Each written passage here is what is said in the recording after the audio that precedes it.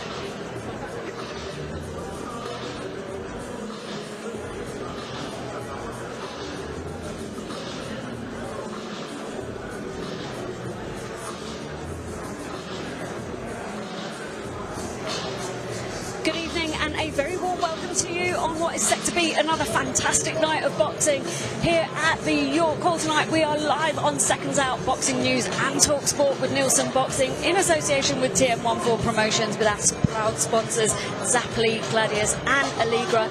I'm Perez and I'm delighted to have Talk Sport's very own Spencer Oliver with me this evening. Spencer, tell us what our viewers can expect to see tonight. Well, I think what we can expect to see is 10 brilliant fights. We get that at the York Hall, Bethnal Green, don't we? There's something very magical about this place, and all these people that are boxing on here tonight, male and female, are looking to strive to bigger and better places. This is where it all starts, the grassroots from boxing. we will also be commemorating the loss that has devastated the boxing community, and that is the tragic passing of former champion and coach Tony Sese. We've also got a live face-off between Finley James and Robert Lloyd Taylor Jr. ahead of them fighting for the Southern Area title on June the 27th. More on that a bit later.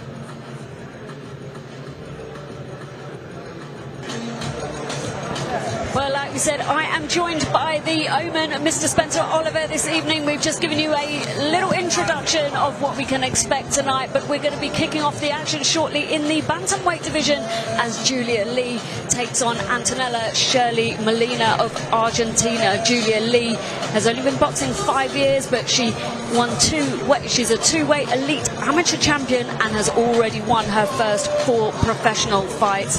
We're about to kick it back to the MC shortly, where he'll be introducing the first fight of the evening.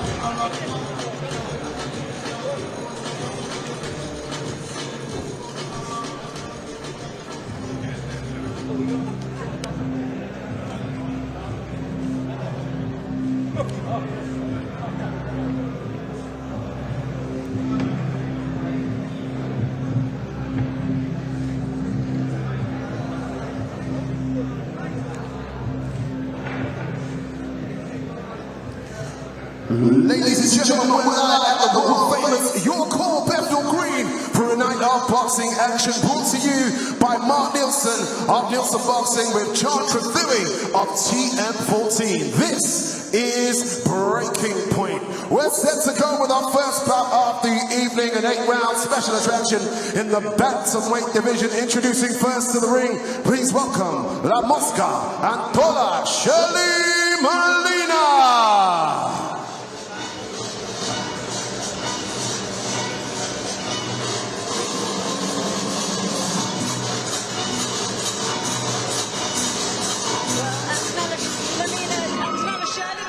Joins us all the way from Argentina this evening. She is known as La Mosca, a fly, and she's going to be a nuisance who will not leave Julia Lee alone. She enters the ring in a colourful outfit this evening, waves at the crowd as she takes her gum shield from her coach. We're looking forward to this one. This will be Julia Lee's.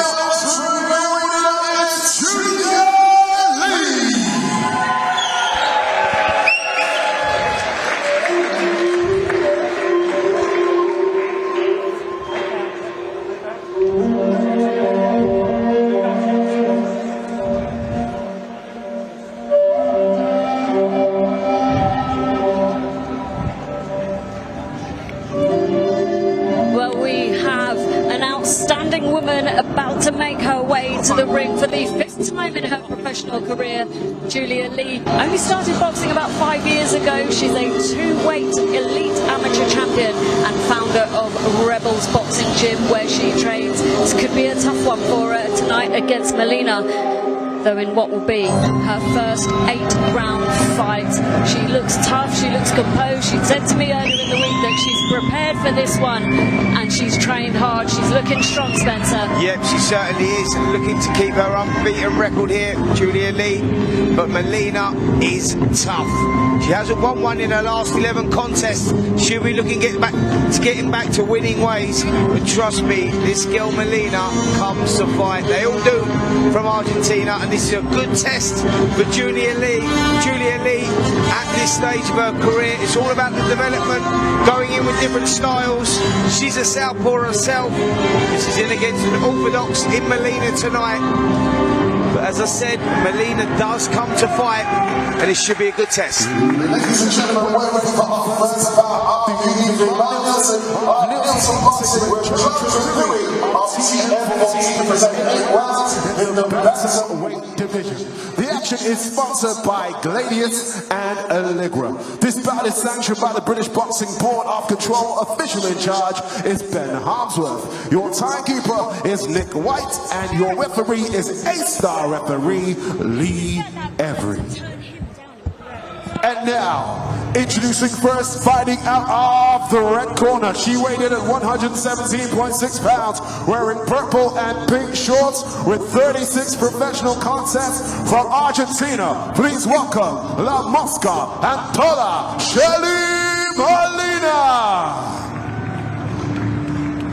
And her opponent, fighting out of the blue corner, she weighed in at 116.4 pounds, wearing white shorts. She's undefeated in 4 professional contests from London, Julia Lee.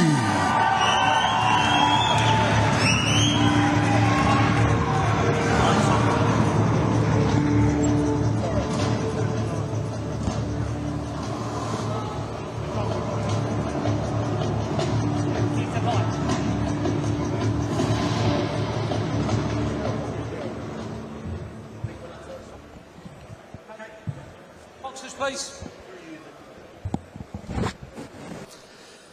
Okay, ladies, when I say stop, you stop boxing. When I say break, take a step back. Keep your hands up, protect yourself at all times. Good luck to you both. Good luck.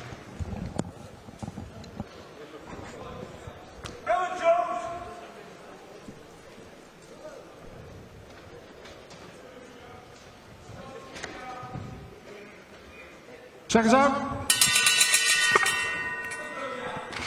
Well, we've got the action underway between Julia Lee and Antonella Shirley Molina of Argentina. This is an 8-round contest of 2-minute rounds in the bantamweight division. Julia Lee boxing out of the southpaw stance against the orthodox stance of Molina. Good shot there straight away from Lee, establishing herself well with the lead right hand. Boxing out that southpaw style, controlling the space well. Here at the beginning of this opening round, Molina, as I said before, is tough. She comes to fight. She often loses, but she puts up good fights. This is a good test for Julia Lee at this stage. But Lee started very well behind that southpaw jab, come with the good hooks as well. Quite incredible to think that Lee only started boxing 5 years ago, picking up a couple of national titles as an amateur, and done nothing wrong so far as a professional as well, and started this one, her 5th contest, in great style. Found the range very well with that lead right hand jab. And we've just been joined by Mr. Denzel Bentley on the commentary table this evening. Denzel, welcome this evening. Good to have you here, my friend. Thank you for having me. Thank you for letting everyone know I was late as well. Yeah, the new WBO middleweight champion of the world joins us. See what happens when you win world titles. They become divas. They turn up whenever they want. No, I mean, I remember when he used to be here early. It's all changed now. I said to you, Denzel Bentley, when you win a world title, you do not change. And what have you done? No, I was here on time. I had to say hello to the team first. You know, I'm signing autographs. I get it. Sorry, mate. He was stuck on the red carpet outside, Spencer. Well, listen, we've got about 20 seconds to go in the first round of this 8-round contest between Julia Lee and Antonella Shirley Molina. Last few seconds of the first round. Julia Lee has established herself well so far. She looks tidy. Yeah, dominant round there from Julia Lee. Controlling stuff behind the jab, worked well with a backhand as well. Shirley Molina was a little bit slow off the mark, to be fair. Held herself well, but didn't have any success in the opening round. And it'd be a good, confident start, the round that you need from Julia Lee. Now she needs to build on that.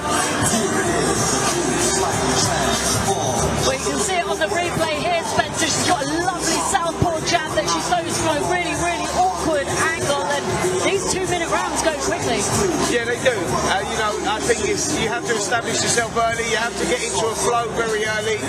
It's all about high output, but trying to keep some sort of boxing game together as well. And she kept that composure very well in that first round. Like I say, let's see if she can build that at the beginning here of round number 2.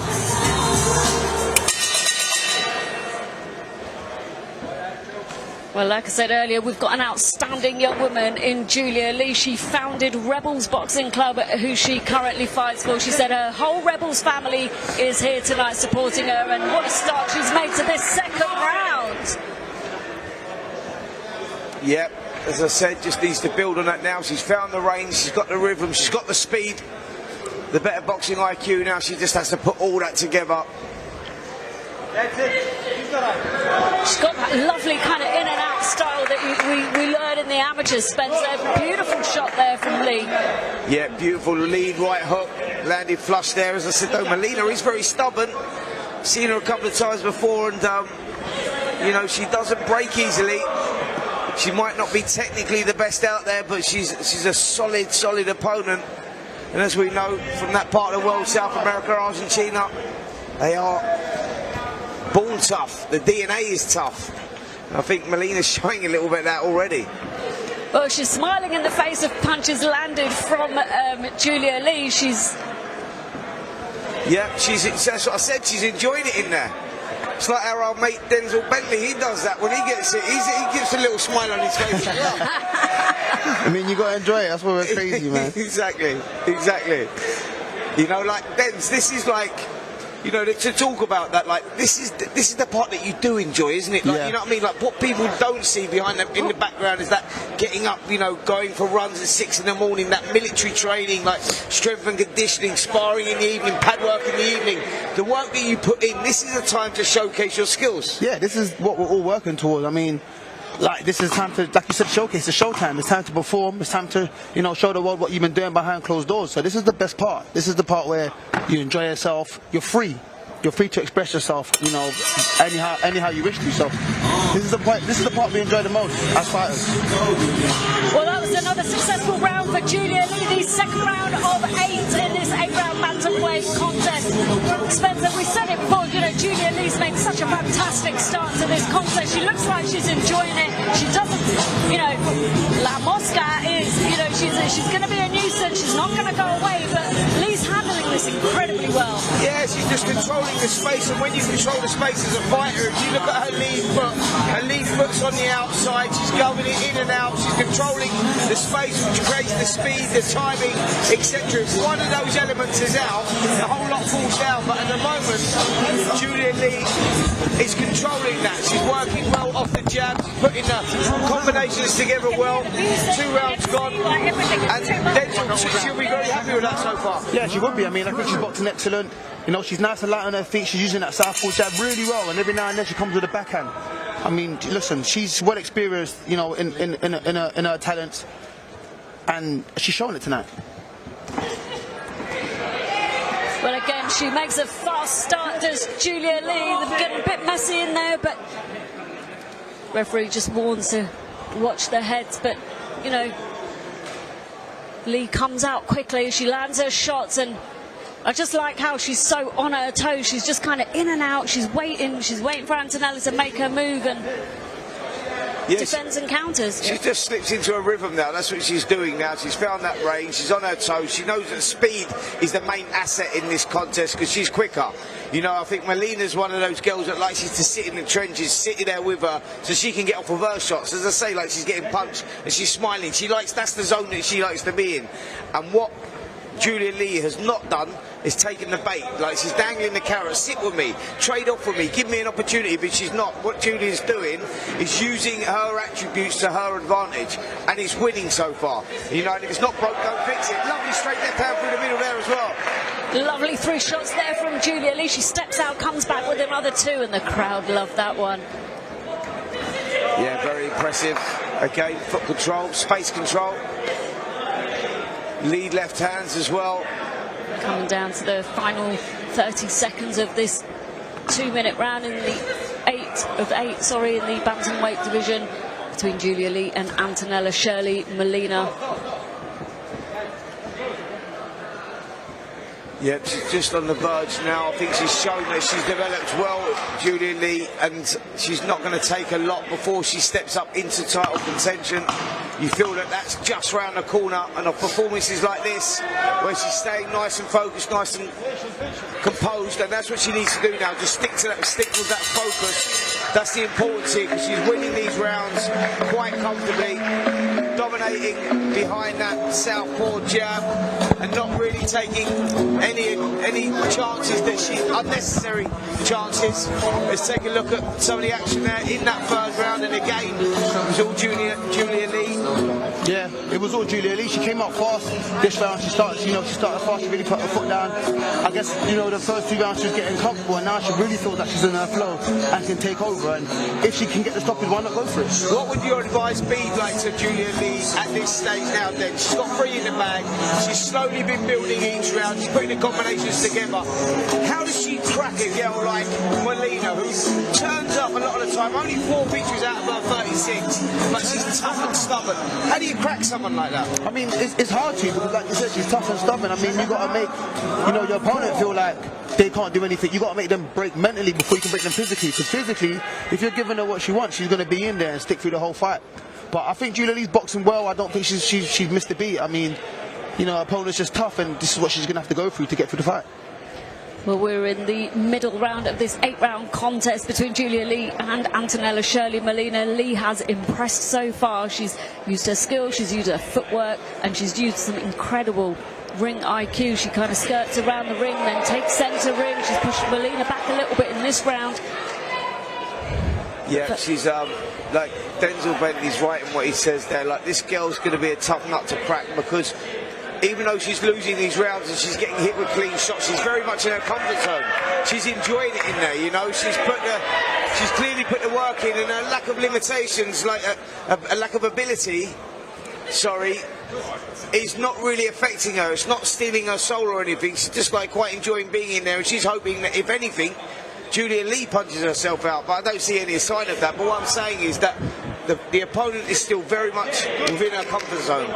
She is, and you can see her smiling at Julia Lee every time, you know, she lands a shot. She's enjoying it. I mean, she's not fazed by anything. She's going to keep trying her best. It's just that she knows she's not on the level of Julia Lee to compete at that level, but she's just going to enjoy it in there. She's going to enjoy, you know, the beating that she's got coming to her, to be honest. And I think round after round, when your opponent keeps smiling at you and you're hitting them with the best shots, it's sort of like, it's a reverse psychology, because it steals your soul a little bit. You're thinking, what am I not doing to break this person? Well, she's just tried now. Julia Lee got a little flurry of punches to the body of Molina. It hasn't happened so far. Came up with a lead hook to the head as well. But, you know, Molina's an experienced woman. She's had 36 fights. You know, she's knocked out a couple of times, but, you know, in 36 fights, I think she's a durable, tough girl. Last 10 seconds of round 4 of this 8-round contest in the bantamweight division. Nice respect there between the 2 women, which is always great to see. Spencer, what would you be telling Julia Lee? Just going to flip that question on you right now, because this is her first 8-round contest. She's done 4 comfortably.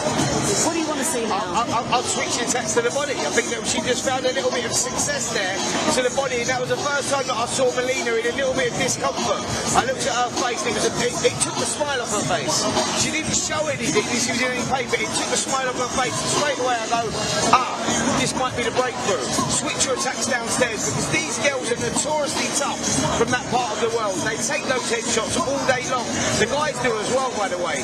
But there always seems to be a tendency, a weakness to the body if there is one, when you get people like this, of this sort of like durability.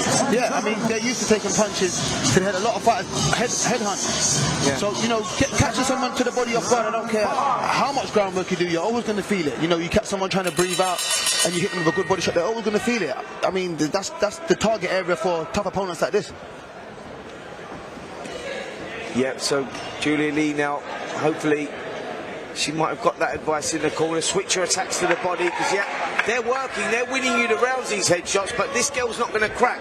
Start, like, using a little bit of imagination, a little bit of variety. Switch it downstairs. Bring the arms down before you throw the shots upstairs. Like, start to be a little bit creative in there now as well, because that's the one thing now. Oh, there you go. And she's down. Melina's down. Referee is going to issue a standing 8 count. This must be giving Julia Lee some serious confidence, but Molina will not be deterred. Let me tell you, she'll probably come back a bit tougher. She's got a smile on her face there. Lee's got her work cut out, but she's, you know, she's going to be confident going into the rest of this round now. She's up the attacks to the head and body here. Nice, lovely left hand, but took one as she came forward. She needs to not get careless right now, Spencer. That's it. Don't get reckless. Don't get greedy. Like I say, like, this girl is notoriously tough.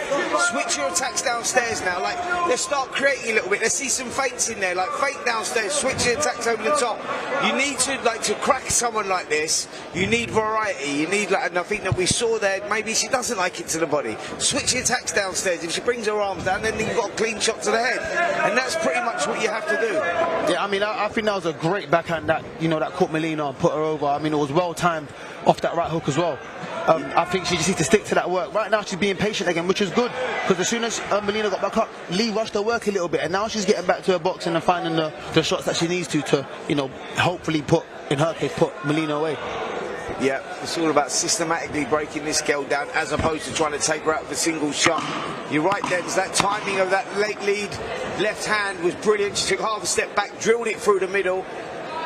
Got a little bit reckless after that, but that's all part of the learning process, isn't it? It's all part of the development. They're trying to kick you on to the next stage. Molina raised her hands in the air. She's happy with herself.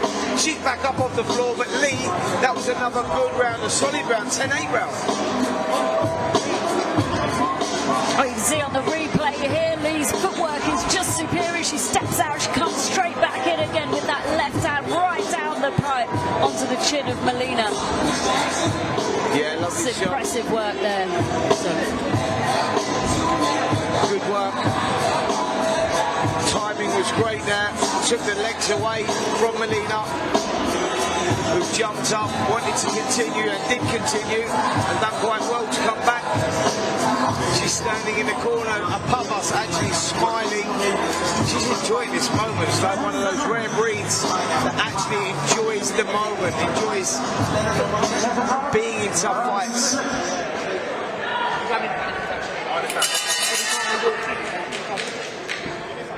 Well, we're in round 6 of 8 of this 8-round contest in the bantamweight division. Julia Lee managed to drop Molina in the last round. Molina took a standing 8 count, but she's still coming. Lee lands a lovely backhand again onto the chin of Molina. Timing was perfect. She's just taking half a step back with her back foot.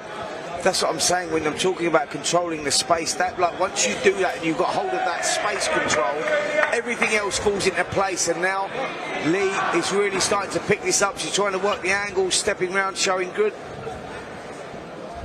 variety of punches, but nice angles as well. This is good work from Lee. Impressive stuff.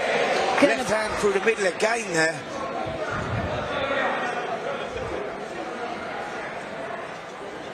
Well, this just goes to show why in just a couple of years, 2 or 3 years that she was boxing in the amateur, she won 2 elite titles. And in this day and age, when you've got so many more women in the sport, that is not an easy feat. No, it's not. It's very competitive now. You know, women's boxing has grown incredibly over the last few years.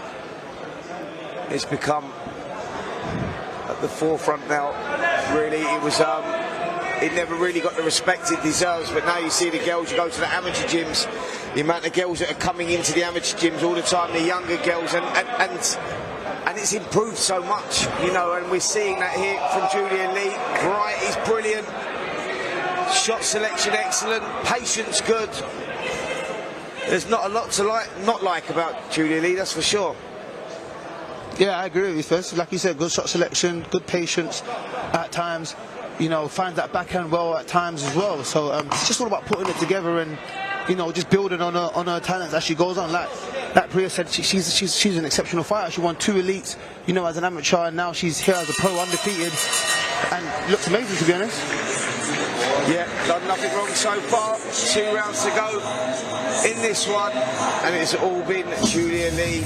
6 rounds gone, 6 rounds in the bank. One of those was a 10-8 as well.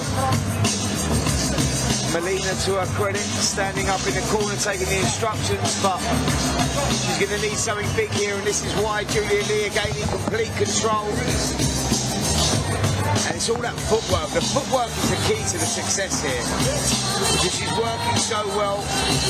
Look at her back foot. She's controlling the space with that back foot, just going, oh, you know, a couple of inches out, a couple of inches in, and that is the difference between Molina and Lee here. It's impressive stuff. 10 seconds. 7 round 7. And that's the bell for the penultimate round in this 8-round contest between Julia Lee and Antonella Shirley Molina in the bantamweight division. Lee has dominated this contest so far and shown exceptional skill here. She seems to be handling the kind of 8-round, fights so far really, really well. This is her first 8-rounder, Spencer. Yeah. She's got herself in good shape. She's the ultimate professional, isn't she? We've seen that as she's developed through the amateur ranks as quick as she has, because she's a true professional, and you can see that the discipline she's showing in there. She's sticking to her game. Composure's great, fitness is good, on point. 8 rounds, 10 rounds doesn't seem to be a problem for this girl moving forward. And this is another box ticked, by the way, because as a fighter, once you do a 4-rounder, you think, okay, what's it going to be like? You get to 6, you get to 6 in your time, you think, right, now I've got 8. You get to 8, you get to 10. You know, but you can always push yourself there if you've done the work. I think it's just a psychological thing, and you know, this is going to be another box ticked for Julia Lee, because she's done this 8-round distance. And the 8 rounds kind of feels like a bit of a milestone on the way to kind of your 12-round championship fights as well. You know, it's kind of you're over halfway. You can do the 6, now you can do the 8.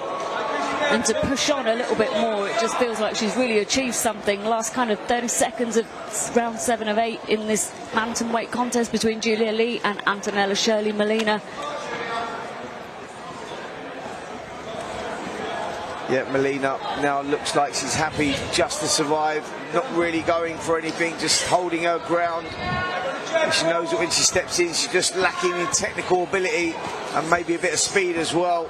And Lee in complete control as we approach the end of the 7th round. Another round dominated by Julia Lee. Molina just egging her on a little bit in the last few seconds of round 7. I think round 8 is going to be much the same. She might up the pace. Denzel, what do you think? Yeah, I mean, it's the last round. I don't think she needs to up the pace, though, to be honest. I think she's got this covered. I think, you know, just be safe and win it on points. I mean, I haven't seen anything, you know, no threats on her side that Lee's been hurt, but I don't think there's any reason to push the pace and go for a knockout. Just back the win. Yeah, I'm with you, Denz, as well. I think it's all about just securing that win now, because we know, like, Molina wants to be in the trenches. She wants you to get greedy, sit in the pocket so she can get off with her own shots. Because she lacks in speed and maybe a little bit of boxing ability, then don't play at her game, just play it safe. It's another box ticked, 8 rounds in the bank. You know, we source your confidence moving forward. Like, it's still the development stage before, it's the apprenticeship before you go into title fights. And this is going to be perfect for Julia Lee to get those 8 rounds in the bank. Don't be silly, don't get careless. Go out there, stick to what you're doing. If it's not broke, don't fix it. Well, it's all smiles as we go into the 8th and final round of this bantamweight contest between Julia Lee and Antonella Shirley Molina. We are, of course, at the York Hall tonight with Nielson Boxing in association with TM14 Promotions, with our proud sponsors Zapply, Allegra and Gladius. This has been a fantastic night so far, and there's more to come. A little bit of confusion there. I think Molina thought the referee was going to jump in. She got tagged with a good left hand through the middle. Looked at the referee, but referee didn't respond. Girls get back to it, and it's been good action here in this 8th round.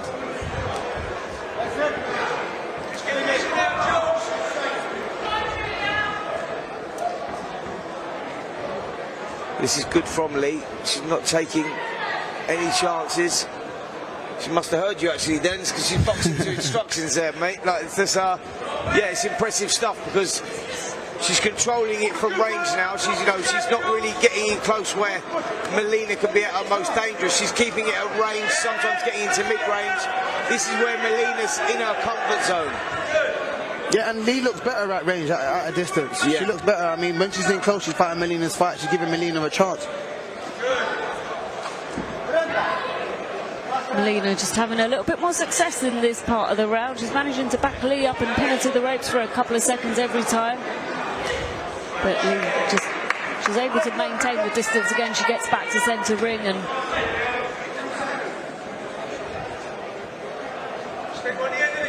yeah, I think Lee just doesn't want to take any unnecessary chances now, hence why she's boxing now on the back foot.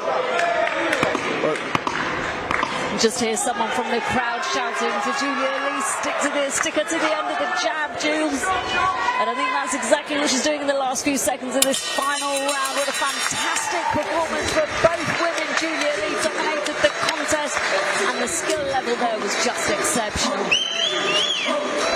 Yeah, very impressive there from Julia Lee. For me, won everything there, and with the 10-8 round in round number 5. I've got this one 80-71. Clear victory for Julia Lee. She'll be impressed with that. She'll be happy with that, sorry.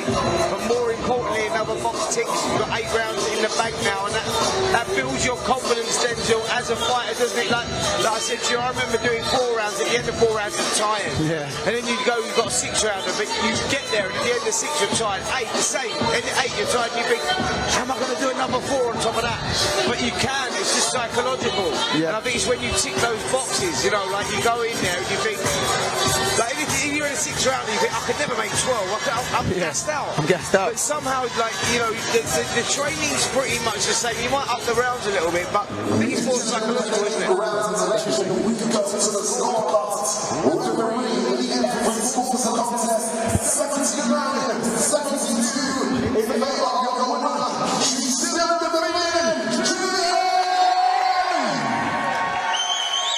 Yeah, the referee there giving Molina that last round, which is, yeah, you can argue that she pushed it a little bit, and Julia Lee took her foot off the gas a little bit, just doing what she should have done, playing it safe. But a very, very impressive performance, and I think we could see Julia Lee in some sort of title contention very soon.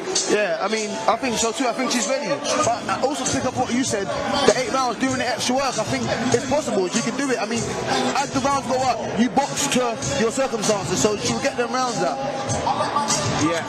Well, we've just joined Julia Lee with Melissa at ringside for the post-fight interviews. Come with me.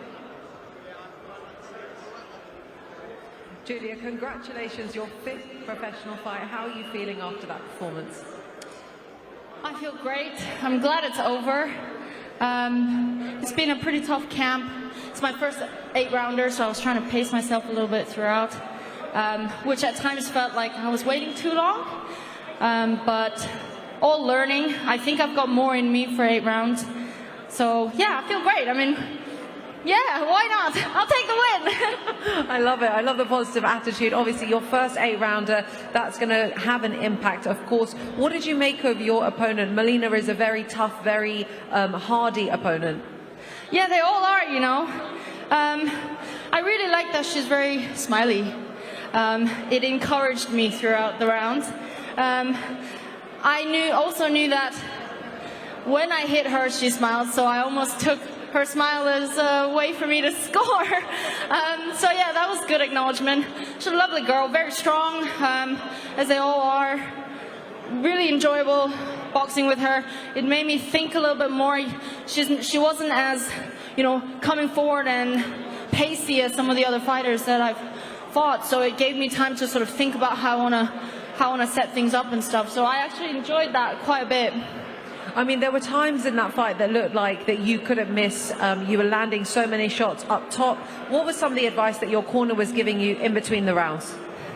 I think they wanted me to keep my shape and keep boxing and not get greedy, basically, not get sucked into it, not get, you know, sucked into trading punches, just slugging it out, which I did, and thinking more about sort of movements and footwork and stuff. So that's when I started kind of enjoying it a little bit more, because I was like, you know what, yeah, let me paint the canvas with what I can do as opposed to just going for 8 rounds.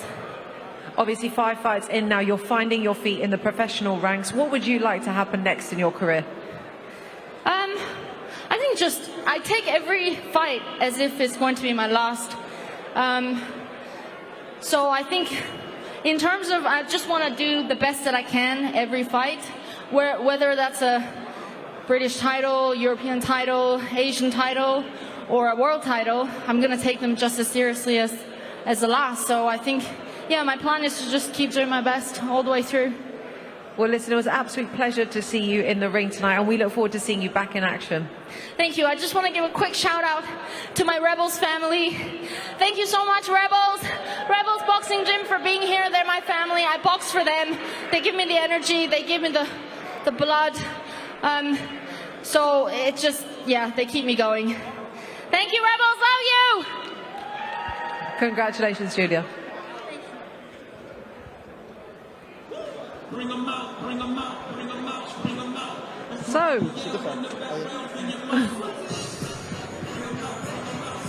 go on this other side of me.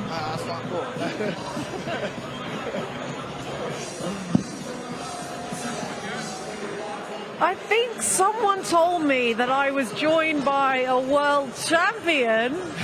Not sure who it was, but I don't know who. yeah. How are we feeling? Feeling good, man. Feeling good. Yeah, it's a great feeling, man. I think I've got to up my day rates now. No, you have to. You must. I feel like I'm in the presence of greatness. I mean, I've always felt that way, actually. But now it's, you know, the world will recognize it also. WBO champ. I mean, that's got a real special ring to it, Den. Yes. Yeah, I mean, it's all hard work and dedication, man. I mean, I've worked hard for it, and, you know, I've achieved it. But I'm happy still, but there's still a lot to do. Yeah, do you know what? I want to actually focus a little bit on the hard work and dedication that you put in, because you were out of the ring for so many months. Like, I think it was, 15 months? 16 months. 16 months you were out of the ring. You were pushing for that opportunity. Yeah. And you got the opportunity, and you achieved it, and you grabbed the opportunity with both hands, and you achieved it. It must feel amazing for you. Yeah, no, I mean, that was a hard 16 months. I mean, I wasn't here with you guys, obviously doing commentary here and there, but ultimately, I just wanted to fight. You know what I mean? I mean, I'm in the gym all the time. Week in, week out, I'm in the gym, I'm training, being hopeful for dates, getting dates, they're falling through, something might come. I was just waiting for the opportunity, and you know, I think I kind of proved that as long as you know, stick to the grind and stick to the graft long enough, an opportunity will come for you. You just got to be ready to, like you said, take it with both hands, and I did that. You know what? It's a real story and a real testament to mental resilience, because you know, obviously I've been in the sport a long time. I know a lot of people in the sport as well, and you guys all talk about how tough it is to always be in the gym and waiting for those fight days, waiting for those opportunities. Yeah. And that was quite a stretch. But talk me through the fight itself, because it was a sensation. Yeah, no, it was a tough fight. I mean, my opponent in the end was tough. He was very strong, like physically, and he could punch. So I knew I just had to be a bit patient and kind of bide my time. I couldn't go with him because he had very good punch volume as well. So he wanted me to open up so we can, you know, start attacking the body, attacking the head and stuff. So I had to kind of be patient, be defensively responsible, and pick my shots while I could. And I think I've done that, and I found a good shot that got him hurt. And when I did, I said, I've got to jump him and get him out of there, because if he recovers, it's going to be a long night. Honestly, it was amazing. It's so great to see. And actually, I want to give a little shout out, because I've known you for such a long time, and I just remember, like, you were very, very early on in your fight career when I first met you. So it just feels amazing to see you achieve this now. Like, you've really worked so hard. It's a beautiful thing to see. What's next? I don't know, man. I'm hoping to be out in the summer. I want to be active this year, because last year I was very inactive. So I want to keep active this year, keep the momentum going. So hopefully I'm out this summer. Hopefully we can get some news soon, but I mean, I'm just excited to be in the position. I mean, like you said, you've been there from the journey, so you've seen it. You've seen the growth. You've seen, you know, the journey that it took to get here. So I'm proud of myself. I'm proud of you. I'm actually proud of you. Like, I feel really proud right now. It's quite nice. I quite like it. No, congratulations, then. It's amazing. Amazing fight, amazing performance, amazing career journey, and a story to tell, you know? Guys, make sure you stay tuned for whatever Denz does next, because it's going to be one that you have to watch. But for now, don't go anywhere. We've got a fantastic fight coming up. Over to Ben to make the announcement. Ladies and gentlemen, we're set to go with a 6-round special attraction in the bantamweight division.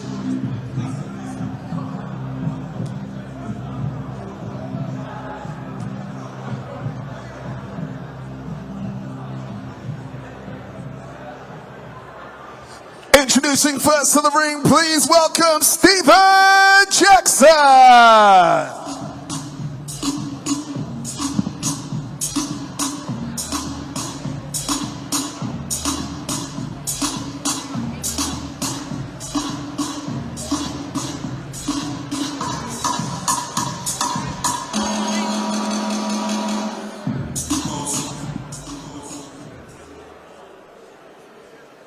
And his opponent, please welcome Kareem Agius.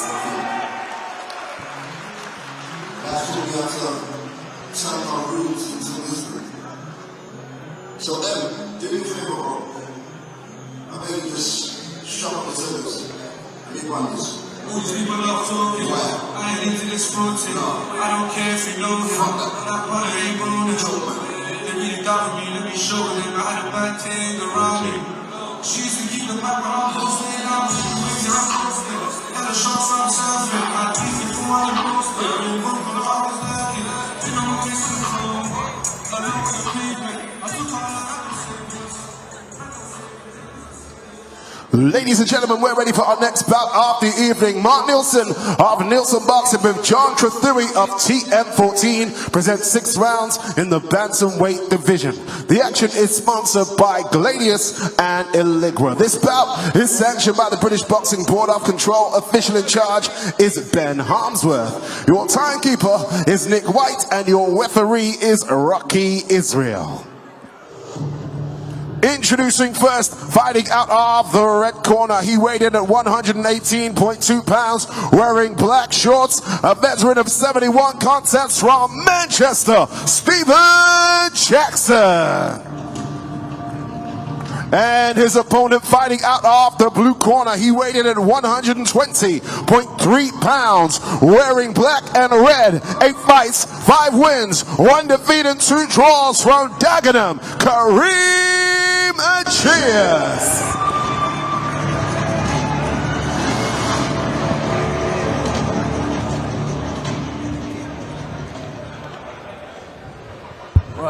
All right, lads, you already know the rules. Above all, protect yourself and obey my command at all times. Now touch claps and good luck.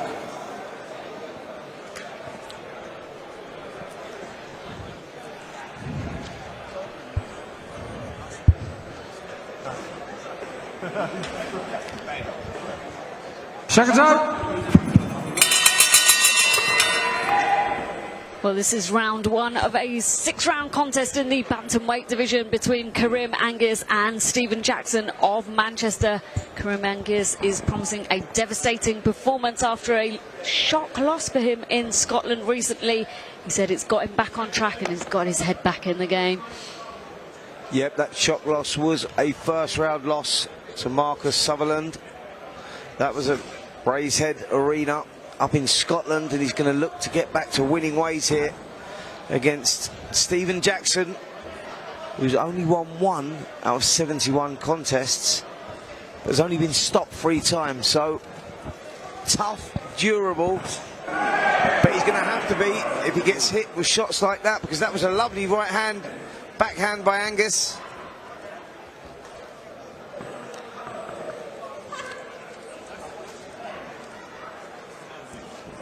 Agius is yet another one of the very experienced former amateur boxers that we've got boxing this evening. He's had over 56 amateur bouts, 140 of them. He knows what he's doing in that ring, and he's obviously made a clean start to this first round. Yeah, sorry. Nope, against Steven Jackson, who's a tough guy from Manchester. Here he is, tough and durable, that's for sure, and he's going to have to be, because Agius has hit him with a good right hand to the head. And just moments earlier, he landed a solid right hand to the rib cage as well. And you see him there, just trying to be creative, body shots again. Good work, just trying to bring the arms down of Jackson. Some real redness around the torso of Stephen Jackson there, courtesy of the body shots that Kareem Agius has just landed. As you said, Spencer, you know, I think he's looking to slow him down quite early. Yeah, body shots are the key for that. And Jackson, who we know is notoriously durable, only 3 stoppages out those 69 losses. He's been in with some tough fighters as well, so he knows his way around the ring, Jackson. He knows how to survive, so now it's all about Kareem Agius.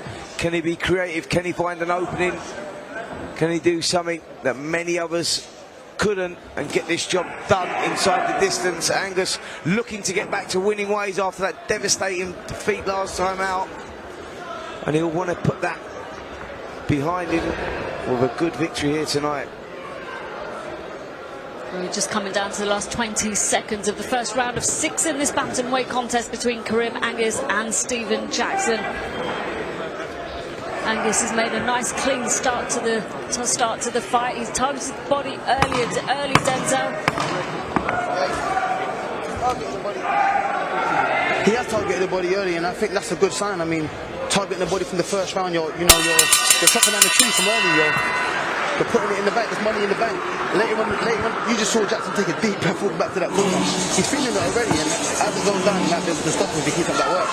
Yeah, the body shots you feel will be key here. There we saw a lead left hook. There was the right hook to the body that just skimmed the rib cage there of Agius. Nice composed start from Agius. Get that round in the bank and he'll need that. That's a good confidence build up. Now he's going to put that ghost behind him of that last contest. It was a good quality fighter for him, Agius. It was a shock that he got beat the way that he did last time out. But a defeat really can be the moulding of a fighter, and I think for Agius that's what we'll be looking at right now.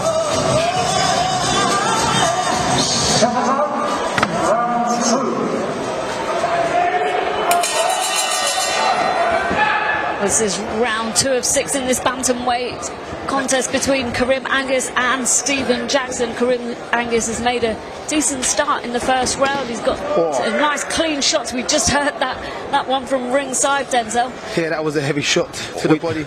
I felt it. I didn't hear it. I felt it.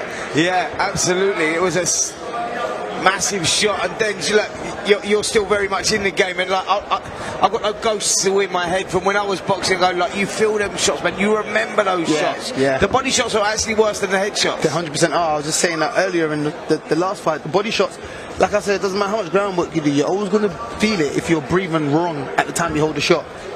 Yeah, absolutely. You know, it's all about the shots you don't see, the punishing ones, and what you see with Agius here is he has a good shot selection, and that's important because someone like Jackson knows how to survive because he knows the methodical way, like the straight shots that are coming through the middle, the shots that you're expecting. It's the shots that are, the unpredictability that kills, and I think that Agius has a good variety here, shot selection.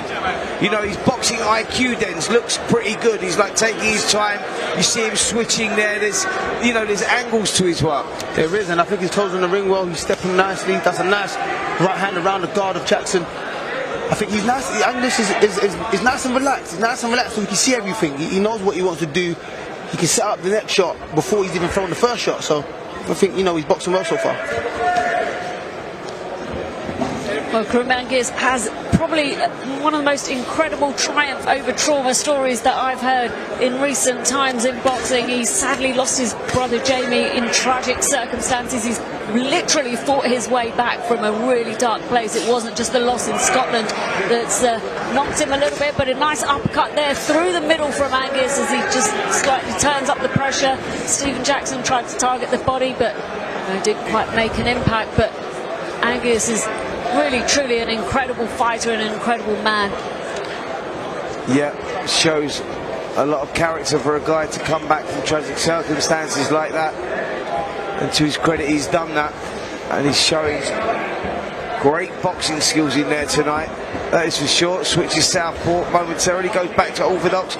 But taking nothing away from Jackson here, who, okay, might be losing these rounds. We're only in round 2. We might be losing the rounds, but He's keeping his game together nicely. You know, he's not giving anything away. He's not giving... There's a big right hand there, followed by a couple of hooks.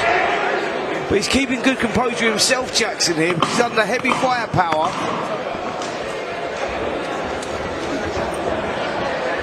And we're just coming down to the last few seconds of this round as Agius just turns the pressure up a little bit. Touching gloves there at the end. Bit of a smile between the two fighters. I'm liking this version of Kareem Agius, Denzel, I have to say. I just think it's nice and relaxed, nice and patient. I mean, he teamed up with Rod and the team and everyone at, you know, RJ's gym. And, you know, he probably soaked up a lot more information, a lot more skill from that team, and he's showing it tonight. He's performing well. Yeah, I totally agree with that. And I think the last 30 seconds there, I'm going to say it, I think we saw a little breakthrough there because Angus started, the first time I see Jackson looking a little uncomfortable, he was under a lot of firepower, and it was the first time I've seen him lose his shape a little bit. And Angus was just going through the gears, so it's going to be interesting here to see if he picks it up again, turns the screw a little bit more. It's going to be interesting to see how Jackson reacts to that, because he didn't look good there in the last 30 seconds or so. And that's probably a testament to that bodywork from early. Yeah, I agree. Well, we're in round 3 of 6 of this 6-round contest in the bantamweight division between Kareem Agius and Stephen Jackson. We are at the York Hall tonight. I'm with Spencer Oliver and Denzel Bentley at the commentary table this evening. It's been a great night so far. We saw a female contest between Julia Lee and Antonella Shirley Molina earlier on. It was a great performance from Lee, and this is turning out to be a real clinical performance from Kareem Agius. Yeah, it certainly is. He's done nothing wrong so far, has he? He's slowly, systematically breaking Jackson down. It'll be interesting to see if he picks it up again in this round ends, if he can make any more of a dent in Jackson. Yeah, and I think he just needs to keep doing what he's doing, just keep nice and relaxed. He's finding them shots. The minute he rushes his work, he might spoil it. But at some point, he does have to change the rhythm to really push for that stoppage.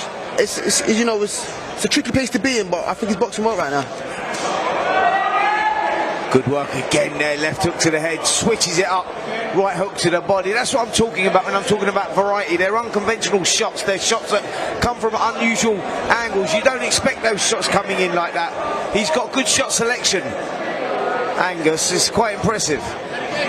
Nice double jab there from Stephen Jackson, returned by Agius. We are, to remind you, we are live on TalkSport Seconds Out and Boxing News with Neilson Boxing in association with TM14 Promotions with our proud sponsors Zapply, Allegra and Gladius. We've got an action-packed night filled with action, tonight at York Hall. And we'll talk to you a bit more about that a bit later on, but right now Kareem Agius is showing a fantastic performance against Stephen Jackson. We are coming down to the final minute of round 3 of 6 in this bantamweight contest. It's been a good one so far, Spencer. Yeah, it has. Barrett, it's been a very good one. I've been impressed here from Angus. You know, a defeat, it can affect fighters in different ways, and some fighters feed off it, come back, they go back to the drawing board, and it moulds them as a fighter. And I think for Angus, you know, he's looking great in there. He's obviously took the defeat, come back, worked on things psychologically. It's not damaged him, it's actually fed him. You know, it's made him better because this is a good, solid performance.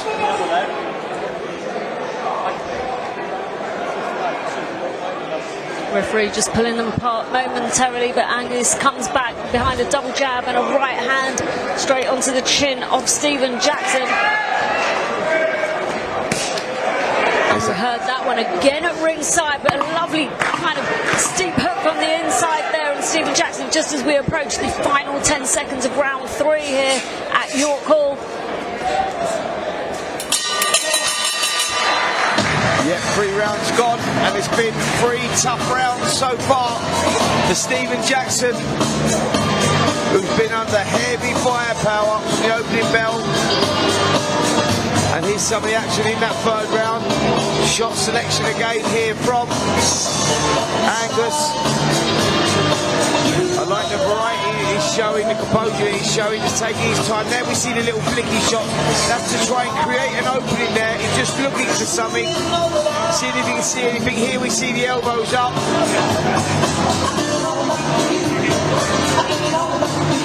the way that he's switching those attacks up and down, his head shots, body shots. Jackson taking them well, soaking him up.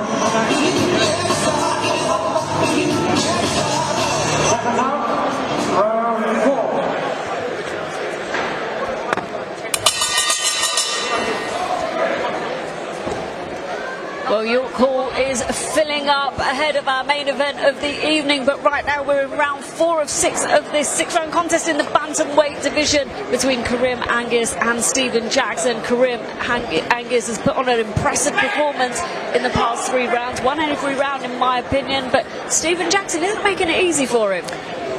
No, he's not. These guys are, you know, these guys really are the backbone of boxing. We talk about small hall boxing and the importance of that to develop fighters, to give them the opportunity to come through and try and strive on and push to bigger and better things. And, you know, people like Stephen Jackson are the backbone of boxing, as in you need these guys there for the prospects like Angus to develop. You know, Jackson was never brought here to win. He probably never come here thinking he's going to win. A moral victory for him is him seeing the final bell. So he's boxing again next week. And he's under heavy firepower here against this young prospect. Yeah, I agree with every word, Spence. You are absolutely right. Guys like Stephen Jackson carry the sport at this level. You know what I mean? They carry all the young fighters. This is where they learn their experience. This is where they get comfortable in the ring. This is where they, you know, learn their trade. Because you can't just step up into 50-50 fights straight away. You got to, you know, get comfortable, kind of learn on the job and figure out different styles. And I think, you know, the fighters like Stephen Jackson present all of those problems. Without them, I mean, it'd be very hard to find the next superstar in the sport.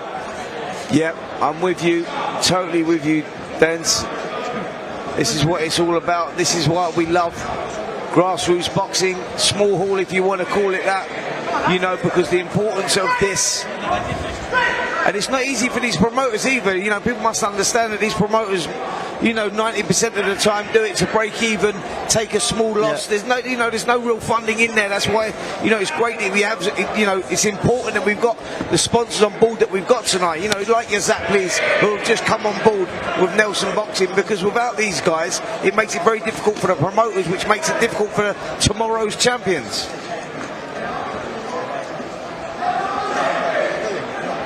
Well, we're coming into the final minute of round 4 of 6 here at York Hall in the bantamweight division. Kareem Agius is turning up the pressure a little bit in this round, but Stephen Jackson's had some success with some decent jabs to the body earlier on, Spencer. Yeah, he did, and I just see a right hook going there, and Jackson just looked a little unsteady on his legs. Done well not to sort of show it. But it's been a pretty flawless performance so far, Dens, from Angus. You know, when you consider you're coming off a first round loss, you know, sometimes psychologically it can take a little getting over and you need a few rounds to get back into it. But he seems to have got over it very well. Yeah, no, sometimes I can light a fire in you. Sometimes, I mean, he went out there and lost that fight that he didn't expect to lose, and it's clearly lit a fire in him. He come out here and you know, performed out of his skin today. So he probably thought to himself, you know what, I've got to be better. And he's done that. He does look a lot better than he has in the past, and he's learned a lot, and you know, he's bounced back off that loss as if it never happened, and I respect it. Well, Kareem Agius, I think for me, Spencer, Denzel, tell me what you think, but for me, Kareem Agius has not just mentally come back from a loss, but he's putting on an intelligent performance in there against someone who's making it hard for him, but he you know, he's staying composed. You can see his skills, but Stephen Jackson isn't an easy, you know, he's not an easy fight for Kareem Agius. No, he stayed disciplined. I think that's the importance of it. Like, you know, Stephen Jackson was only brought here to lose. Let's be honest, he's never been brought here to put off a shock victory. It wasn't about that. I think it's about Angus and seeing, you know, what he's learned from that last fight. You know, seeing if he has learned anything. And Denzel Bentley's right in what he said. You know, sometimes that can be, you know, put the fire in a fighter, and I think we're seeing that from Angus here, who, you know, who's boxing well. He's stayed very disciplined, stayed composed. You know, his pick shot selection has been good as well. So he's ticking a lot of boxes tonight. And we're already in the penultimate round of the 6 rounds of this bantamweight contest. Kareem Agius just switching southpaw there momentarily. He looks comfortable. Yeah, he does. He just has to stay focused. I think that is the importance for Angus. just to stick to the game. Nice there. That's what I like when fighters show a little bit of variety. They show a little bit of imagination. You go, right, it's not working here with Jackson. I can box southpaw. Let me switch that up. Let me see if that can work. You know, like when they show a good boxing IQ like that, you go, like, you know, that. Like, look, he's only 28 years of age. There's still time on his side to improve, develop, and get himself, you know, to that level where hopefully one day he's fighting for titles.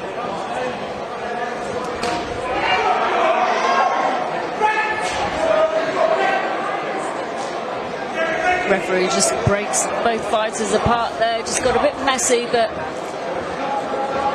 Agius gets back to his boxing. He slips really well, he moves his head well, he moves his feet well. Spencer, you know, he's got, like you were saying earlier, you know, don't want to repeat it, but he's got a good variety of skills. Yeah, he has, and there we see him just trying to sit down on his shots. Body shot went in and Jackson felt that one, trust me, he felt that. He did.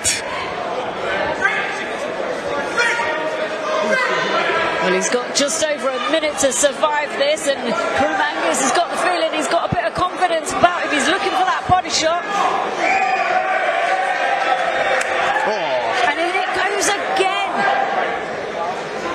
Yeah, you see him puffing there now, Jackson. Trust me, that's going to be sore in the morning. That's not nice. That's the lovely shot there, timed well.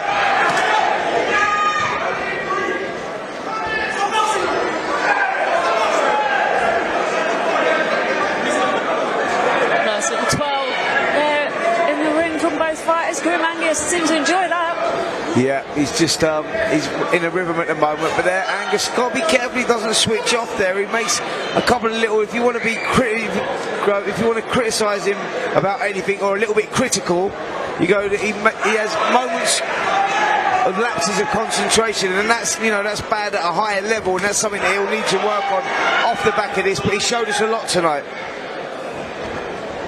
We're just coming down, almost down to the last 10 seconds. There it goes, of round 5 of 6 in this bantamweight contest. It's been entertaining so far, Denzel. It has been. I think Kerim's boxed out of his skin tonight. I mean, he's just, like we said earlier, that loss has lit a fire in him, and he's come back and he's shown, he's trying to prove his worth at the level he's on, and I think he's doing that tonight.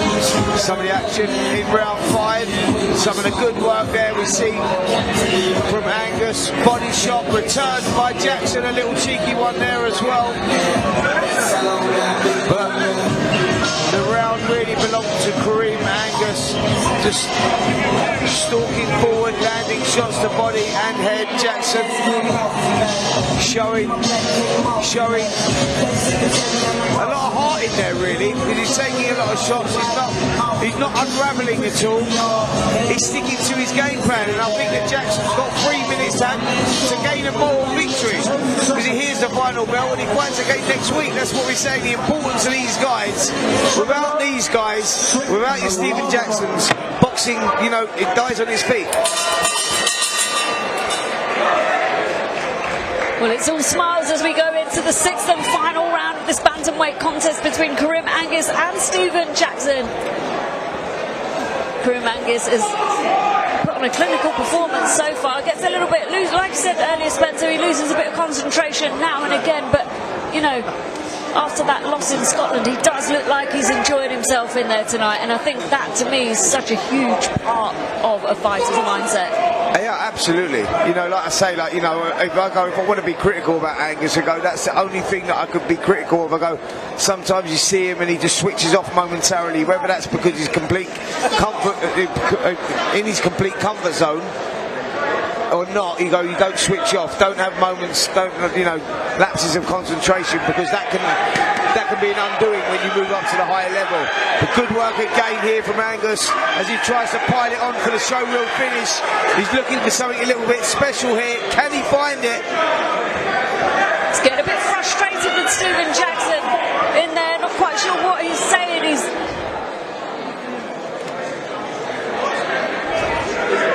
referee's having a quiet word.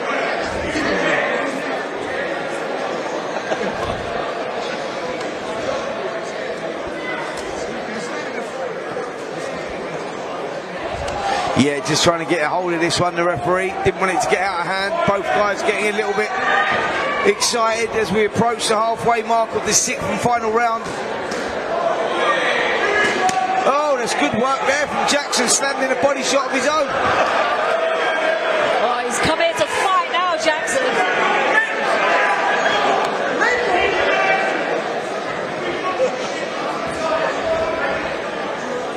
The referee's got his work cut out with this one, Denzel. Yeah. Oh, heavy left hand there from Angus. Yeah, massive shot there. Jackson in a little bit of trouble. The leg's a little unsteady. You know, when a fighter starts smiling and talking, he's generally hurt. And I think that Jackson is hurt here. We're in the final minute of round 6 here between Kareem Agius and Stephen Jackson. The crowd are absolutely loving it now. Kareem Agius has stepped it up in this final round after a bit of frustration earlier on. Referee just keeps him honest though.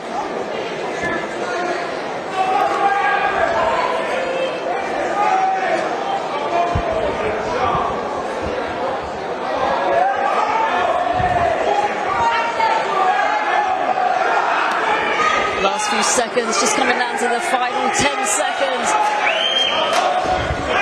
Kareem Agius switches southpaw again and sinks some nice left hands in there from the southpaw stance.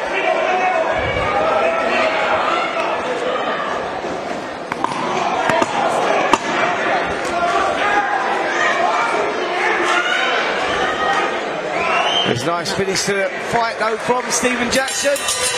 Yeah, he thought he shot for him well in that last 5-10 seconds. Yes, he did. He left it probably 5 rounds, 5 3/4 rounds too late. But that was a good performance there from Kareem Agius. Getting back to winning ways, I'm sure he has there. But credit to Stephen Jackson, man. You know, I respect it. I respect it a lot.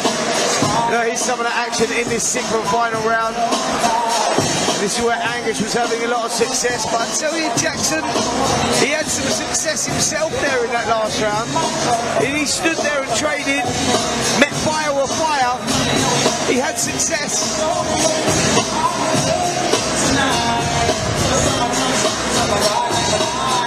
There we see a good body shot going in there, a nod of appreciation for Kerim. Yeah, mate, you got me with that one. Jackson, a little bit of showboating as well. Yeah, I was impressed with that. Overall, I was impressed with both of the guys for different reasons, and I think that, you know, that's what it's all about. It's a moral victory for Jackson for sure, and for Kareem Agius, it's all about getting back to winning ways. And I think we're only moments away, Prayer, from finding that out right now as the referee calls both guys to the centre of the ring. Yep. Ladies and gentlemen, after 6 rounds of action, we go to the scorecards. Referee Rocky Israel scores the contest 60-54 in favour of your winner, Kareem Agius. Well, there's absolutely no disputing that score, Spencer, and Kareem Agius shows ultimate sportsmanship, lifts Stephen Jackson up in the middle of the ring. He knows that he's had a great victory tonight. His team are delighted, and there's a lot of emotion behind this win. This marks the comeback for Kareem Agius, and we're looking forward to seeing him again and putting on another stellar performance. We'll join him at ringside shortly with Melissa.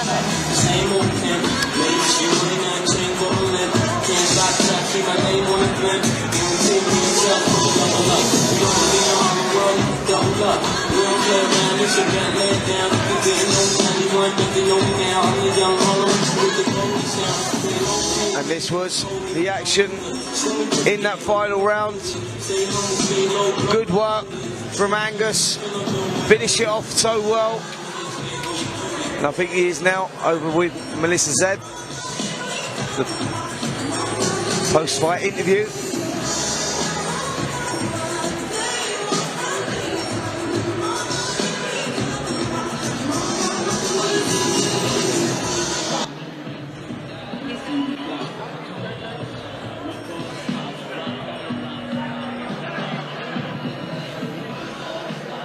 Kerim, congratulations on your win. That was your 7th professional fight, and you're back to winning ways after the last time out. Talk me through that experience. Yeah, I just needed that to clear my head after what happened in Scotland. that was a bit of a wake-up call in Scotland, and everyone, all they've seen is me just tear everyone up and try and go through people. Tonight was about trying to box someone and show people I had an amateur pedigree, so I used my boxing when I could, and then I get too involved. I like having a little tear-up. You tell me, you get me told off by the referee in the last round. But listen, it's the entertainment business. So I like giving the fans something to watch, and I like getting stuck in. So yeah, look, listen, that one's out of the way, and I'm going to be straight to the point. Josh Bapp, English champion, why not? Winner of Mulligan versus Merriweather for the Commonwealth Silver, why not? I'm waiting. I absolutely love the confidence. I mean, listen, sometimes we need those wake-up calls in order to make those right changes. This is your first fight under Neilson Boxing. How has it been, that experience? Yeah, it's been brilliant, the whole setup, everything. I've not had to chase Mark up, I've not had to chase no one up for nothing. Kareem, this is that, Kareem, this is that. It's all been laid out for me. All I've got to do is train, sell the tickets, show up here and show out. So, and that's what I think I've done tonight. And thank you to everyone that showed out tonight. I appreciate everyone buying tickets, to my sponsors, the Voom Ride, Alternative Eco Solutions, Barber Time, William White Meats. Without you guys, I couldn't do this. So I appreciate all of you for coming out tonight, and all my sponsors, and Neilson Boxing, TM14, Talksport Boxing, everyone involved here. It's a mega night, and it's great to be part of. I mean, listen, it was really great to see you in action in the ring. Talk me through a little bit of that last round, because it looked like it was really heating up there. You were asking your opponent to stay in the middle and face you there. Right, so I was under strict instructions by Rod. He told me to box. It's got to be an educated performance, which I did round 1 to 5. He said, no, you can go out and have fun. So that's what it was about. So I moved with Rod about 4 or 5 weeks ago now. And he's getting me boxing again, just getting me back to the sweet science of it all. And yeah, I showed little bits of that there. We're going to go into our full camp now, and we'll be waiting for that call for the title shot. Well, hopefully that's what's next for you. You've recently had a baby as well. How does it feel to kind of do that for the baby? Yeah, number 3. So, babe, we've got to buy a TV now. She's so cute. Yeah, here she is, here. Oh, so beautiful.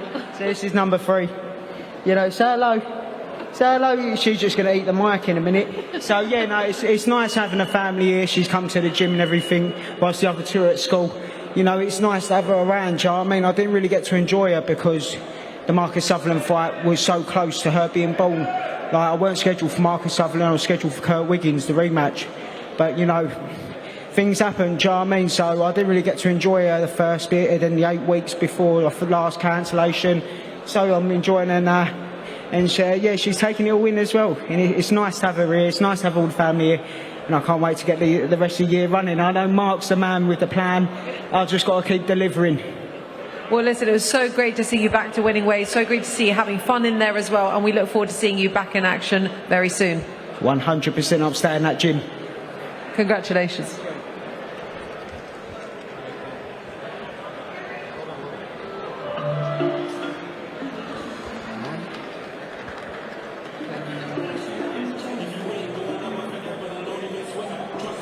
Mark, what a performance from Kerim. I mean, that was a really exciting performance. What do you say? Yeah, well, it's a new signing for us, and we knew what he's done before. He's been in some decent fights before, but we never thought he'd fought to his full potential. So he's joined us now. He's got a new training team as well, and he's getting a bit of momentum. You could see now that was a Kerim who's probably boxing a bit better.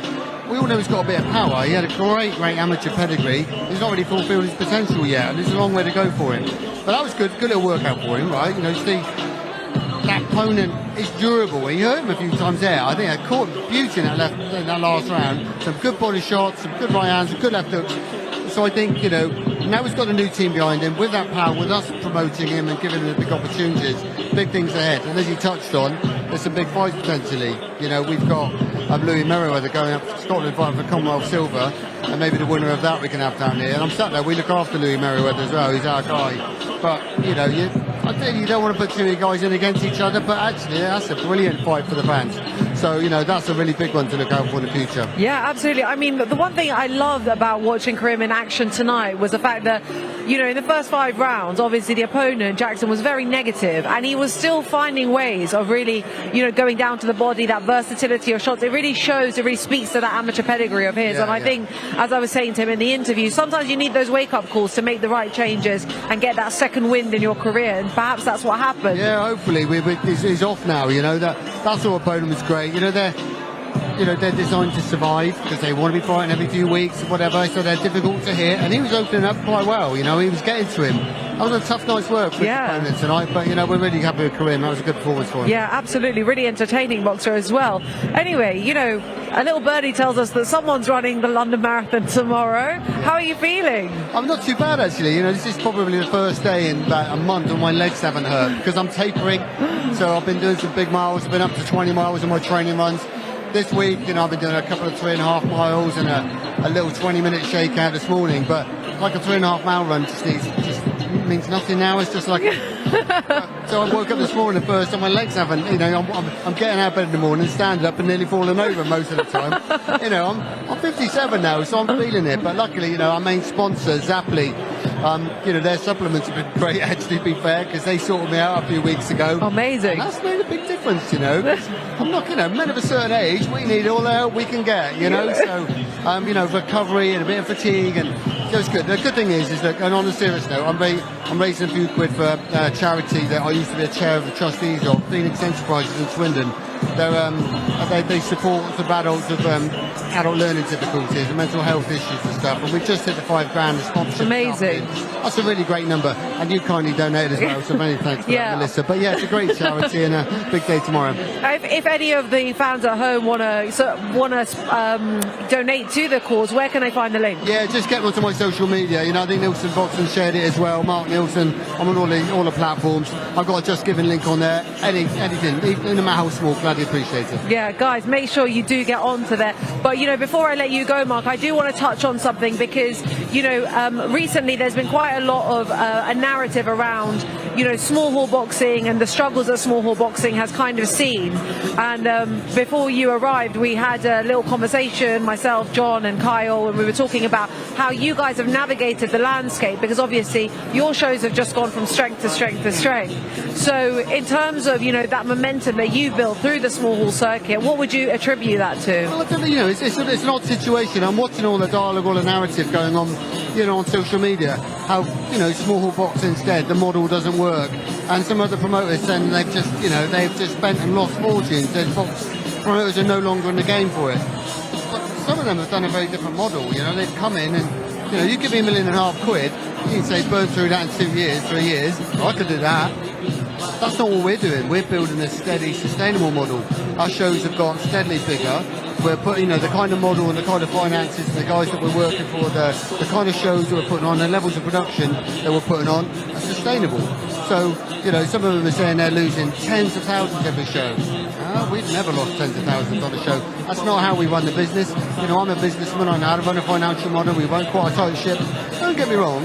There's times when we've lost a big ticket seller on fight week and something's dropped out, and that's been a really, you know, that's been a really tough one. You know, we might have lost a couple of quid, but I'm hearing some people are losing 30 grand a show. Oh my God, you know, but that's crazy. No wonder they can't sustain that. That's not what we're about. Our shows are getting bigger, they're getting better, you know, they're sustainable, the fights are getting better, we're getting more opportunities for the boxers, you know, so we're going to probably capitalise on the, you know, from the reduction in promoters.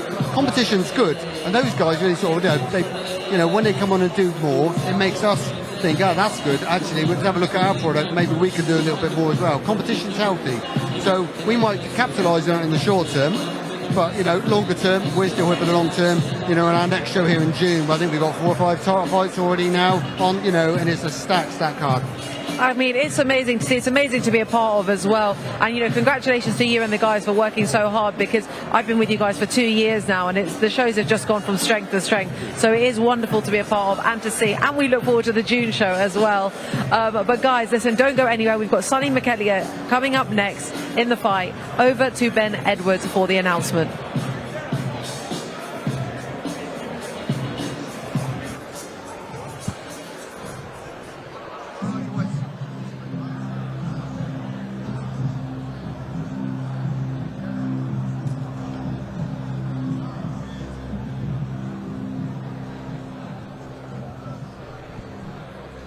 We're all set to go with a 4-round special attraction in the super lightweight division. Introducing first to the ring, please welcome Garth Noot.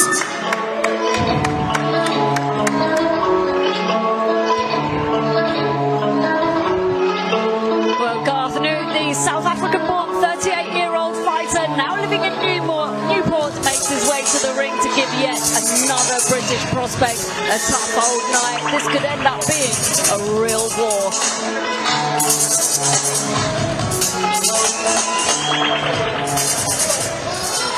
And now entering the arena, it's Sonny McElligott.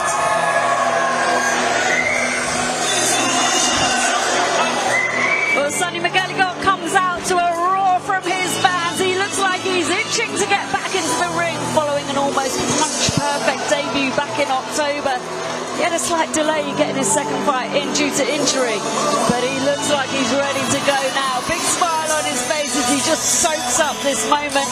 We are live on Seconds Out Boxing News and Talk Sport with Nielson Boxing in association with TM14 Promotions and our proud sponsors Zapply, Allegra and Gladius. Yep, Sonny just looks like he's soaking up this moment, doesn't he? Made his debut here back at the York Court in October 2025. That was a success, won that one on points. And he's going to be looking to do the same here against the tough Garth Noot. It's a good fight. Your call, we're all set to go for our next bout of the evening. Mark Neilson of Neilson Boxing with John Trethewey of TM14 presents 4 rounds in the super lightweight division. The action is sponsored by Gladius and Allegra. This bout is sanctioned by the British Boxing Board of Control. Steward in charge is Ben Harmsworth. Your timekeeper is Nick White, and your referee is 8-star referee Lee Everett. Introducing first, fighting out of the red corner. He weighed in at 140.9 pounds, wearing solid black shorts with 22 bouts as a professional, fighting out of Newport in Wales, Garth Noot. And his opponent fighting out of the blue corner. He weighed in at 143.6 pounds, wearing blue and gold. He's undefeated in his only professional contest from Cambridgeshire, Sonny McElligott.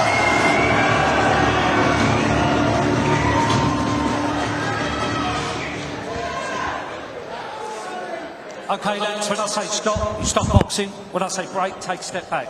Keep your hands up, protect yourself at all times. Good luck to you both. Good luck.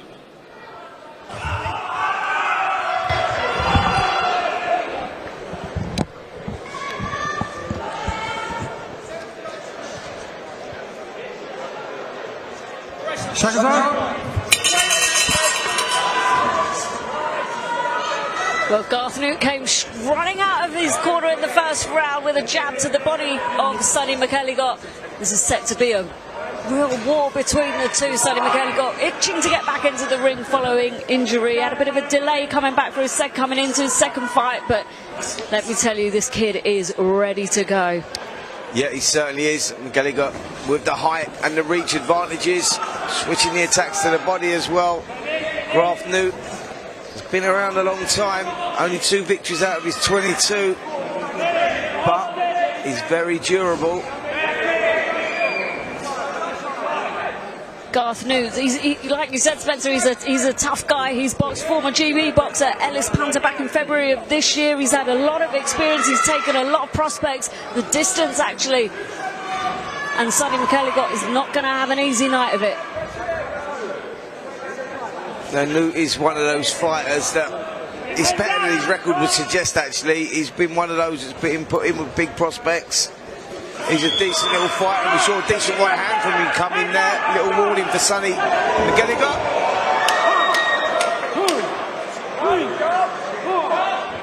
Oh, he's been counted there. We're a little bit stunned here at ringside. We thought that was a trick, but referee issues a standing 8 count to Sonny McElligott early in the first round of this 4-round contest. He's just got tagged again there, McElligott. I tell you what, he's got to be careful. That right hand over the top, he's carrying that left lead low, and when he's throwing the shot, he's bringing it back low. Look where the left hand's coming back to. And Noot has recognised that, and he's targeting that shot. He's just feinting the shots downstairs. Watch for the looping backhand from Noot here, because that's the shot that he's trying to throw, because that is the shot that McElligott is susceptible to. He's carrying that left hand low, and he's bringing it back low. There, see it again. This could be a real upset for Sonny McElligott. His corner have got some work to do as we enter the final minute of the first round of this 4-round contest. Well, I tell you what, when you lose the first round 10-8, you've got a lot of work to do to try and turn it around, and that's exactly what McElligott has got here. It's been a disastrous start from him. The left hand again is coming down low. He tries to throw a right hand, misses that one wildly. There you see it again, he's pulling back on the line. Left hand down, and Noot, who's got the experience, he might not have a lot of wins, but he knows his way around the ring, this kid. And he's started this one perfectly.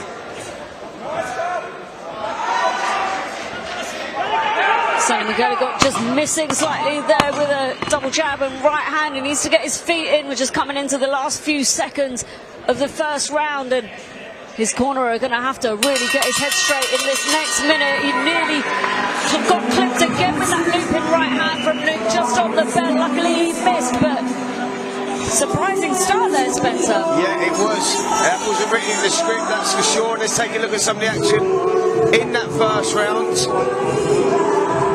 There we see it, the right hand goes over the top and drops him. It lands beautifully, perfectly timed shot. And if you look at McElligott, look where the left hand is, look where the left hand lead is. He throws the jab, he's bringing it back down to his chest. He throws the right hand, the left hand is down. So he's open down that side for the right hand, and that was a perfectly timed shot there. It was perfectly timed and just kind of on our blindside, because initially we were both quite surprised that that was even a count, but he came straight down the pipe with that one, Garth. Sonny McElligott just giving up for the second round of 4 in this super lightweight contest. Garth Noot seems to have been punching like a bit of a heavyweight though, Spencer. Yeah, he did. What a start from Noot, and he would, you know, that will give him confidence.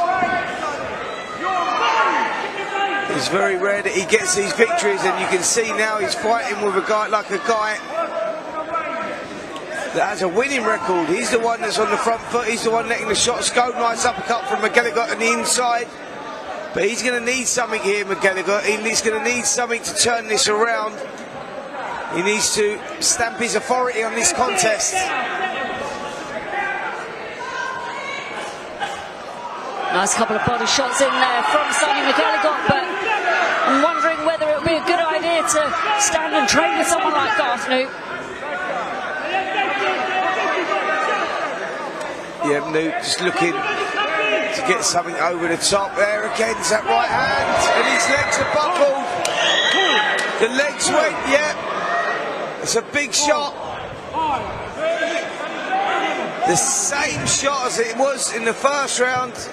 He's in a bit of trouble here. I tell you what, I'm not sure, Prayer, that he's recovered too well there. The legs were gone.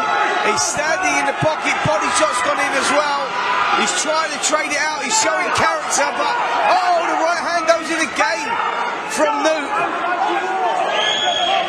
Well, Noot's turned up the pressure for sure. He clipped him again with a left hook to the chin. McElligott's legs don't look like they've recovered. He's still got a minute and a half left to go in the second round. He's got to survive this, Spencer. Oh, big right hand gone in again there, Noot, and he is fighting on instinct at the moment, and that's all. He's showing a lot of courage in there, showing character, but things are not going well for him here. McElligott, he needs to find something. Right hand goes again, and the legs just done a little dance there. I tell you what, he's slowly, systematically getting broken up here, McElligott, and it's, you know, I'm not sure how much more of this is going to take.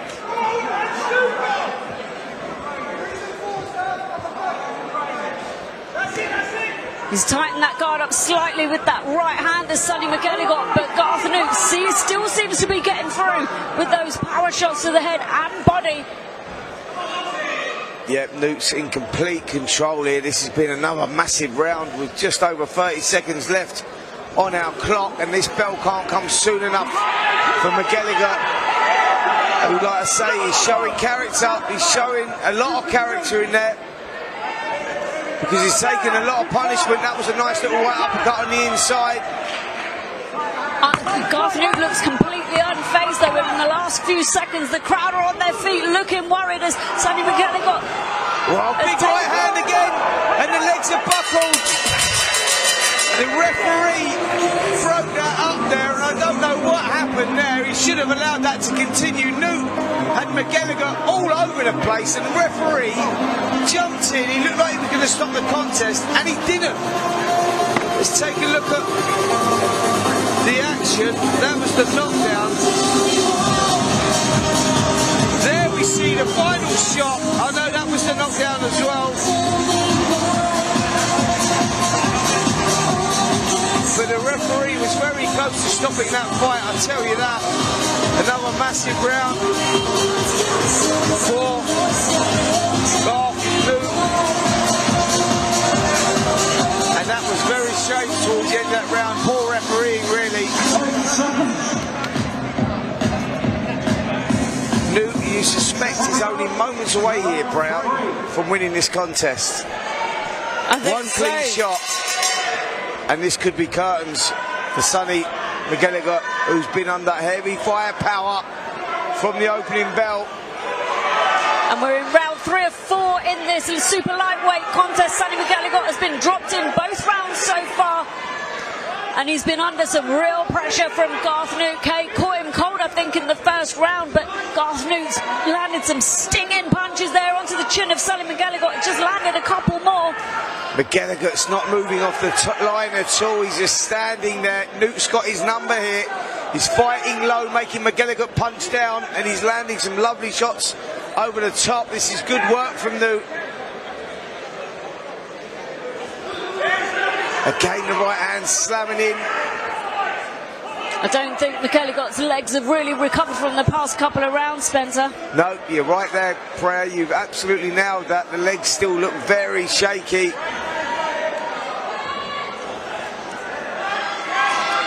Noot just able to get himself out of trouble every time Sonny McElligott comes forward, tries to pin him to the ropes, but it's just not working.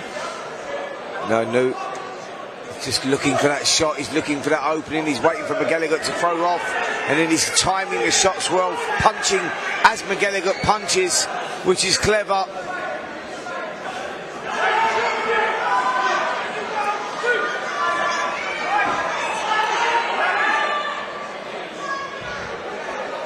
But Noot comes forward. He's literally like a prowling tiger, isn't he? Looking for his prey. He's kind of looking for the shots. You can see where he's thinking and what he's doing. And nice jab from McElligott, but he's going to have to throw a few more of those and keep this guy at the end of his jab, Spencer. Yeah, well, he's going to need a little bit more than that, Prayer. That's the problem. It's only a 4-round contest. He's lost the first 2 rounds, 10-8, 10-8. So he really needs a knockout or something very, very big in these next couple of rounds. He's going to have to roll the dice a little bit here, McElligott.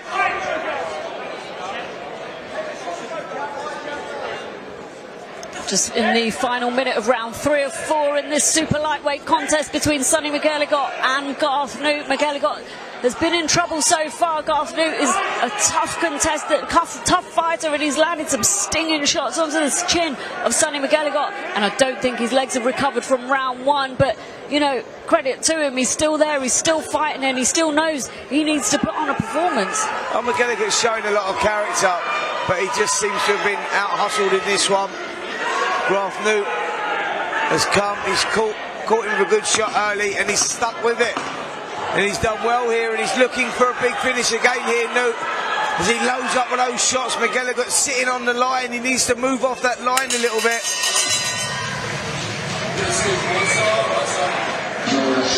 That was the end of round 3 in this 4-round contest. A tough old fight for Sonny McElligott so far, but just as he's come back to the corner, we can see that Garth Noot is cut on his forehead. I think that must have been a clash of heads. Let's look at the replay, Spencer.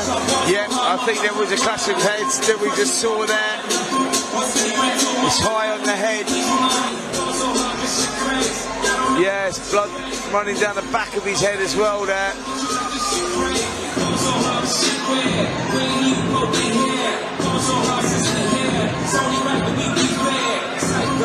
But he seems all okay.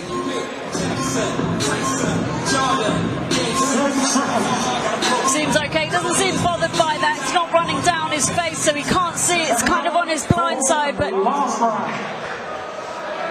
Well, it's been 3 good rounds for Garth Noot so far. Can McElligott find something from somewhere? Because that's what he's got to do, roll the kitchen sink here.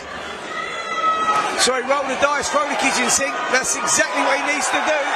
He needs something big. The corner would have told him. Well, they're both looking for it, Spencer. They've both come out having an absolute war in the first few seconds of the final round of this 4-round contest. We are at your call with Neilson Boxing in association with TM14 Promotions, with our proud sponsors Zappoli, Allegra and Gladius. There's some blood on the side of the head of Garth Noot. He's dropped Sonny McElligott twice in this fight so far, and this has been an absolute war. Yeah, it has. McElligott has showed a lot of character in there because he's been under a lot of firepower. He's come out to take the fight to Noot, but Noot has not given up any ground at all. He's met fire with fire. It's been impressive. Slams the right hook in there as well, Noot.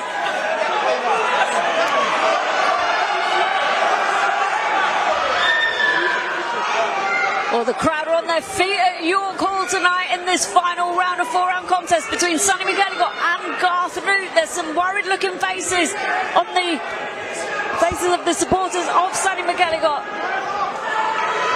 Yeah, it's been impressive work here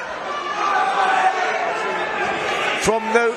McElligott needs to find something from somewhere. He needs to knock out, and he's got just over a minute and a half to do that.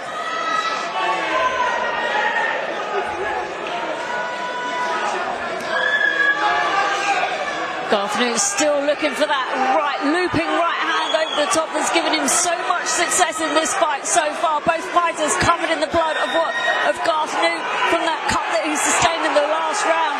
But he's coming forward and he's not letting up. No, Noot's just starting to feel the pace here. And McElligott maybe senses that. He's trying to find something from somewhere. He's just got to keep pushing, not smother his work. He did there, he smothered the work a little bit too much. Just needs that half a step back. Noot just tucking tight. You know, this guy knows how to survive. He knows how to do things good. Good work there from Noot. A good comeback from McElligott. What a great little contest this is turning out to be. Well, you've got a nice clean right hand through the middle onto the chin of Garth Noot, but Garth Noot seems to have come back. I think that's maybe a cut on just above the eye of Sonny McElligott, if I can see it correctly.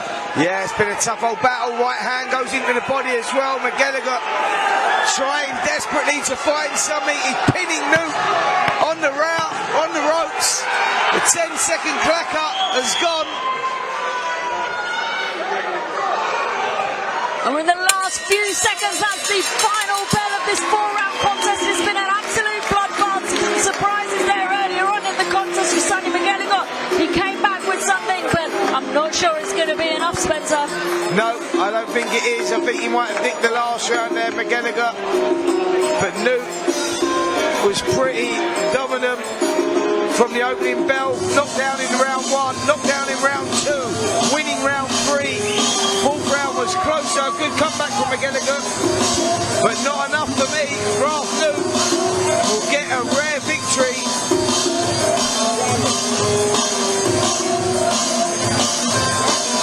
Well, Garth Noot's coach, Big James Burlock, wipes the blood away from his face and back as we're about to go to the MC to make the decision official. Yeah, I've got this contest 39-35 in favour of Garth Noot. In a cracking little contest there.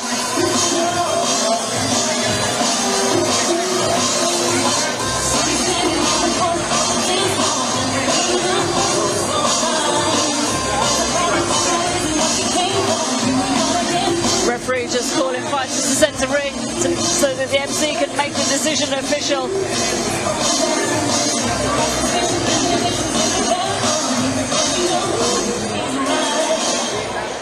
Ladies and gentlemen, at the forward selection, we go to the scorecards. Referee Lee scores the contest 38-36 in favor of your winner, Garth.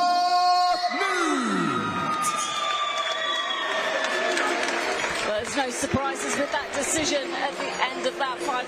Garth Noot, a tough fighter. He really gave Sonny McElligott a tough old night. But, you know, McElligott will learn from this and he'll come back. You know, this is what he's in the game for. He's taken a loss very early on in his career, and sometimes that's what you need. We hate to say it, but, you know, maybe this is the thing that's actually going to get him to go back to the drawing board with those hands, Spencer. Yeah, absolutely. Listen, it's all about how you come back. You know, the defeat is not the end of a career.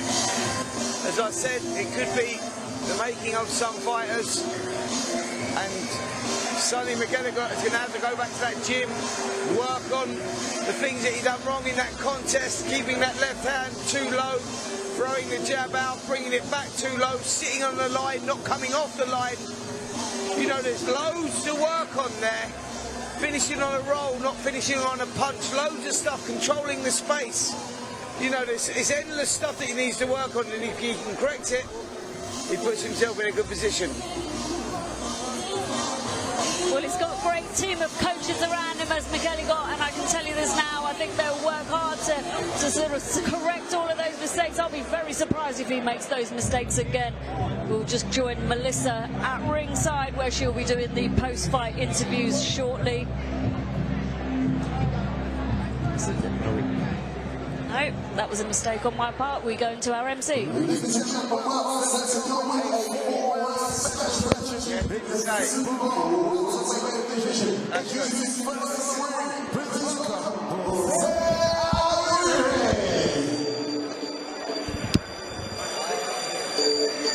Well, the 36-year-old Costa Rican Jose Alberto Aguirre is here to give Rio Gordon a real dogfight in his second professional contest. Aguirre has suffered a couple of knockouts, but you cannot underestimate, and this guy can be dangerous.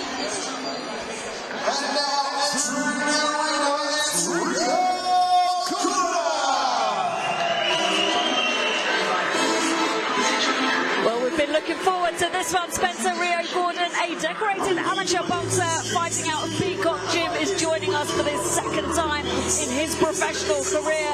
He had his debut back in February, where he systematically broke down a tough opponent in Jose Ventana, and I suspect he's going to want to do much the same tonight. Fuck you, man. Because I'm not manager and DJ spinning season back. The Jesus on my lap. So before we start, you better bring something to the table. Too many men coming together, too many shoot, 2 videos, 2 videos, Ladies and gentlemen, we're waiting for our next bout of the evening. Neilson boxing with Joshua Shirley of TM14 for the 4 rounds in the super welterweight division. The action is sponsored by Gladius and Allegra. This bout is sanctioned by the British Boxing Board of Control. Steward in charge is Ben Hartswell. Your timekeeper on the bell is Brett Balls, and your referee is Rocky Israel. Introducing first, fighting out of the red corner. He weighed in at 160.1 pounds, wearing solid black shorts with 26 professional contests from Costa Rica, Jose Aguirre. And his opponent boxing out of the blue corner. He weighed in at 158.3 pounds, wearing black and silver. He's undefeated in his only professional contest from Harwich. Please welcome Rio Gordon.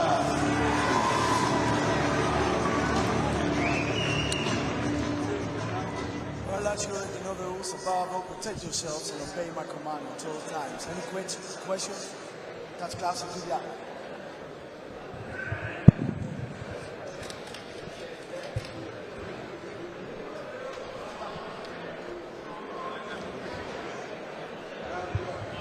Second round. Well, this is round 1 of 4 in this super welterweight contest between Rio Gordon and Jose Aguirre of Costa Rica. Rio Gordon, one of a few fighters, former England and GB fighters, that is here tonight. He won the Tri-Nations for England, and he's a multi-international gold medalist for them as well. He's a decorated amateur fighting out the Peacock Gym. He's made a decent start so far, targeting the body of Jose Aguirre, and I've got a feeling he's going to need to do that because Aguirre can be real dangerous if you don't slow him down early. Yeah, Aguirre is one of these fighters that likes to grow in confidence if you allow him to. But Rio Gordon is an unbelievable prospect under the watchful eye of the Peacock Gym. Martin Bowers, great team there.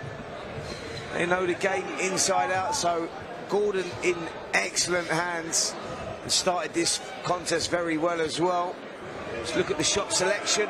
Little uppercuts down through the middle, sorry. Hooks around the outside of the elbows. Nice start here from Gordon.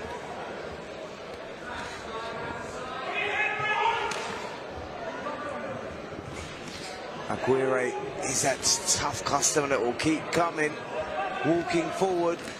Oh, good shots again there from Gordon. That's lovely on the inside. Short game's brilliant there.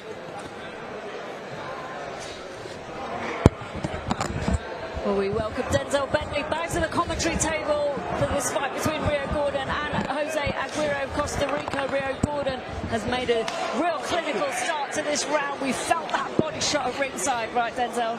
Yeah, that was a really good body shot, and you know, Rio's well experienced. He boxed for England as an amateur, turned over. I think he's having his third fight. Obviously, a gym mate of mine, so I was in the back with him. I was his second fight. He's having his second fight, sorry. But yes, I was just in the back of him, just making sure everything is good, which is why I missed the last fight, so I apologise to the team. So, do you work out with him at all? You do? Yeah. Any work with him? Any sparring with him and stuff then? Yeah, I've part of him before. What's his main strengths? You see that right hand he just shot? Beautiful. And that nice body shot. angle switch as well earlier on, just before he threw that right hand. His shot selection's brilliant. I was just going to say look, the short game is throwing those little shots on the inside, whipping the hooks around the outside. He's showing a lot of maturity for a guy only having his second professional fight.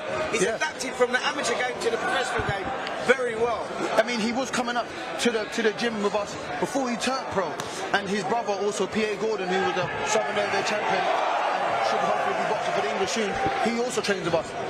I think Rio's had a pro style from before anyway, even though he done very well as an amateur. He had a pro style, and I always said to him, when you turn over, it's going to suit you to a T. He fights really well up close, throws nice short shots, and he's got a good brain on him. It's lovely. Last few seconds of the first round of this 4-round contest in this super welterweight division between Rio Gordon and Jose Aguirre. Denzel Bentley just joined us at the commentary table for this one, and he just mentioned, Denzel, about what he was like as an amateur, and I've seen this kid on England camp, and let me tell you, he was made for the pros. Yeah, look at the work in that opening round, then still shot selection, showing a lot of patience in there, and I'm loving the way that he's working on the inside, like you get long game, big range, and short range, and he seems to have nailed it all, and when he gets up close, his short game especially is really good, whipping the little short uppercuts in, whipping the hooks around the back of the elbow, like the timing, like he's educated, he's watching where the shots go, but he does only the second round, sometimes you get a little bit carried away, just swing your arms away, but the precision is great. Yeah, he's got pretty good precision, man, and look where his hands are. They're at home every time he hits the shots, his hands are at home and he comes in close. Like right now, a lot of amateurs, when they're coming through the pro, they've got a low lead hand, they like to bounce on their feet a lot. He's got a nice stance, a nice balance, hands are nice and tight, and he throws nice short, sharp shots. Well, we're in round 2 of 4 in this super welterweight contest between Rio Gordon and Jose Aguirre. Rio Gordon has put a clinical performance so far, won the last round convincingly with some real clean shots. Body shot goes in there nicely from Rio Gordon onto Jose Aguirre, and he's going to be feeling them. Aguirre's not going to be able to keep taking those shots at some point. He's going to have to buckle, like them shots are slamming into the rib cage. Trust me, they're not easy shots to hold, man. It doesn't matter how tough you are, where you come from, Puerto Rico, South America, Argentina, they're all tough. They're tough. But you can't take them sort of shots all the time. Like that, they're wicked shots, painful shots.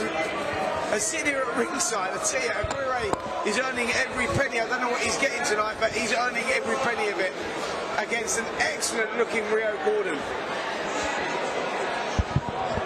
Well, Rio Gordon started boxing at the age of just 14. He went to the boxing club with his mates. They all quit. He didn't. And now he's here at York Hall putting on an unbelievable performance to a huge crowd. And, you know, like we said, he was made for this. Beautiful shot selection. Nice uppercut through the middle. He's putting his shots together perfectly. And then he just moves over the right hook there. The right hook and the legs buckled from Aguirre. He's in trouble. I tell you what, he felt that one. The referee's taking a look.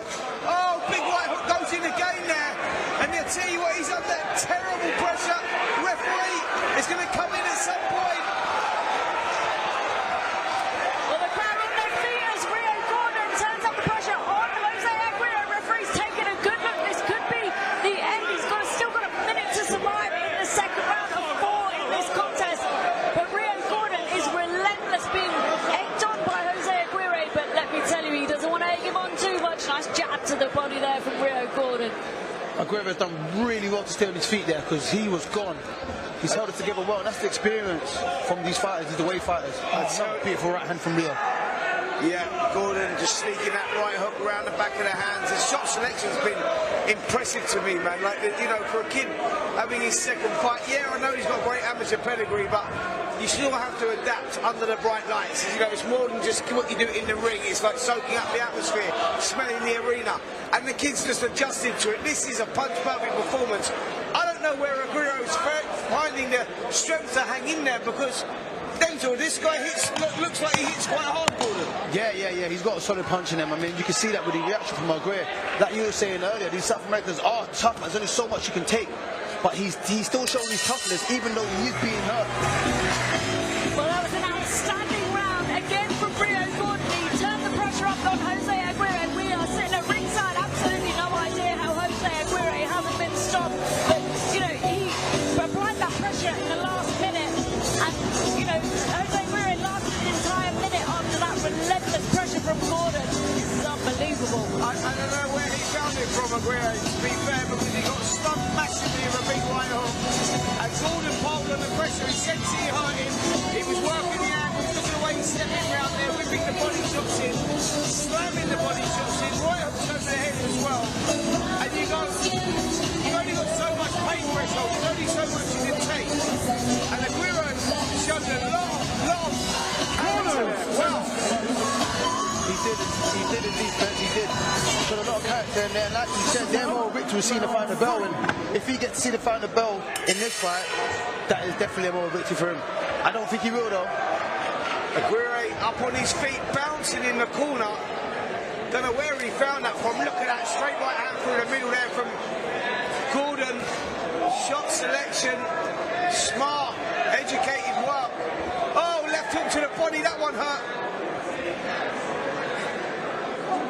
Well, we're in round 3 of 4 of this super welterweight contest between Rio Gordon and Jose Aguirre. Rio Gordon has kept us entertained so far with a clinical performance, touch of gloves there between the two fighters, but Rio Gordon has just applied relentless pressure. He's been clinical and he is systematically breaking down Jose Aguirre.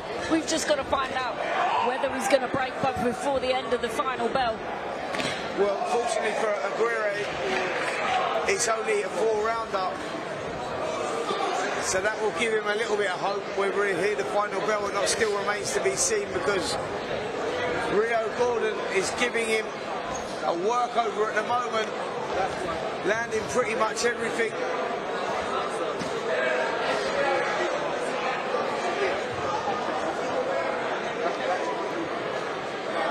Just sets everything up from behind the jab, doesn't he, does Rio Gordon, Denzel? Oh, lovely combinations, head and body. He's mixing the attacks, so Aguirre doesn't know where to defend.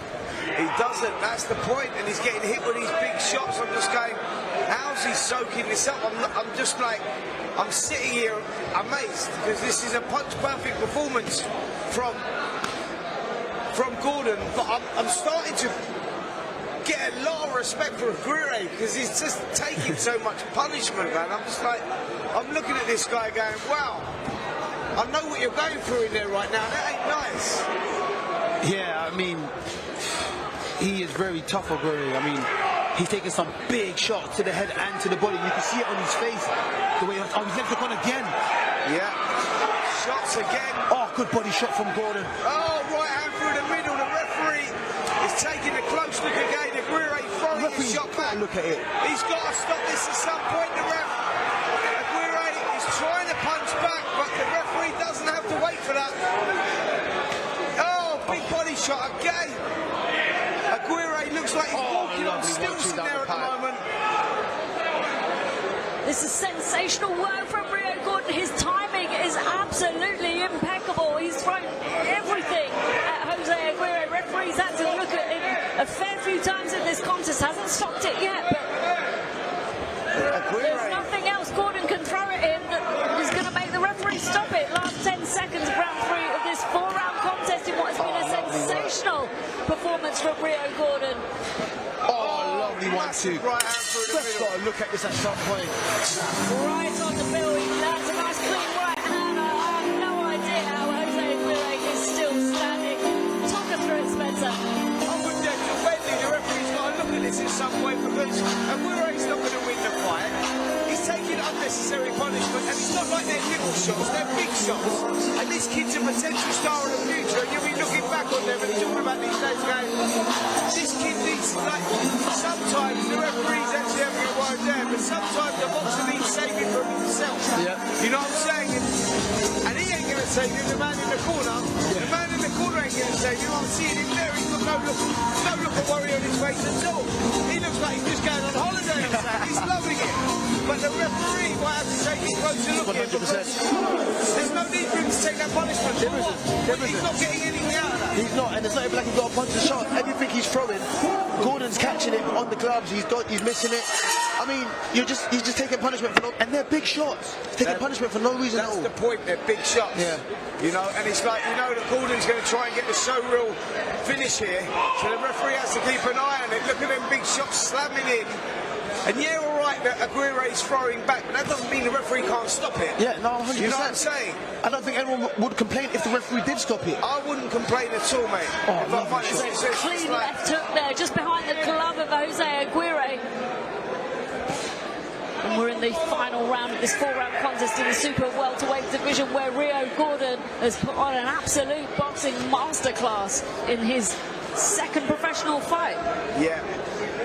I'm very, very impressed with Rio Gordon, that is for sure. He's got a little bit of everything here. And the thing is, sorry, Spencer. Yeah. No, I'm saying Aguirre's trying to come back, he's trying to do something, but he's sitting in the pocket, man. He's sitting there and he's just getting hit with big shot after big shot. And we've seen Aguirre fight here before. You know, we've seen Aguirre take prospects the distance and made it real hard for them. And Rio Gordon has just made him look completely ordinary. Yeah, it's been a punishing night for Aguirre, that's for sure. I'll tell you what, the flight back's not going to be a comfortable one, that's for sure. Oh man, you know when you get that, you know when you get on the plane and you got the altitude and the pressure, and all of that. When you know when you've been through a fight like that, and like, he's going to be swollen tomorrow. That is for sure. That is for sure. And I think that the way this is going, Rio Gordon's hands are going to be swollen as well because he's been using them tonight. That is for sure. Well, we're just over halfway through the final round of this 4-round contest in the super welterweight division. Rio Gordon is enjoying himself in there tonight. He's put on a clinical performance. He knows he's had success, but he stayed sensible, he stayed composed. Nice clean right hand there, straight down the pipe on the chin of Jose Aguirre. And that's the point that you said there, Prayer. You picked it up, it's straight down the pipe. Them shots are going through the guard. Aguirre, it's just covering up. He's trying to like take the shots, but it's the precision of the punches. You know, the timing of the punches are going straight through the guard. They're going round the guard. Like, it's impressive stuff. We're just coming down to the final 30 seconds, Denzel. Look at, you know, I don't know what else I can say about Rio Gordon's performance other than it's been clinical and it's been almost punch perfect. Yeah, 100%. I mean, there's nothing you can do but stop him, which I think the ref should have stopped it anyway, but it's been punch perfect. He's landed some good shots. He's shown good shot selection, gone to the head and to the body. The angle changes have been exceptional. I mean, I'm proud of my stablemate here, man. Yeah, he's done well, mate. He's done well. And has actually called him on. And that was an absolutely beautiful finish from Rio Gordon in his second professional fight. The crowd are on their feet. He's almost getting a standing ovation around the room. But a very warm welcome to you if you have just joined us. We are live on Seconds Out, Boxing News, TalkSport, and TalkSport with our proud sponsors, Zapping, Omira, and Gladius. We are, of course, with Nielson Boxing in association with TM14 Promotions at the York Hall in the art of Bethnal Green, East London. And we've just witnessed an absolute masterclass from Rio Gordon. Talk us through, Spencer. Yeah, some of the action in that final round, and it was more punishment coming for Jose Aguero in the way of Rio Gordon, who was piercing through the guard. His shot selection was brilliant. Look at his game up close. Just look at that head movement, whipping the uppercut, switching the attacks to the body, rolling off the shots. You know, that's like a very mature, like seasoned pro what he was doing there. We're talking about, you know, a kid just coming through, a young prospect. I'm going to say it, and I'm going to say it early. We've got a potential world champion on our hands here in Rio Gordon. Referee running as well. Scores the contest 40-36 in favour of your winner, Rio Well, that was a fantastic performance from Rio Gordon. He said to me earlier on in this week that every performance is important to him. In the early stages of his professional career, he wants to overachieve and show clear dominance in every performance, and that's exactly what he has achieved this evening.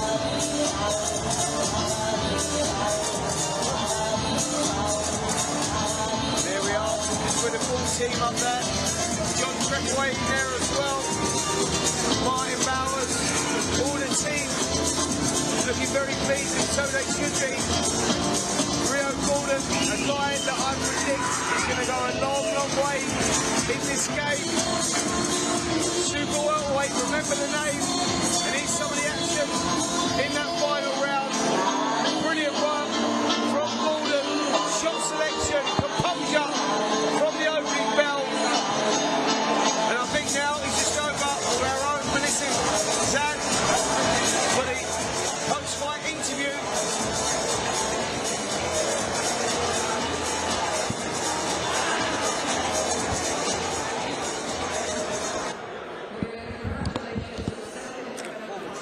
Professional win. Talk me through how you're feeling. Yeah, I'm feeling good. Performance went well. Obviously, a couple of times I thought I had him hurt, but he's tough as they come, and I'm just happy with my performance. Boxed very well, I think. Yeah, you boxed really, really well. It was super exciting, and obviously you were putting those shots together, and I could feel you were trying to get him there. But obviously with these durable opponents, it is really, really hard. Yeah. You come out of the Peacock's gym. It's one of the best gyms, you know, in the UK. How is it having that kind of team around you? It's the best. Words can't describe how important it is to be around these guys. You know, best guys in the country. Pushing on. We've got a world champion in the gym, Denzel Bentley. Give a shout out to Denzel Bentley and winning a world title. It feels really good. It's great to be around them, and I'm learning every day. We saw you had a lot of sparring down at Peacock's with someone like Denzel. What is that experience like? Is it invaluable to kind of get those rounds in? Yeah, it's hard, but we're a big family, you know, we're always helping each other on. I'm always asking for advice, and I'm always getting it, and that's why you're seeing the progression from my first fight to the second one here today. Your first fight was only in February, and obviously we're just at the back end of April now. How important is it to you to keep that momentum going and be really active? Very important. Obviously, coming from the amateurs, I'm boxing a lot in a year, nearly 20 times a year, so coming here and boxing every other month don't seem too bad to me. Obviously, the counts are good. Having a date to focus on one fight, I feel like it's bringing the best out of me. You had a huge amateur pedigree, I think something around 71 fights. How much does that amateur pedigree play a part in your success as a pro? Massively, you know, working with, you know, boxing some of the best in the country, boxing internationally, working on my craft, obviously footwork in the ring at a higher level. Just it all comes into these sort of moments in the pros, and yeah, it's all helped me a lot.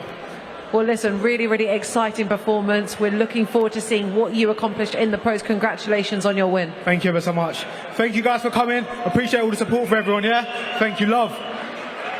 Congratulations.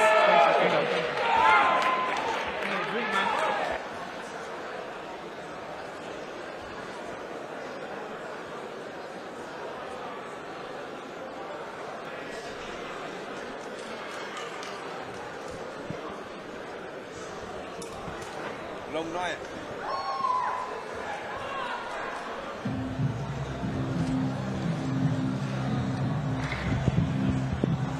Long night.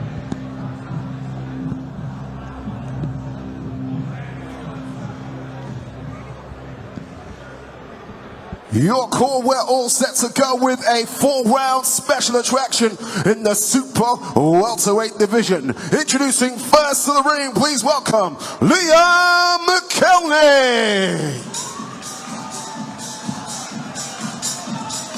Well, we've got a former bare-knuckle fighter making his way to the ring in McElhinney. He had his professional boxing debut last month. He lost it on points, but don't let that record mean anything. McElhinney is as tough as they come.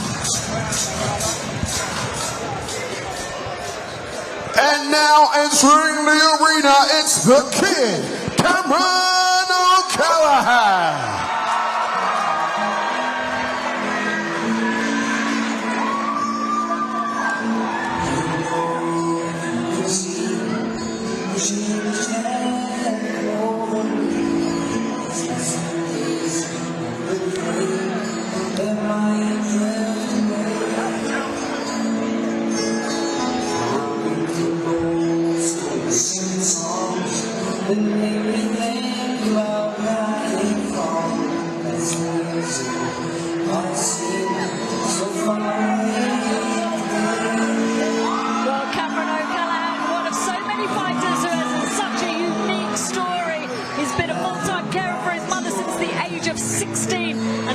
This week that every time he steps into the ring, he does it for his family. And let me tell you, this kid O'Callaghan knows his way around a boxing gym. He's coming out to a ton of fans waiting just to get some pictures of him.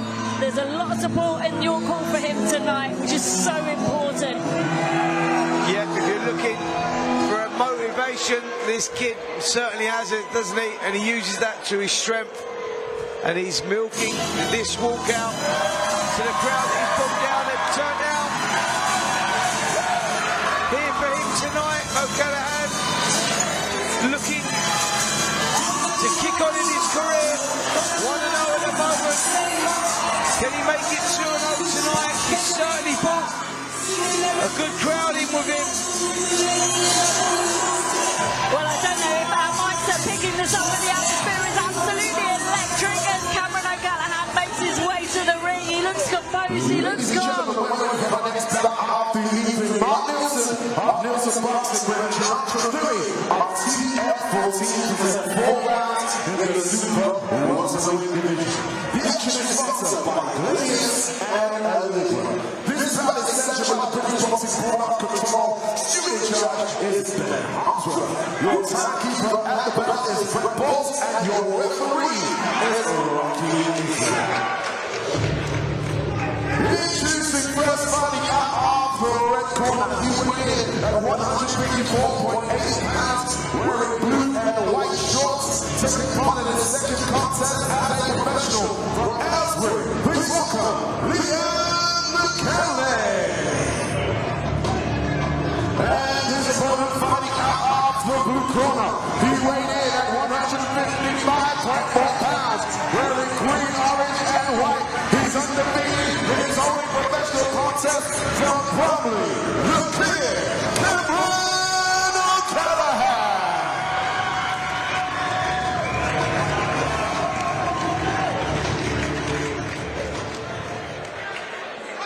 Well, lads, there's another rules about protecting yourself and putting my command at all times. And tight boxes in there.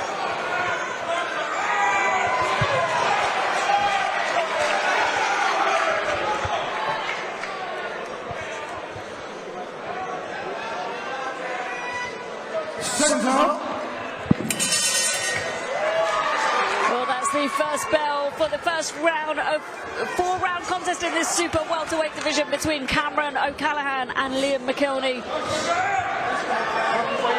O'Callaghan said to me earlier on in the week, he said he's built his career on the doubts of people who said he was too obese to fight. He was overweight as a kid. His uncle took him down the boxing club. but judging by the support in York Hall for him this evening, he's got a lot of belief around him now. Yeah, he certainly has. Got the height and reach in this contest as well. Needs to use those attributes to his advantage. Just keep the space, work everything off that jab. Pop the right hand through the middle as well.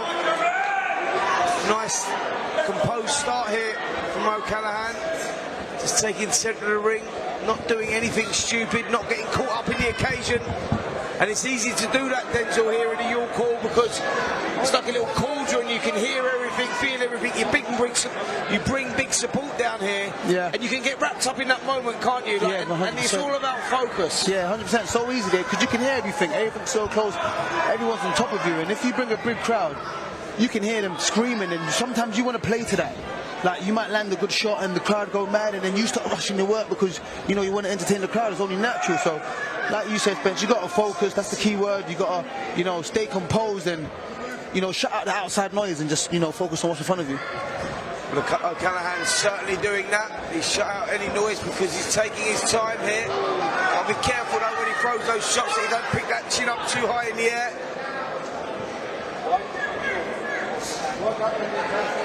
Well, he's edging McElhinney back as he comes forward behind that long levering jab. That's clipping the right hand over the top onto the chin of McElhinney, but he takes it well. We're about a minute left of the first round of this 4-round contest in the super welterweight division between Cameron O'Callaghan and Liam McElhinney. Yeah, McElhinney not really engaging at the moment. He's been moving around the perimeter of the ring, but not really stepping in with anything of any significance. It's been all O'Callaghan at the moment in this opening round. Not landed too much, but has been controlling the space well, showing good patience, not getting carried away and caught up with the crowd. Just like Denzel Bentley said, can easily be done here in the York Hall, Bethnal Green. Something magical about this place.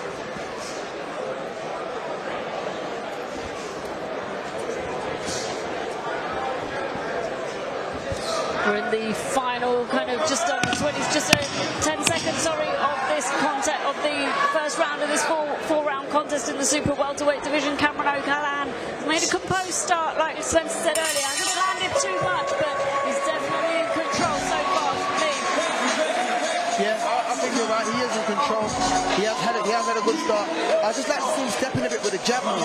He's slightly falling short with the jab, and he shouldn't, because he's a fighter with longer reach. So he can afford to take a little step closer just to find his range. But you know, sometimes it might take a round or so to find that range, and hopefully in the second round he can find that target more, you know, more thoroughly with that jab. Yeah, that was one of the good right hands he landed. O'Callaghan in that round. You just saw that. McElhinney just moving on the outside, got caught by the shot and recovered well. Yeah, O'Callaghan, for me, I want to see him stepping in with that jab as well, committing himself just a little bit more. But also I want to see him tucking his chin down, because as he throws that jab, he's picking his chin up in the air as well. If you're looking for a criticism, that's what I'd like to see him working on. Look down the punch as opposed to looking over the punch.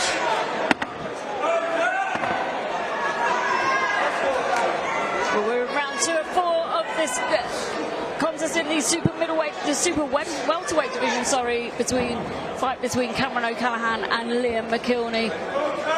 O'Callaghan's come out nicely behind his jab, but lands a nice clean right hand straight down the pipe. But McElhinney takes it well, but neutralises it just as he moves away from the punch. Yeah, McElhinney just looking to survive in there at the moment. I'd like to see a little bit more commitment from him. I know that he lost his debut back in April, but he should really be trying to do one better than that in this one. He's not really shown us anything too much at the moment, McElhinney, but O'Callaghan is the one stalking, looking for the fight, but then maybe he needs to do just a little more as well. It's only a 4-round contest. I mean, McElhinney's moving backwards, but he's clearly the shorter fighter of the two. He needs to get into O'Callaghan's range if he's going to land anything. But O'Callaghan's got real long levering arms that he's kind of making it hard for McElhinney. Well, I think that's what McElhinney's struggling with, how to get on the inside. And the way that you do that is by like moving your head off the line, but moving your feet into range before throwing your punches. Because the trouble that a lot of fighters have when they can't close that space is they think they close the space by throwing punches. And it's probably the worst thing you can do, because your opponent can see that. To close the space, your opponent's looking in your eyes. To close the space, you move your feet first, then you throw your hands into range. A split second before. And that's a big problem that a lot of fighters have. And you see fighters at elite level doing it as well. But they can't. You have to separate the hands and the feet. Yep. But when you start throwing the hands first to close the gap, you end up leaning over that front foot, and that's how you get countered. Yeah. When you shut the gap down with your feet first, you find the target better. Or worst case scenario, you get into a clinch like that. But at the end of the day, you're not in any danger of a counter. Absolutely, absolutely. And when you're throwing the jab, we was talking about O'Callaghan as well, throwing that jab. If you don't commit on that jab and step with that jab, you get countered, you leave yourself with a counter. But if you step in on the shot, your opponent really can only block that. Or he'll try and slip it, but then you put yourself in the right position to hit him with something else. But when you hold your feet, again, like Denzel was saying, then you start reaching over it, you're susceptible to get hit yourself. You leave yourself in the firing range. So in boxing, you've got to commit yourself, be confident in your, you know, in your attacks. Believe in it. Yeah, and like the worst way that you don't land that jab, you're pushing them back at least. Yeah, you're pushing it back and you're nicking the ground. But right now, you know, McElhinney's just looking to hold and spell the work of O'Callaghan, so he's got to find a way around that. And I think O'Callaghan, he's finding the right hand better than he's finding the jab, which is so weird. It's weird, but he's finding the right hand nicely. He's just got to find that range for his lead hand. Yeah, I think that may be because O'Callaghan's not committing on the jab. Like, that's what I say, like when you throw that, throw it with some sort of menace, like believe in it. You know what I mean? That's your... But O'Callaghan in this fight against McElhinney, he goes, that's a weapon for you, that jab. It's not a rangefinder because this kid's not committed. McElhinney's not committing, so you go, now you have to take it to him, break him down, and that's how you're going to get success. And the thing is that you talk about range finding there, Spencer, you certainly can't use your jab to find your range as you're moving forward on a fighter like McElhinney, so you need to, like you said, step in with it. If McElhinney was really coming to him, he might use that jab to find his range and have to walk into a right hand, but that's not quite what's happening right now. I think O'Callaghan's had more success since he's on the front foot and he's starting to find his range, like you said, Denzel, with his right hand, but, you know, he needs a lot more purchase in his punches against McElhinney.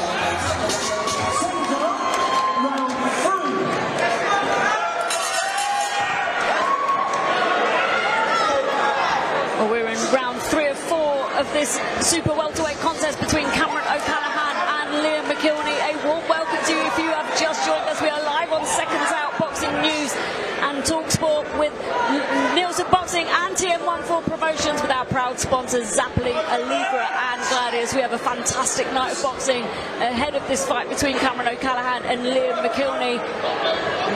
Delighted to have Spencer Oliver and Denzel Bentley with me at the commentary table this evening.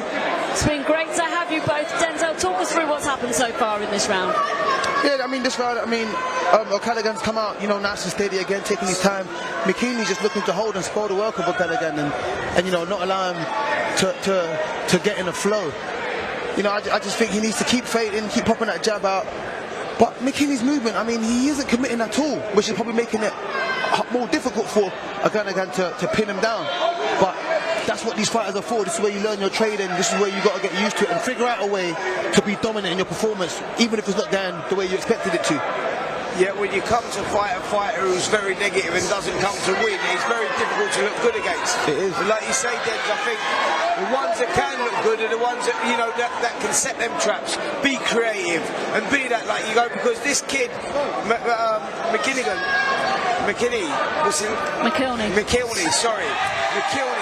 McElhinney's not committing. Yeah. You know, and so it's going to be very difficult to try and get him out there or look good against. Definitely. Because it looks like he's just come here to survive. But this is better work from O'Callaghan in this round. This is better work. He's committing more to his punches. There's a lot more meat in them right hands. He's throwing them more. Like, look at that. There's a lovely combination. In the first 2 rounds, he couldn't get that off. But this is a better round. Maybe he's listening to us, Spence. What do you think? I think so, mate. I think so. Perhaps the fact that I couldn't get McElhinney's name right, he might have that as well.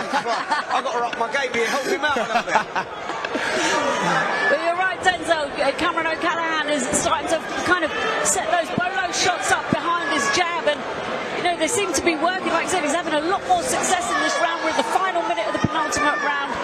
because one fighter's gone very negative, like now knows he doesn't want to win, and you sense that as a fighter. It's true. And you know, Callaghan will be going, right, I've got him now. Because now he's not doing anything. He's just looking to survive.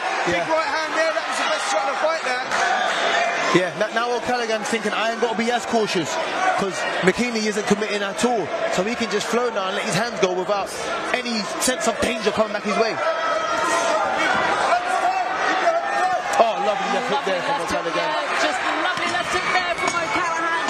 McElhinney complaining about a shot to the back of the head just slightly before that. Referee let the contest go on. We're in the final few seconds of the penultimate round of this super welterweight contest. 4 rounds. Nice touches up there towards the end of that round. I think really Cameron O'Callaghan really came into his own in that round, Spencer. He did. He walked into it nicely, got the range.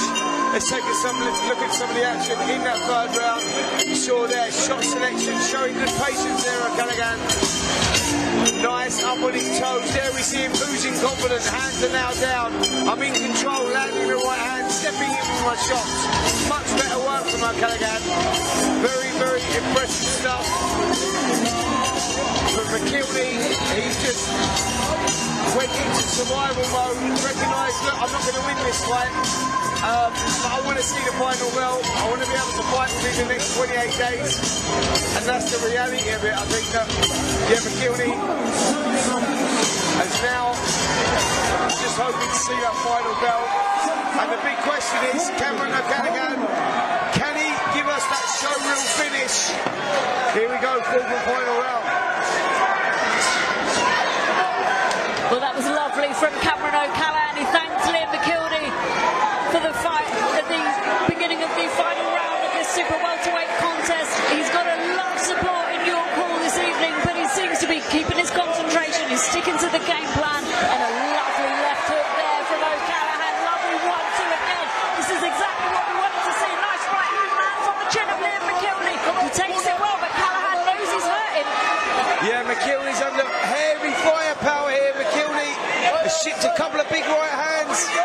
O'Callaghan has to be careful though that he doesn't get too greedy. He's got to stay switched on here. He's coming forward, the mouth is open. I don't like to see that either. I'd like to see him spiking down on that gum shield. Well, let me tell you, we heard that body shot from ringside here, and there was some spite in that shot. Liam McElhinney felt that, and O'Callaghan has nicely rounded the right hand from behind his long maneuvering jab there onto the chin of McElhinney. I don't know how he's able to move his feet the way that he's doing. O'Callaghan just pushes Liam McElhinney to the ground. Referee calls no knockdown. He was hurt over McElhinney there, I tell you, because it was like he wanted to stay down there. I don't know if he got caught with a little shot or what. Oh, good shots again there.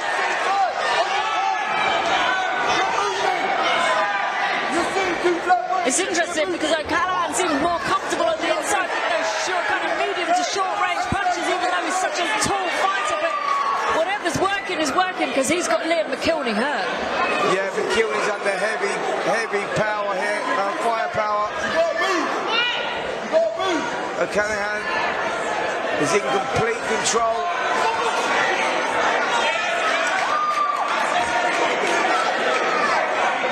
We're just approaching the final minute of the final round of this 4-round contest in the super welterweight division between Cameron O'Callaghan and Liam McElhinney. O'Callaghan has really come into his own as the fight has gone on. That's a lovely 1-2 that just landed on the chin. The stopped here. Contest in the final Quality minute. performance. That is a stoppage on the record of Cameron O'Callaghan. I'm not sure we were expecting that at the beginning of this fight, Spencer. He's done well to survive that. O'Callaghan's all smiles as he comes to centre ring to a roar from his fans. Hands in the air. Take a bow, sir. I tell you what, that was a well-timed stoppage that because he just took a big couple of shots there. He did. And on the surface of it, that looks like a premature stoppage. But the referee done a good job there because he was not going to win the fight and he was going to take a lot of punishment. Yeah, I mean, O'Callaghan wasn't going to slow down. He was right to start, putting some hands on him. But good performance. It took him about 2 rounds to find his feet. But when he did, he let his hands go and let everyone know, I'm a killer in this division. Yeah, I get that. Like there we saw it. You see the legs buckling there. He got hit with another big shot and a big one shot there. The referee jumps in. And probably right, look, we should have gone down to a premature a stoppage. But the referee's got a duty of care towards the fighters. McElhinney was not going to win the fight. He was behind on all the scorecards. You know, he was behind on the referee's scorecard. So, I think the referee done his job there. He served his purpose, for sure.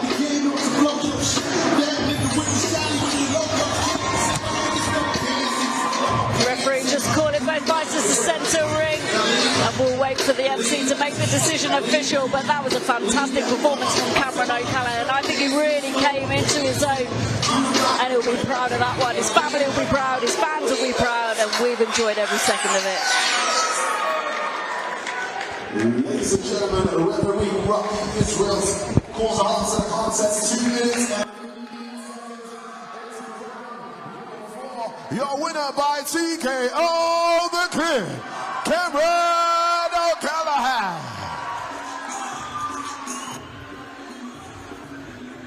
Well, what a fantastic young man is Cameron O'Callaghan. Not only has he won his second professional fight in absolute style with a stoppage, he also helps out as his boxing gym. You're helping the younger fighters to come up, and you know, he mentors them, he coaches them, he looks after his mum. He gave up school when he was 16 to be a full-time carer for his mother. What an outstanding young man. His family and friends will be real proud of him.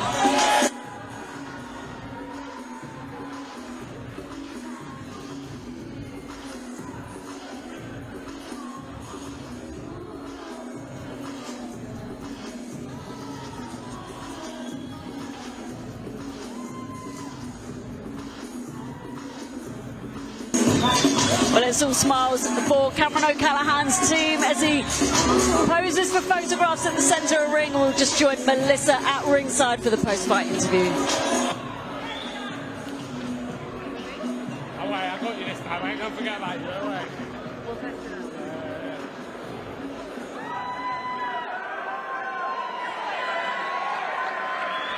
Cameron, congratulations on that sensational win.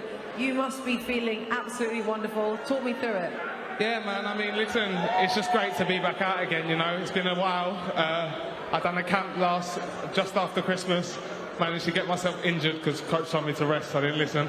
Yeah, so we dealt with that, and it was just good to get back out again, yeah. Yeah, I mean, we last saw you out here in September, October, I believe it was, where you had your debut performance here on one of our shows. So great to see you get that stoppage as well. You look like you're putting those shots together beautifully. Talk me through some of the advice coming from the corner. Do you know what? We've just been working on rhythm and gaining the shots by not forcing them. I did look like I was forcing it somewhere in the middle there a little bit, but it happens, you know what I mean? But we just worked on finding the shots through the rhythm, you know? I mean, these opponents, you know, when you're stepping up through the professional ranks in these early fights, they're super hard to get out of there. You know, you doing that is such a big statement. Is that a statement that you were intending to make tonight? Yeah, I'm not going to lie. We had a bit of a change of opponent last minute, and it sort of shook me up a little bit. Kept me a few sleepless nights, but it was good to get the work in, you know?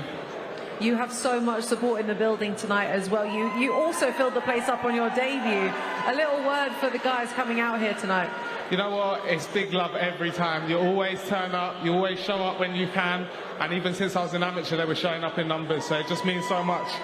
I'd like to thank everyone, my mum, my family, all my sponsors, Unhinged Door Doctor, TT Fades, Huss Cuts, Famous Hair, Lang Sports Rehab, because without them, none of it's possible, you know? Everyone from 2BX Boxing Gym, my local amateur club, which I coach at as well. Big love to you all for turning up, and we'll see you at the next one. Obviously doing a whole fight camp, getting injured, not being able to have that fight that you had planned, and now being able to get that fight in April. Is it your plan to stay active throughout the rest of the year? Oh yeah, I'm never not in the gym. Like, ask coach, I'm always early, on time, I'm bang on, I always want to get in and train. What can I do extra? I'll work a whole shift, I'll go home, I'll be like, I ain't done enough today. So I'll go back to it, but that's me. Yeah, I love it. So I'll try and stay as active as possible this year, try and get another 2 or 3, and I'll be happy. As long as you lot keep showing up. Well, listen, amazing performance, really exciting finish as well, and we look forward to seeing you back in action, Cameron. We'll see you soon, guys. Yeah, big love to everyone. See you all soon. I'm coming over to take some photos now. Congratulations.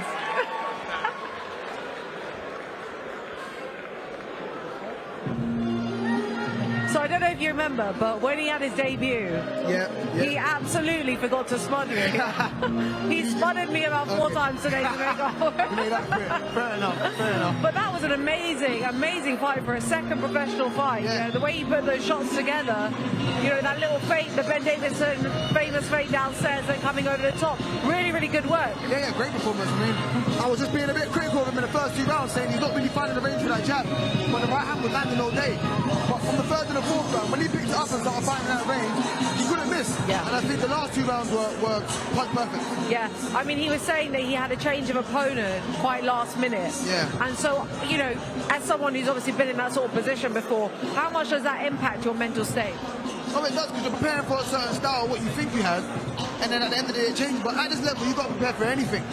I mean, he's lucky he didn't change our spinner to a southpaw, because that can happen at this level. I mean, you just want to get out anyway, because you're not going to pull out saying, oh, southpaw, no, I'm not going to take it, because at the end of the day, it's his second fight, he needs to be active. He sold a lot of tickets, his fans are here, but you've got to be prepared for any outcome in this game. And I know he's called our good corner team with RJ's gym and stuff, so they would have prepared him for that. But mentally, he needed to wrap his head around it, thinking, okay, I've got someone else. But whatever he done tonight, you know, it worked. It was good, and probably would have done the same thing to the original opponent anyway. So congratulations to him. I feel like one thing that was really apparent to me throughout the rounds was like when he was landing clean, and you could hear the thud behind your shots. The kid packs a lot of power. Yeah, he packs a lot of power. You've got them long levers. That's what I was saying. Yeah. I mean, there's something specific about that sort of length of limb that makes that power translate differently. He catches you at the end of his shots, you're going to feel it. So the best way to fight him is probably getting close, and that's what these away fighters want to do to these prospects anyway. They want to get close to spoil their work, but he kept a nice range, he kept his range, he kept his cool as well. That when his opponent was holding, he wasn't getting over scrappy, trying to wiggle his way out. We just push him off, get back, and back on his jab and back on that backhand. So that was good performance. How important is it these early fights to be able to keep your momentum, keep your cool as well, and not let the occasion get to you? Very important. I mean, you start how you need to go on. So if you could do that now, in these next 5, 10, whatever fights, it's embedded in him. That is his character. That's who he is. So he will continue to box with that, and that kind of style and that kind of comfortability. It's hard to get out of that habit when you're someone that rushes and hypes for the crowd and stuff. You've got to break the habit. So the fact that he's already not in that habit is a good sign. Yeah, absolutely. Well, listen, next up we've got one of your gym mates, Blake Binskin. Yeah, the Zoo Boy. The Zoo Boy. Last time he was out, he tried to come in, not do any overtime. He wanted to be out there in about 10 seconds, and he did go the distance with his opponent. He's not a massive talker, I'll be honest. When I interview him after the fights, he's not a massive talker, but he seems to have a little something about him. Yeah, man, I mean, he's a character. I mean, he's not a massive talker now because he's not comfortable with the cameras and the lights, but when he gets flowing and when he gets going and as he progresses and gets used to it, you'll probably hear a lot more from him. I mean, look, he's a great kid. He's 100 miles an hour though, 100 miles an hour. The way he fights, the way he is, entertaining, the crowd loves it. He's always going to be a good fighter because of his style. I think the key now is trying to slow him down, but he doesn't want to be slowed down. He loves it. He will get in there with anyone. I've seen it in sparring. He gets in there with anyone like 2-3 weights above him, and at them small weights is a sort of big difference because out of camp a lot of these guys walk around heavy and he doesn't.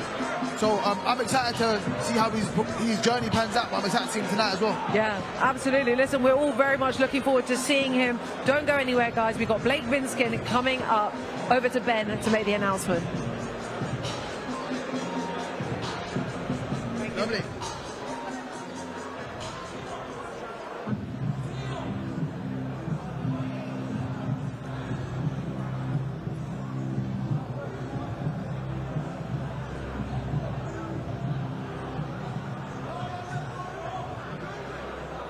Your call, we're all set to go with a 6-round special attraction in the super featherweight division.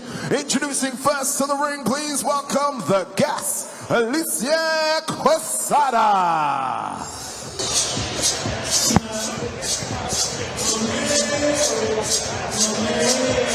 Well, Eliza Quesada comes to the ring with a vast amount of experience. He's lost 11 inside the distance, and I have a feeling Blake Binskin might want to make this 12.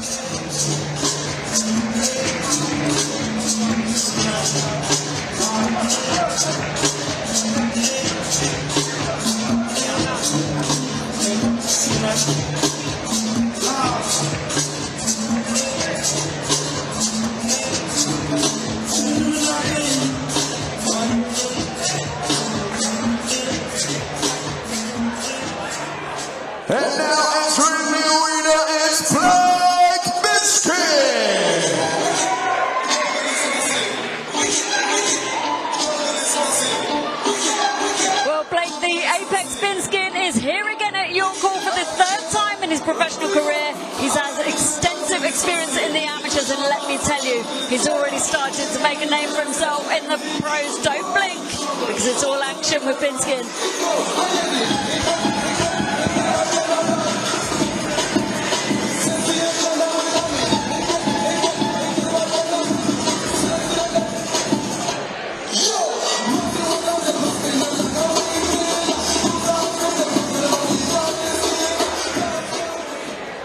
Ladies and gentlemen, we're all set to go with our next bout of the evening. Mark Neilson of Neilson Boxing with John Trudewing of TM14 presents 6 rounds in the super featherweight division. The action is sponsored by Gladius and McElligott. This bout is sanctioned by the British Boxing Board of Control.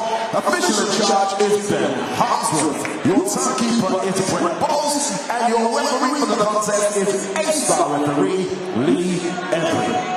Introducing first, fighting out of the red corner. He weighed in at 131.4 pounds, wearing red and black, a veteran of 70 contests from Girona, Spain, the guest, Alicia Quesada.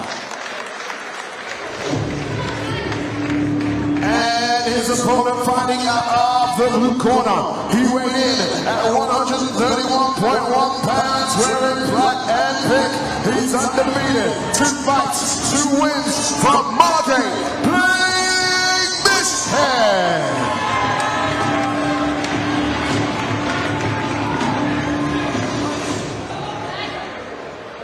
Okay, lads, when I say stop, you stop boxing. When I say break, take a step back.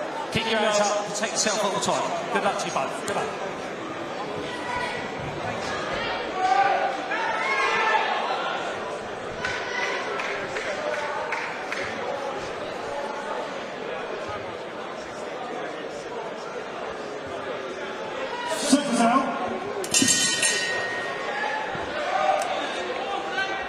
This is round 1 of 6 in the super featherweight division between Blake Binskin and Eliza Quesada. Born in Nicaragua, lives in Spain now. Binskin comes forward behind his orthodox jab. He's made a name for himself already in the pros. He's very aggressive. He throws absolutely everything with intention. He's looking forward to this one. Yep, so he's in against a very experienced guy in Quesada. Knows his way around the ring, southpaw. Heavy-handed, 9 of his 24 victories have come inside the distance, and let's not forget, this guy is brought in as the opponent, so, you know, it's impressive that he gets those victories, you know. Yes, he has lost 41 times, but he's got a wealth of experience, he knows his way around the ring, and he's the sort of guy you can't take a liberty with. That was a solid jab a second ago from Binskin, nice and composed, not the usual Binskin I'm used to seeing. He's very composed. He's usually 100 miles an hour, but whatever he's been working on is working. It's a settled start to this fight compared to others that we've seen. Yeah, he usually comes out absolutely all guns blazing, doesn't he? I'm sure he'll pick it up as the rounds go on. No doubt. He can't wait to. Quesada coming with these cheeky little counters from the outside, so Binskin has to stay switched on here. Can't switch off for a sec. Like I say, these opponents are very, very dangerous.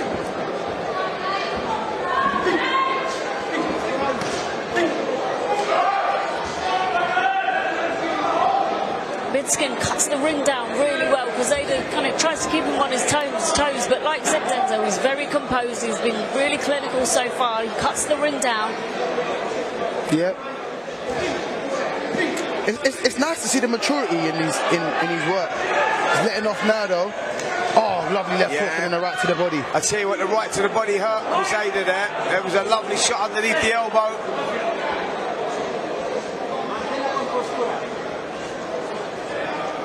Quesada just switching stance there for a moment. It's clipped with a nice jab from Binskin. Wow, good shots again there from Binskin on the inside. The right hands to the body, left hooks as well. Quesada keeping that poker face, but trust me, he felt those. Just coming down to the final 20-odd seconds of the first round of this 6-round contest in the super featherweight division between Blake Binskin and Eliza Quesada. It's the thing with Binskin, if you tie him up one side, he'll use the other hand. He's got no kind of, he doesn't get baffled by that, Spencer. No, good opening round there from Binskin. A composed start from him, for his standards anyway. Come out, work behind the jab. Landed some solid shots to the body. Yeah, I like what I saw there from Binskin. He showed a good maturity in that round. You know, sometimes you recognise, you get fighters like Crusader, who I say like are dangerous. You give them an opportunity and they take it. So you have to stay switched on. You can't be reckless. You can't go in there all guns blazing because you can get caught on the counter punch. And I think that, you know, Blake, Binskin recognise that. So they're older than me. Let me just take my time, ease my way into this one. See exactly what I've got in front of me before I roll the dice and throw everything in there. It was a good round from Binskin.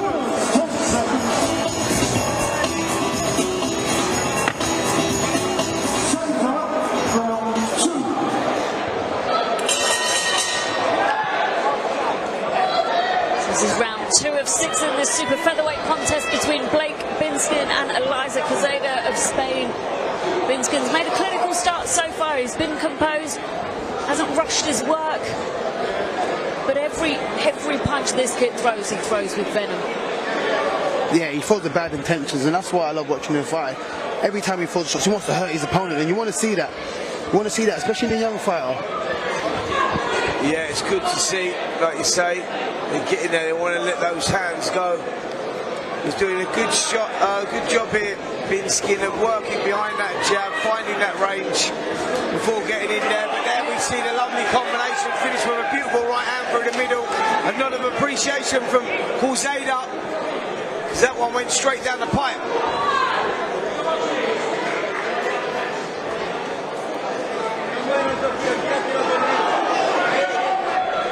Binskin just took one back from Cazeda, but he didn't seem fazed by it. But again, Binskin's shot selection is fantastic. I mean, he's fighting off the ropes here. Oh, lovely left hook from Binskin. Yeah, beautiful. He's just there using the ropes to his advantage, pushing back on the ropes to create the space himself. Cazeda walks onto a beautiful left hook. It's a lovely uppercut there from Cazeda, though. Binskin needs to be careful because Cazeda is dangerous. He will take a couple to give a few more, but I'm not sure he can afford to do that with someone like Cazeda. Oh, lovely right hand there from Binskin. Yeah, Cazeda felt that one. Yep, he's dipped hurt. at the knees there. And you said it was only a matter of time, Denzel, before he lets his hands go. He's letting him go. We're seeing it. Again over the guard of Cazeda. Cazeda doesn't know what to do with him, but lovely work from Binskin. He's turning up the pressure now. And this is the Binskin that we saw in his past couple of fights. Yeah.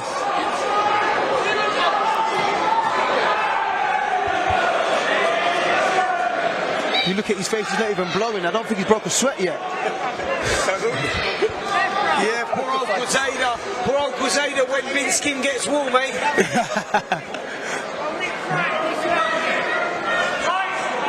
Just approaching the final 30 seconds of round 2 of 6 in this super featherweight contest. Blake Binskin's made a fantastic start so far. He's taken a couple, but lovely double left hook there from Binskin onto the chin of Eliza Cazeda. I'm not quite sure how many more of those he's going to be able to take.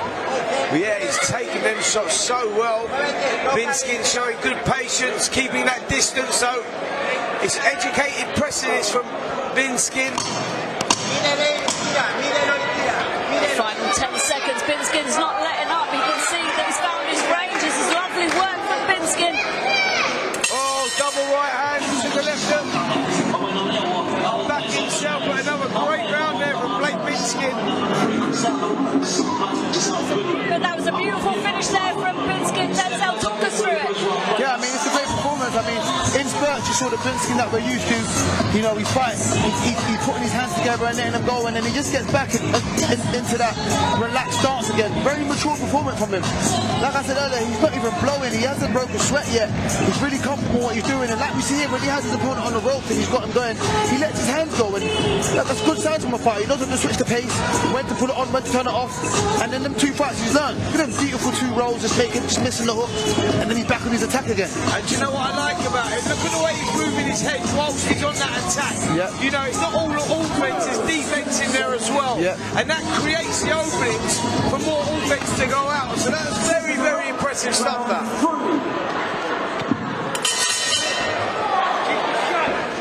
Well, we're in round 3 of 6 in this super featherweight contest between Blake Binskin and Eliza Quezada. We're here at York Hall with Nielson Boxing in association with TM14 Promotions, and it's been a fantastic night so far, thanks to our fantastic sponsors Zapli, Allegra and Gladius. But looking at the action here, Binskin is putting on an absolute boxing masterclass against a tough opponent. Yeah, he is. As I said, Quezada is one of them guys that is tick tough. Don't read into the record. 24 wins, 41 losses, 9 KOs. He's been in with some good opponents, and this is a good step up for Binskin. And boy, is he dealing with it well. He's showing, applying a lot of pressure, but it's educated pressure. He's working off the jab, he's moving his head off the shots. You know, it's not just a reckless approach, because you can't have that against someone like Quezada. This is good work here from Binskin. And he still looks like he hasn't broken a sweat. Yeah, I mean, I think he's only just getting warm halfway through the third round, but like we said, this isn't the zoo boy we're used to seeing, but he's come out as a different animal today.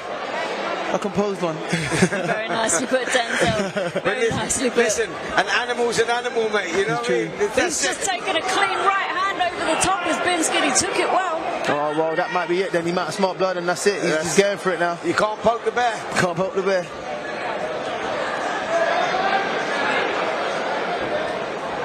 About halfway through the third round of 6 in this super featherweight contest, and it's been an entertaining one so far from Blake Binskin.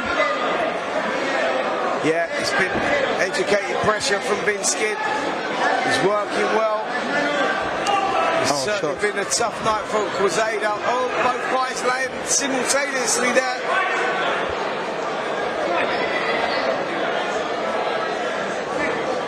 That's lovely good jabs work there, yeah, from Binskin. Yeah, good work again. That's really good work. I like it when Binskin works off that jab. He finds the range there and he's got good shot selection.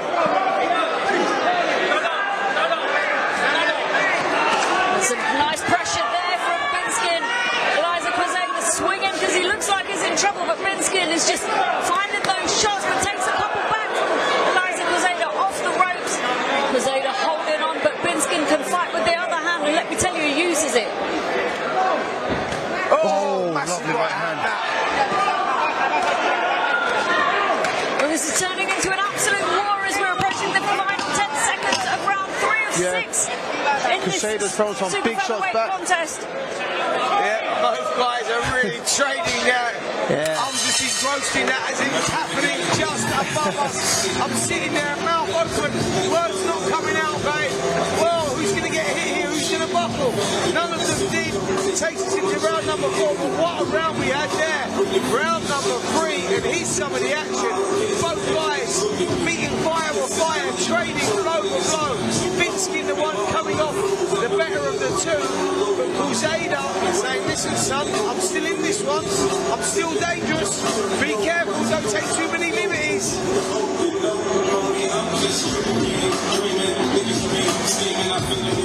Great action from both of them. Binskin, for me, doing enough to win that round again. Quezada does look dangerous. You have to be careful.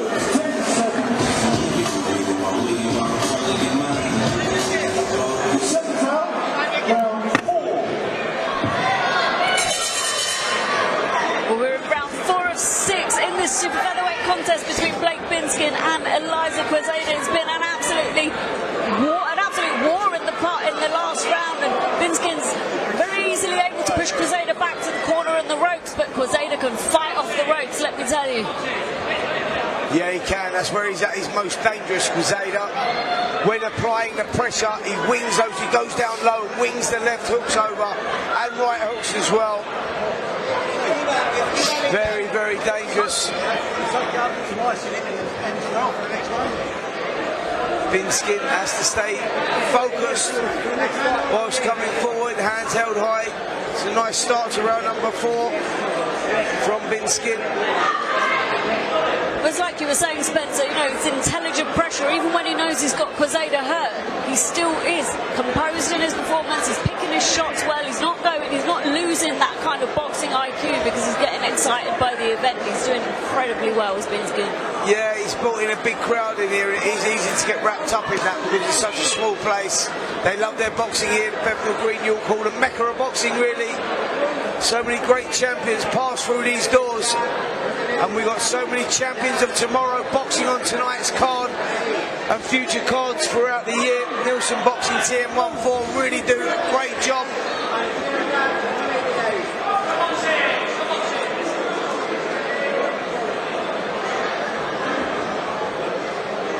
And we're just over halfway through round 4 of 6. Nice jab there from Blake Binskin.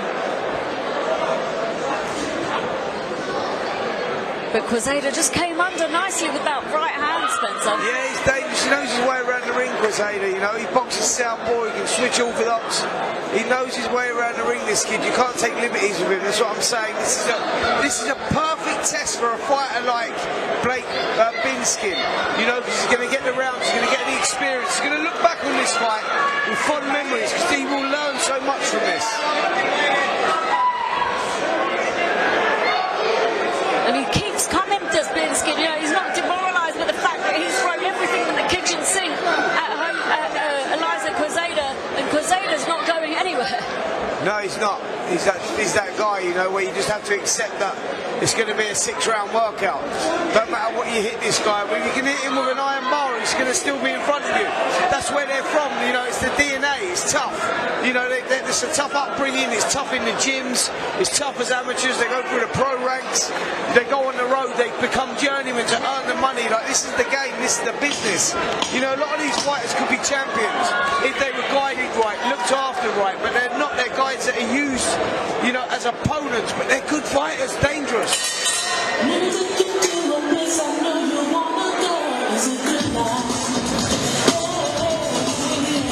that's the end of round 4 of 6 of this 6-round contest in the super featherweight division. Blake Binskin's done a fantastic job so far. He's got it tough in Eliza Quezada, but talk us through the replay.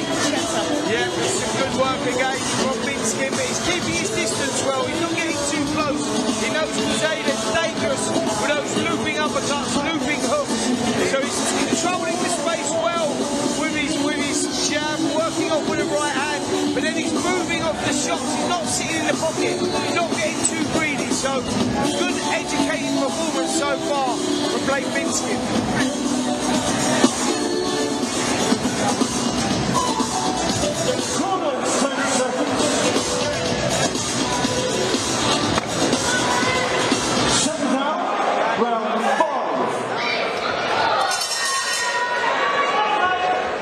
We're in the penultimate round of 6 rounds in this super featherweight contest between Blake Binskin, and yet again he's come out on the front foot trying to pin Eliza Quezada back to the ropes.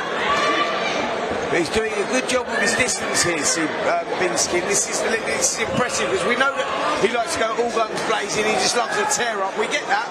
That's great, but you know that's only going to get you so far. But what he's showing us here is good boxing IQ, education. You know, working well behind the jab, just keeping that distance control right. So when he does get inside, he either moves his head or takes that half a step back outside, and Quezada's falling short or hitting thin air. Good work here though from Binskin. Quezada just seemed to be hurt momentarily there. Quezada landed a couple of shots on the chin of Binskin, but like you said, Denzel, he poked the bear and Binskin came back with about 4 or 5 shots where he hurt Quezada. Yeah, he came straight back. He hit him with a shot and he realised that, and he said, I'm not letting you get away with that. He just came back, like you said, with 5 or 6 shots whilst Quezada was against the ropes. Just stalking forward now, Binskin not taking any chances, hands held high. This is nice work, making Quezada work hard on the back foot. Look at that, the way he's cutting off the ring. Quezada couldn't sit still for a second. Binskin stalking his prey.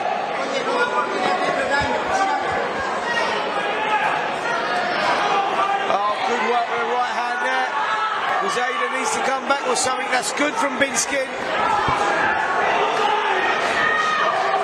Well, you can tell this is affecting Quezada because he's tying Binskin up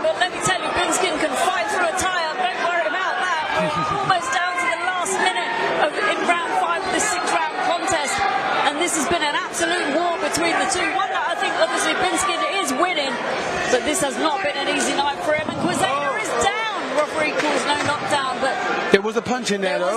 There was. There was. Don't worry about the stepping on the foot. The left hook landed and he went over. Definitely. That could have been ruled a knockdown, that. It should have been.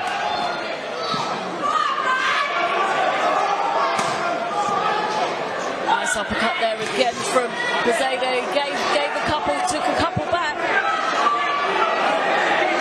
Yeah, he's a tough kid, this Binskin, that's for sure. He loves to tear up, and he's doing well in there tonight because Quezada is always dangerous, but Binskin has just out-fought him, out-muscled him, out-fought him.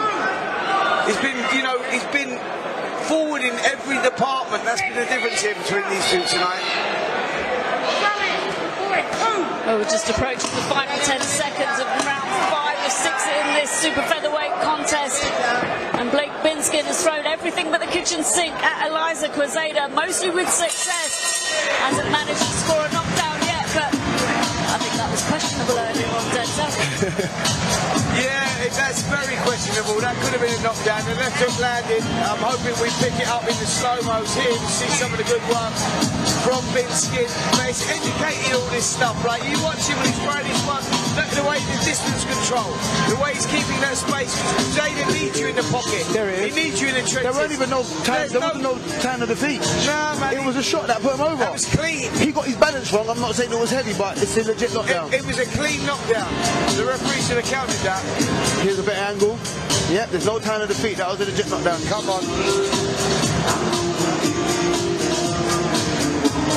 Timing was good and there's some of the good work again there from Binskin.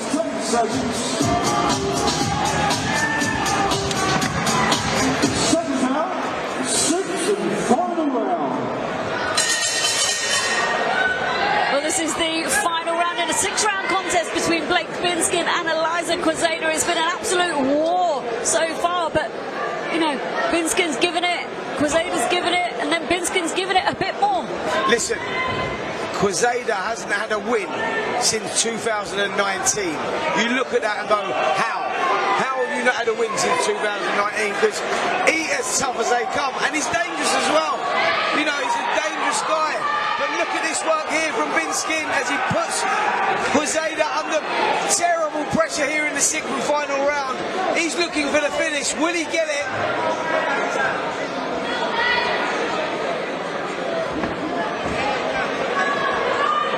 Binskin just stalking Quezada. Oh, good head movement again there from Binskin. I like that. It's like, you know, the way he's stalking forward, setting up the There he goes again, Spencer. Yeah, impressive stuff here. Referee's taking a look. Quezada needs to throw something back here. Binskin is absolutely relentless in his attacks. That's an impressive performance, I'm not going to lie. I think that, I've got to say, the Peacock Gym at the moment is absolutely flying. We've seen Rio Gordon earlier on, sensational. We see Binskin here. These are the champions of tomorrow. I said to Mine Bowers, I think Gordon goes and wins a world title. I'm going to say it here and I'm going to say it here early. And Binskin has a lot of talent as well. He's going to go on and pick major titles up. That is for sure, because you see that the kid's got a little bit of everything. And most importantly, he's got a bit of grit. He can bite down on his gum shield. I like that about him. The Peacock Gym producing fighter after fighter among success breeds success. Who's the ruler of that success? The king here, Mr. Denzel Bentley, WBO world middleweight champion. Forget the interim bit, that's rubbish. Yenebek's banned. That word doesn't exist. It's banned from us this evening at the commentary table. Nah, he's gone, mate. We're sitting here with a world champion. Only a matter of time. What a performance from Denzel Bentley, and what a performance from his teammate here, Blake Binskin. Well, we're in the final minute of the final round of what has been an absolute war in the super featherweight division.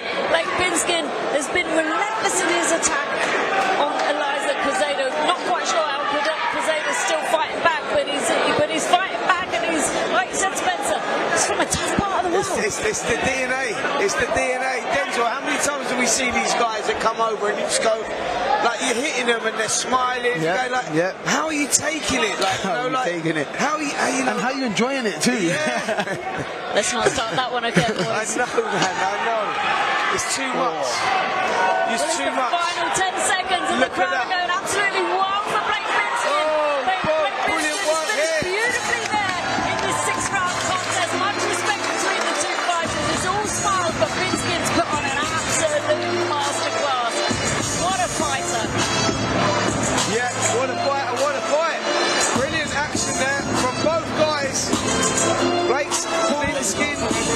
another superb talent being bred out of the Peacock Gym. Seems to be on fire at the moment, and here's some of the action in that Sigma final round. Both guys going for it, rolling the dice. Big Skin coming off with a better shot. Look at the way he's working on the inside. Shot selection, even a cheeky little roll in there as well. But I love the little uppercut, the hooks, the way that he's relaxed. Very, very impressive stuff.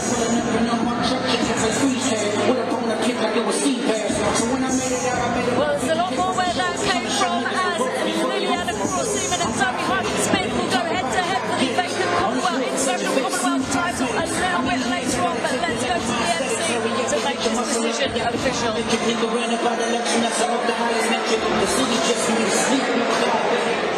Ladies and gentlemen, after 6 rounds of action, we go to the scorecards.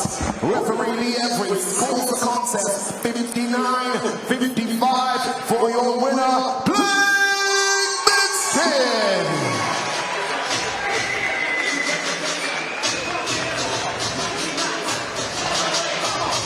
Well, Crusader poked the bear and woke the animal in Skin. Tonight, the Zoo Boy adds another win to his unbeaten professional career so far, and his team look absolutely delighted with him. Yeah, and they should be. We're talking about champions tomorrow, and I think we have one here in Skin. You know, talent when I see it, and this kid's got it. He's got something about him. He's got a great engine, he's got heart, he's got grit, he's got great shot selection, there's a bit of style about him, a bit of swagger. He ticks a lot of boxes, that's for sure. And imagine this kid took up boxing so he was getting bullied. You know what? You know what? And the fact that he can just wear pink on his gown and pink on his shorts, you know, that the confidence he's got to just go out there, bit of swagger like that, I'm loving it. I'm loving it.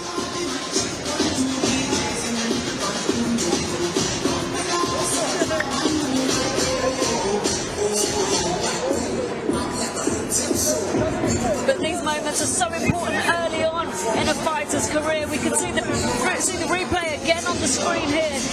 It's great work, great action from both guys. Zayda played his part in a brilliant contest there. But I was very impressive with Skin. You know, I've seen Blake in there a couple of times, and you go like, yeah, he's all action, he's all out.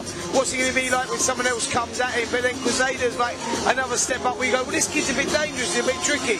He can throw shots from funny angles, you know, and if he gets the opportunity, he'll take it. So Skin still adapted, he adjusted a little bit, kept the distance, worked well behind the jab, put the combinations together, but from up range. And when he did get inside, then he was whipping little uppercuts, hooks around the side. It was impressive stuff. I like what I saw for sure. Be great to hear what he has to say and how he sees his own performance as we head to ringside, where he'll do his post-fight interview with Melissa.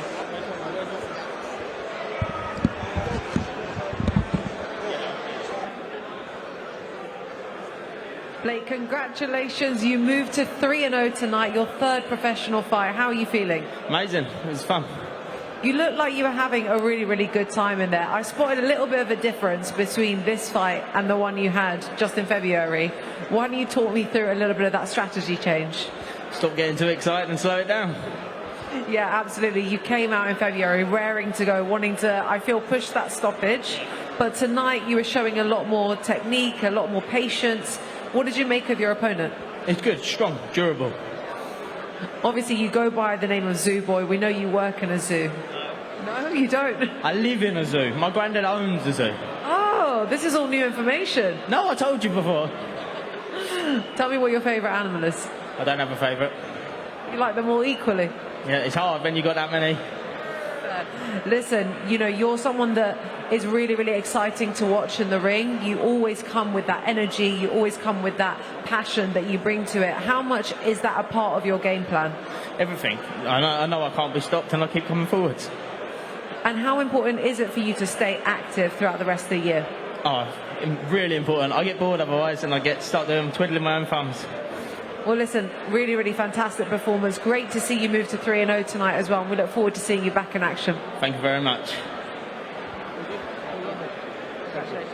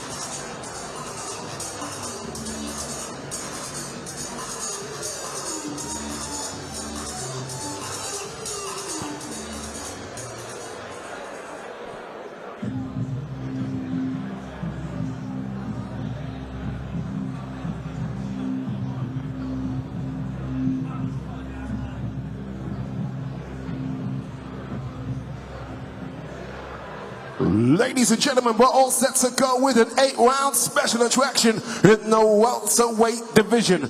Introducing first to the ring, please welcome Ezequiel Gregores.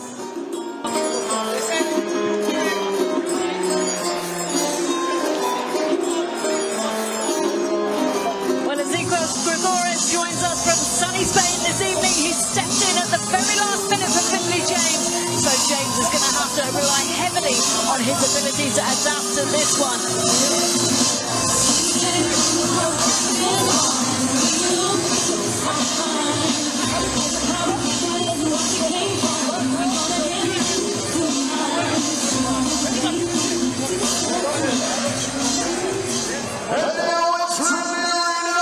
It's Finley James! Well, the captain from West Ham, Finley James, makes his way to the ring for the 9th time in his unbeaten professional career.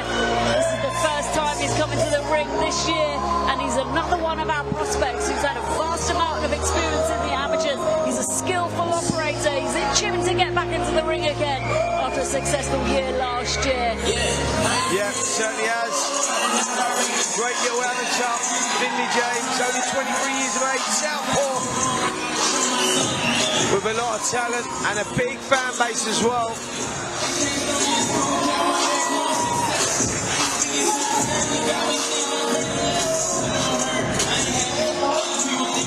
The famous Mark Tibbs, Jimmy Tibbs in the corner with him as well, a wealth of experience.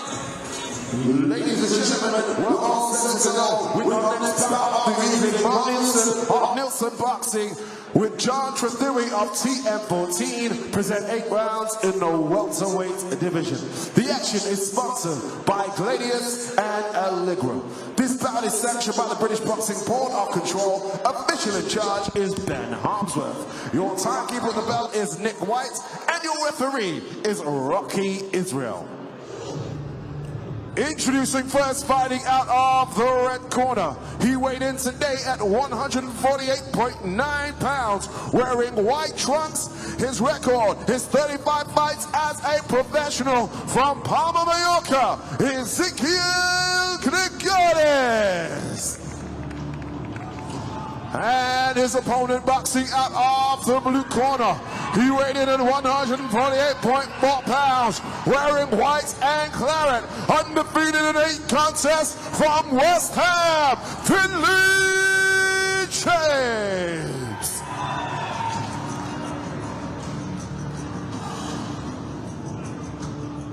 All right, lads, you already know the rules. Above all, protect yourself and obey my command at all times. Any questions? Touch gloves and good luck.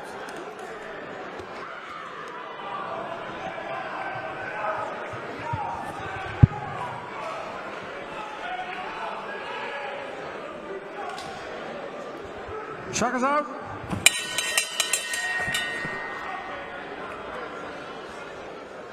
Well, this is round 1 of 8 in this welterweight contest between Finley James and Ezequiel Gregores of Spain. Finley James is an experienced amateur. He's had over 50 bouts. He won 40 of them, and his first ever bout in the amateurs was in the schoolboy championships, and he ended up getting to the semi-final. So this kid is made for this. Yep, certainly is. Great amateur was Finley James, and turning out to be a good professional as well. I mentioned Mark Tibbs, Jimmy Tibbs in the corner. So he's in brilliant hands with those two. Gregores took this fight at last minute notice. Tough guy from Buenos Aires, Argentina, now living in Spain. A good fight this for James.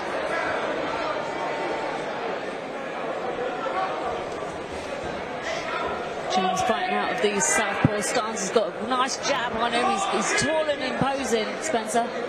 Yeah, he is. He's controlling the ring at the moment. He's controlling the space. He's taking a look at his opponent, which is good. Gregores, you know, he's got a lot of experience. Yeah, he's only won 4 of his 36 fights, but you still got to respect it. You've got to see what's in front of you. He's coming last minute, so he wasn't really training for this style. So he's doing the right thing at the moment. He's showing good experience here, James, by just taking his time.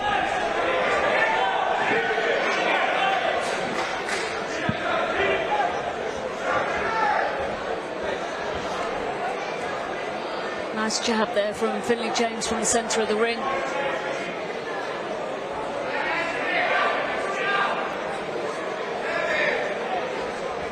A lovely body shot disguised there behind the jab from Finley James. He disguised that well, Denzel. He did.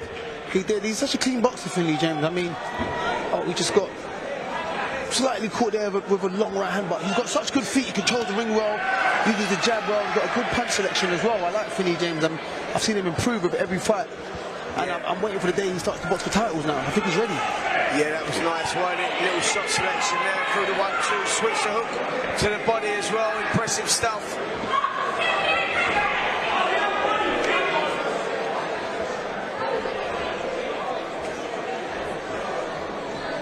Well, we're just coming down to the final 20 seconds of the first round of this 8-round contest in the welterweight division between Finley James and Ezequiel Gregores.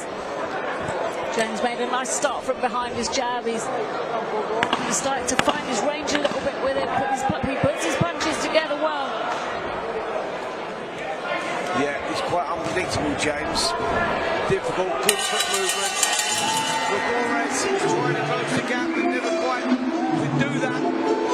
James was too sharp for him. That was impressive stuff from James in that opening round. A nice close start. Took his time. Let's take a look at some of the action here. Working everything behind that southpaw jab. Keeping the distance well. Gregores looking for something. Being left with scraps, really. Nothing. There, James showing good foot control. Well, talking about titles, Denzel, Finley James will be facing off live in the ring a bit later on at the end of this fight against Robert Lloyd Taylor Jr. because he will be fighting him for the Southern Area title on the 27th of June. Wow, so you called it, and this kid's ready. Let me tell you, we're just about to go into round 2. That is a good fight. Robert Lloyd Taylor Jr. is a good prospect as well. I've seen him here, I think, box once or twice, and I was really impressed.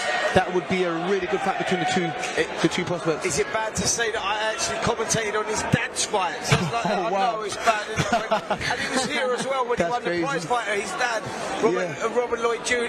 Senior. Taylor. Yeah, he actually won the prize fighter here at the York Gordon. That's crazy. A lot of history here for the family. I'm telling you, mate. It's crazy, huh? What does that mean now? Fall into that dinosaur bracket then? Yeah, a little bit. Just a little bit. It's mad. It's mad how time goes. But yeah, great young fighter. And we've got another great young fighter in the ring right now. Finley James, unbeaten in 8 from West Ham, Southport. Good little prospect and started this contest well.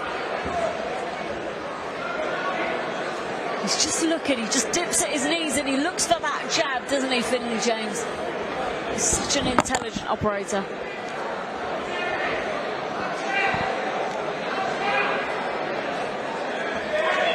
Lovely lovely left hand there, through the middle. From the southpaw stance from Finley James. He's just lining Gregores up from behind that long lever and jab. He just finds his range so well, Denzel. He does. He uses that jab as a rangefinder so well, and then he sneaks in them body shots.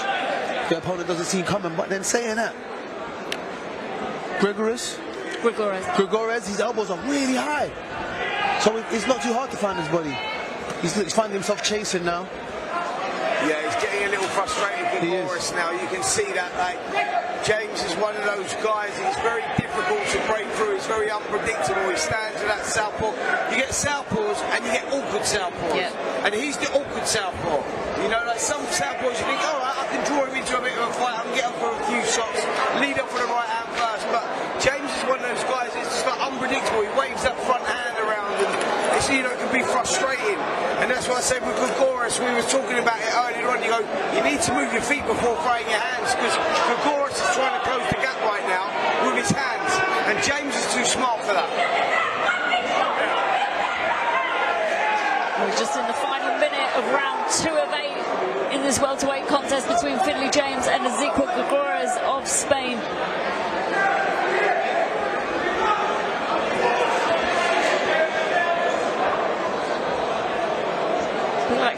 James. So James is one of those, your archetypal awkward southpaws that's so hard to hit. Yeah, he is. He's, you know, he doesn't take any chances. He controls everything very, very well. Stands side on. Look at that. See that? The way he's controlling that space. As soon as Gregorius comes, he takes that step back. It doesn't allow him into that punch. Well, you can see his left hand nicely tucked kind of into his shoulder as he kind of leads with that lead southpaw jab. Denzel, talk us through what's happened so far. Yeah, he's just controlling things at the moment, James. Like, he's doing things at his own pace, his own time, he's controlling that space, working well off the lead right hand southpaw jab, and just whipping the occasional shot in. He's done nothing too crazy at the moment. He's just taking his time. Yeah, I mean, I agree with you, taking his time. I think he's taking it safe as well. I mean, he's got a big fight coming up next. He doesn't want to risk anything, any injuries. I don't think he needs to box outside of his comfort zone. He's well within his comfort zone in this fight. And I think he just wants to see the fight through, back the rounds and box safe. And, you know, prepare for his championship fight when it comes.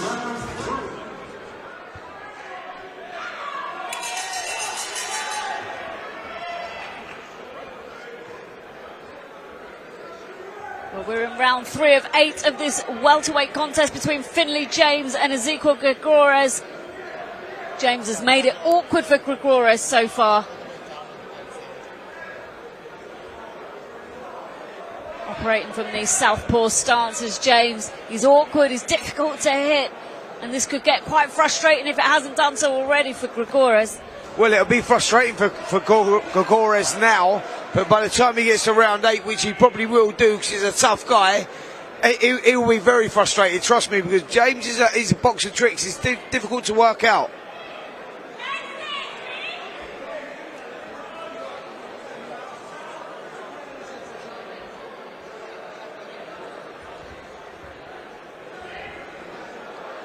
But again, James remains composed. He's very clinical. He doesn't get silly with it. He knows that despite, you know, Gregorius took the fight at the last minute, so James has had to adapt as well. He didn't know he was going in with Gregorius right up until the last minute. So, you know, James's ability to adapt to him is also impressive. Yeah, and that's what you got to do. I think that's what you got to do as a fighter, you know. And you learn that in the amateur game where you don't know who you're going to fight. Then all of a sudden the opponent's changed, and so like you just learn to adapt like that, you know. And I just think that good fighters, quality fighters, can adapt. And if you can't, if you're a one-trick pony, then you're only going to get to a certain level, you know. And there's nothing wrong with that. But I'm just saying, there's quality fighters, the ones that go on and win titles, you know, they are the ones that can adapt. Exactly, and that's what separates you kind of world champion level fighters from perhaps your domestic fighters. But Finley James has turned the pressure up a little bit in this round. We're about a minute, almost a minute before the end of round 3 of 8 in this welterweight contest. Lovely cheeky little left hand through the middle there from James as well. There's good work here from James. He's had a much better round actually. Gregorius has started to look a little frustrated, and he's starting to make little fundamental mistakes, and that you can't do that against someone like Finley James because he'll make you pay. You see James there, backhand, little pop through the middle, just little stabbing shots, but they hurt. You know, over time, the accumulation of punches, they start taking their toll. Nicely done there as James moved his feet out and landed a couple of shots as he'd done so. There's a reason he won 40 of his 50 amateur contests, let me tell you. Absolutely. You know, he's a quality operator. I think the difference between amateurs and pros is that pros, you get into those later rounds and then it starts testing your spirit, your heart, your soul. You know, it becomes a psychological battle. And they're the question marks that James is going to have to answer that we don't know. His trainers and his coaches will know because they've seen it in the gym. But until you do it on fight night, you don't really know. So at this stage, at this level, it's going to be difficult to beat Finley James. It's going to be interesting to see him when he gets into title contention. You know, whether he can make that transformation into championship. You know, into championship level. He seems to have all the ability, that's for sure. I mean, take a look at some of the work here in this 3rd round. Great stuff. Working well, controlling the space, shot selection. Maybe not too much on his punches. You know, still yet to get a knockout win, James. But technically, he's very good.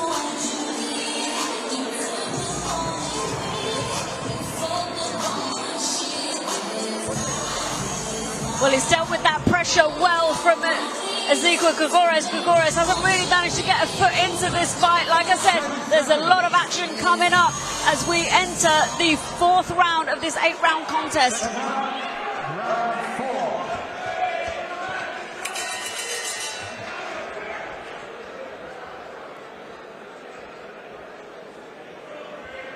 Finley James again makes a calculated start to the round. He's looking for his shots, he's picking them well. Yeah, he is, and that's exactly what he's doing. He's not taking any chances. He's slowly, frustrating, systematically breaking this guy down. You know, slowly stealing his soul, shot by shot, round by round. You know, that's a good quality to have.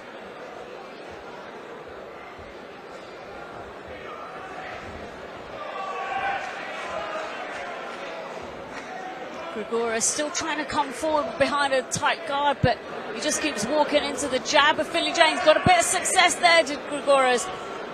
Yeah. Spoke a little bit too soon, but there's a cut above the right eye of Ezequiel Gregores. Could have been a clash of heads.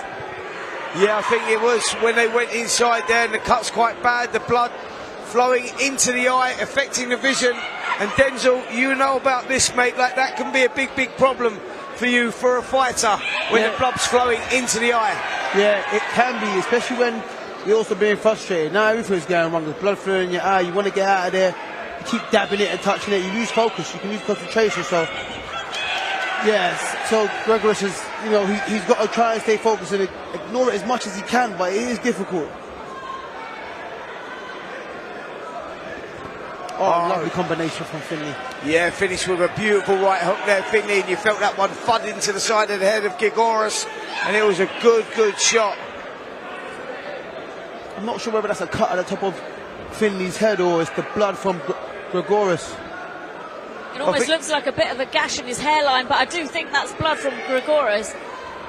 Yeah, I think there might be a gash there as well, though. I think that might have been the clash of heads there. Yeah.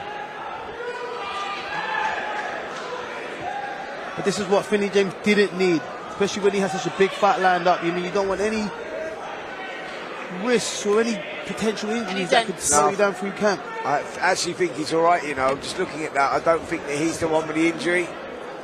Gregores is the one. And let's give credit to Gregores here, guys. He's come in last minute. He's a tough kid, and he's he's coming in shape. And I think that that's a great example to the younger fighters that are coming through. You go, always keep yourself in shape, because then you all know, like this day and age that we live in, opportunity, it's all about opportunity, and that opportunity knocks on your door. And you know, we've seen so many fighters in the past where they go, I'm not in shape, I can't do it. You have to take that opportunity, because there's a lot of luck that goes with boxing as well. Yeah, you need to be a talent, but you also have to keep yourself in shape. You have to be professional in case that phone rings, that door knocks. It's your job. I mean, your job is to be ready at all times. If something comes along, especially at this level where we're looking for opportunities, you have to be ready for the opportunities. You can't always get it your way and say, oh, I need so and so much weeks to get ready, and so you got to be ready. So if the phone rings, you can pick up and say, I'm ready to go. And look at you now. Look at you now, mate. You know what I mean? You're sat there, you're ultimate professional. You're waiting for your time, waiting for your opportunity. You get the opportunity, you take it. Now WBO middleweight champion. You forgot my name. You don't call me no more. You know what I mean? Rocks up in his flash car. He's got to drive off the TalkSport after. It's unreal. I mean, I've been watching TalkSport, but probably every day since my fight, I might have mentioned one. Only by me. Only by me. But yeah, don't worry about him. And let me say, that's another conversation. And let me say, mate, I'm actually getting a tube home tonight. I said to you, how are you getting into TalkSport then? How are you getting there, mate? You getting the tube? Because I remember where he got the tube room. Nah, mate, I'm driving, mate. Where can I park? I've got to parking. Well, it'll be chauffeur-driven next time we see him. This is round 5 of 8 in the welterweight division between Finley James and Ezequiel Gregores. Gregores sustained a cut in the last round. Finley James has put on a clinical performance so far. He's taken his time, he's found his shots, and he's given Gregores a tough old time in there tonight. Yeah, it's been punch-perfect performance so far. He's done nothing wrong. you know, he's kept his eye on the ball, and that's important, you know, when they're talking about big announcements and, you know, big opportunities coming. That's easy to lose focus then. You know, for a young fighter, you go, he's having his 9th fight, you go, all of a sudden you're thinking one fight ahead, and it's the worst thing that a fighter can do. And someone like Grigoris, who's come here and go, this is an opportunity for me. He looks dangerous, he's heavy-handed, yeah, he looks a little bit limited, a little bit one-dimensional, but you still got to respect it. Definitely. And I think that it's always hard then, isn't it, when you're thinking about something else, another opportunity. Yeah, when you got something else ahead, I mean, it's not easy to just focus on what's in front of you. You start thinking about, you know, the next step already, like, oh, I've got this lined up. Whereas, like, no, you got that lined up if you get through this. So it's important to focus on what's in front of you. Well, he certainly hasn't overlooked Ezekiel Grigoris ahead of his potential Southern Area title fight against Robert Lloyd Taylor Jr. in June. I think it's the 27th of June, and they'll be facing off a bit later on in the ring. If you have just joined us, we are live on Seconds Out, TalkSport and Boxing News with Neilson Promotions, Neilson Boxing, and TM14 Promotions at the York Hall in Bethnal Green. Big thanks to our sponsors, Zapli, Allegra and Gladius. We're about halfway through round 5 of 8 between Finley James and Ezekiel Grigoris of Spain.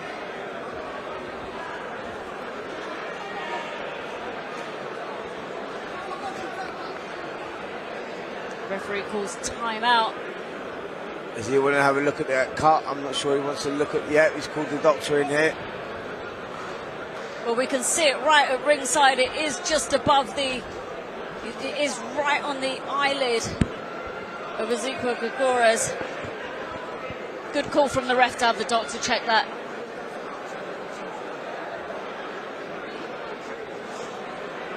She's taking a long, hard look. I think she might be calling time on this one.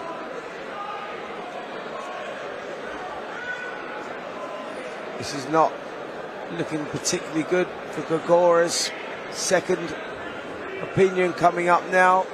Doctor looking at it. Quiet word in the ref's ear. And the action continues. Well, Grigoris now needs to do everything he can to try and get this job done. He needs to take a little gamble here, roll the dice a little bit. But Finley James is a quality operator, so it's easier said than done.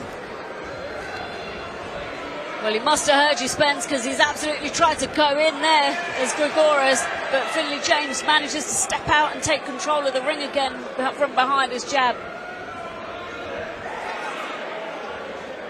Well, that's when you know a fight is starting to get a bit desperate and they start swinging punches and getting tied up.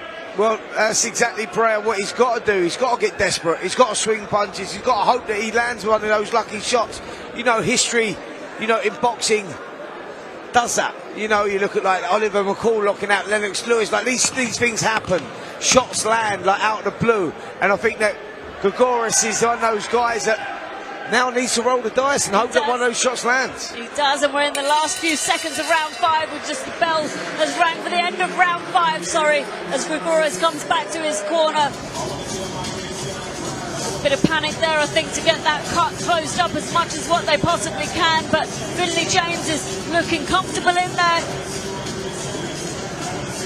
Let's take a look at some of the action there in round number 5. That's where the clash of heads. There's lovely work out of that southpaw style from James. Whips a shot through, lovely shot to the body as well, right underneath the elbows there. Grigoris, right hook there. Come back with a shot of his own. Fair play to Grigoris, he's still in there, he's still coming forward. Yeah, he is.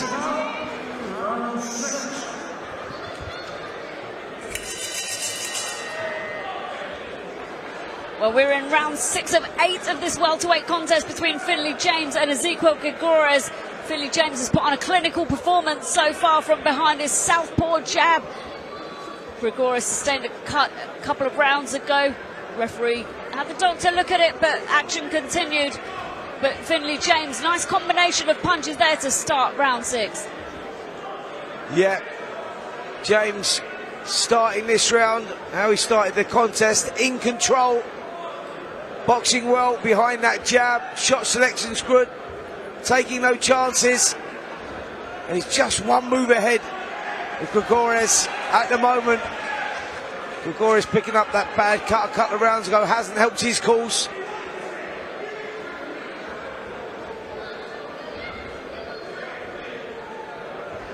It's lovely work from James. He's still patient. He knows that he's got Gregores in a difficult spot with that cut, but he's still composed, he's still clinical, he's still sticking to the game plan, and lovely left hand straight down the pipe onto the chin of Gregores as he came forward. Yep, but Gregores hasn't been phased, has he? Like, he's sort of like, you know, he's been soaking it all up. He's impressed me, to be fair. He's come in at late notice, he's saved the fight. You know, he gives James the workout that he's needed. This is good for James. He's getting them valuable rounds that he needs before going on and boxing for titles. So this is a good opponent for him to give him a good workout. And like you were saying earlier on in the night, Spencer, you know, it's the opponents that keep British boxing alive and give these prospects their opportunities that they need before the big fights. Absolutely, you know, like, and Gregores is that guy that you just look at and go, you know what, he's like chilling out at home in Spain where he lives now, in Mallorca. Summer season coming up, you know, it's getting a little bit lively there. It's easy to get caught up in those emotions. He's obviously keeping himself in the gym, keeping himself in shape. He gets a phone call, couple of days to go, and he turns up, and look at this. This is a credible performance. You know, he's sticking in there, he's giving James a workout. It's impressive. That's what boxing's all about, you know. That's what we're talking about, not just the grassroots of boxing, these journeymen and all that. You go, keep yourself in nick. Doesn't matter if you're a prospect or if you're a journeyman, because the phone goes. True, the phone does go. Like you said, he was ready for the opportunity, and he's popped up and he's taking it, and now he gets paid for his hard work. But you know, he saved the show. He saved Finley a warm-up fight for him to go up in, you know, in his next fight. So these guys, they're needed in the sport. Like you said, they are the backbone of the sport, and you know, like you said, the sport would die on his feet without them. Well, we're just coming down to the final 10 seconds of round 6 of 8 in this welterweight contest. Been an absolutely composed, punch-perfect performance from Finley James so far. And great credit to Ezekiel Gregores as he survived. Some stinging shots from James, to be fair. He did, but Gregores is in his comfort zone. He's happy, he's standing on his feet, they're attending to the damaged eye, but he's smiling. And you know what, I love it, because like I said, I know I sound like a stuck record, but I'm going, look, this kid's chilling out in Spain, he's on the beach, probably lying on his back, enjoying the views, you know what I mean, having a little swim dance, like, and now look at him, he turns up 2 days later at York Hall and he's putting in a credible performance, and I respect that. You know, I've got time for that. Well, you don't have to paint a paradise picture there, Spencer. Well, I've been to Mallorca, I know what it's like. Beautiful. I'm a big fan. In fact, I might go back with him if he goes to the 8th round. I might just, go and chill out with him for a couple of days.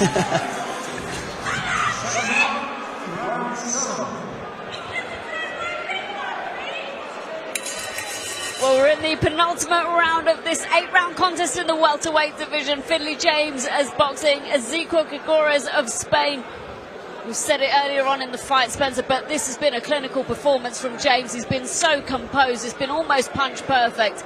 And Gregores is here from sunny Spain, where he could have been relaxing this evening, but he's here entertaining us tonight, and credit to him for it. Yeah, absolutely. Listen, James, if it's not broke, don't fix it. He's boxing to instructions. I've got to tell you, that corner that he's got there is incredible. You've got Jimmy Tibbs, who's worked with the best over the years. He's one of the best trainers, a legend in the sport. Son Mark Tibbs, again, worked with all the modern greats. You know, very experienced. Like, that is a great corner there. And he's boxing to instructions, James. You know, he's doing nothing stupid. Like, don't take any risks. Yeah, Gregores is a little bit dangerous, a little bit wild. So don't get stuck with that. You know, stick to your boxing skills. You know, what took you to this level? And that's exactly what he's doing, is he's boxing to instructions. Lovely jab there from Finley James from the southpaw stance, a swinging shot there from Gregores, but James defends to it well. Yeah, he's happy to get these rounds out now, James. As I say, Gregores, yeah, he's getting a little bit rough. He's making it a little bit tough. You know, he's doing what he needs to do, but it's just that limitations are not allowing him to get in there and throw his shots. You know, the boxing IQ's not quite there. It's rough, tough, and it's making for an entertaining fight, but James has all the skill set. Well, like we said earlier, his first ever bout was in the schoolboy championships, and he made it to the semi-final. He would have been up against kids that have been in the gym a while, and you know, he's just stepped straight in and got to the semi-finals. He's a natural athlete, but he's a natural boxer as well. Yeah, he is, and I think we've seen a lot of that tonight. As I say, working well.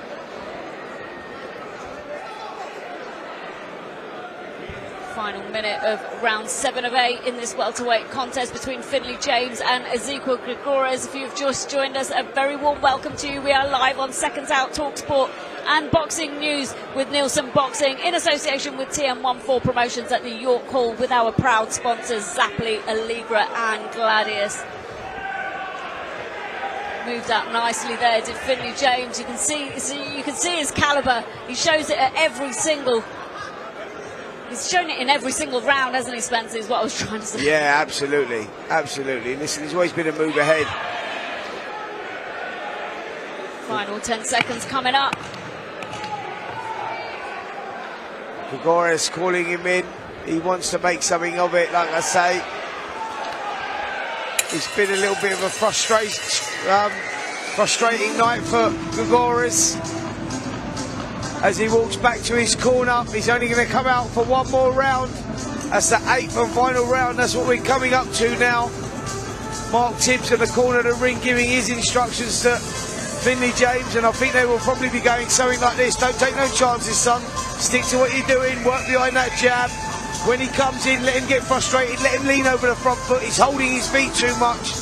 That'll be along the lines of that, I would imagine. And in the opposite corner, Gregores' corner, it'll be, you need to go for it. In fact, they're laughing in that corner. It'll be like, yep, you better go for it now, son. Roll the dice and give it everything because you need the knockout to win. And that's pretty much where we're at with this contest. 10 seconds.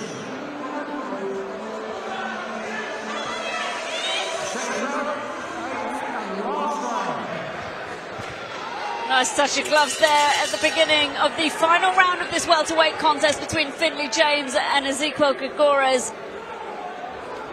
Beautiful left hand there from the southpaw stance from Finley James as he just comes off at an angle. Nice flurry of punches that Gregores walked into. Finley James boxes well on the back foot. He knows how to move forward. He's got an absolutely outstanding skill set.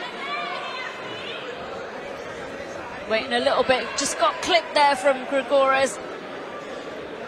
Yeah, he's just trying to make Gregores make a mistake. He leans forward with his shots, holds his feet a little bit too much, and I think James is just looking to pop him on the way in, but he's got to be careful he doesn't get too greedy, wait too long, overthink it. It needs to be a little bit instinctive.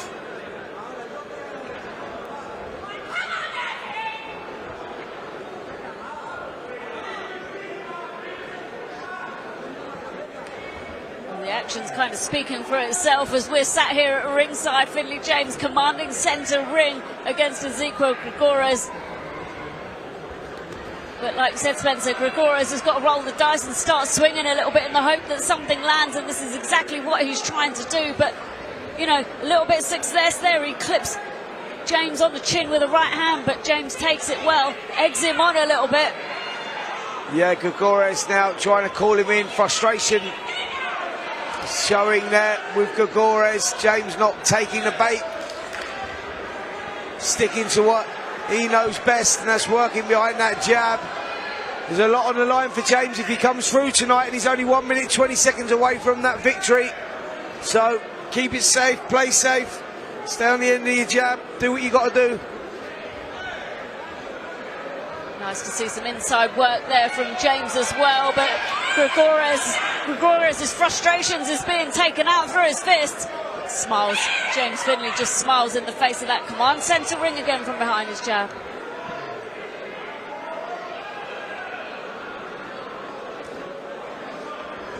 That's good work there from James. Lovely straight left hand through the middle, followed by the hook. Good work. Gregores now Knows he's only moments away from the final bell. It's been a good performance at such short notice. What he lacks up in ability, he made up for. In character, that's for sure. Tough kid. Just coming down to the final 20 seconds of the final round of this welterweight contest. Referee just pulls two fighters apart. And Finley James is about to have his 9th victory on his unbeaten record as the clacker for the final 10 seconds goes in this 8-round contest. And there we have it. Both fighters embracing a mark of respect between the two. It's been a good fight. It's been a fantastic performance, a technical performance from Finley James. There's a reason they call him the captain. Let me tell you, he's proud as punch, and his corner look pleased with his performance. Yeah, dominant performance there from James. Won every round on my scorecard. It ain't broke, don't fix it. He didn't need to fix it. Stuck to the instructions. An incredible corner there with Jimmy Tibbs and his son Mark Tibbs. A lot of respect for those two. And the champions that they've developed over the years. And they could have another one here with Finley James.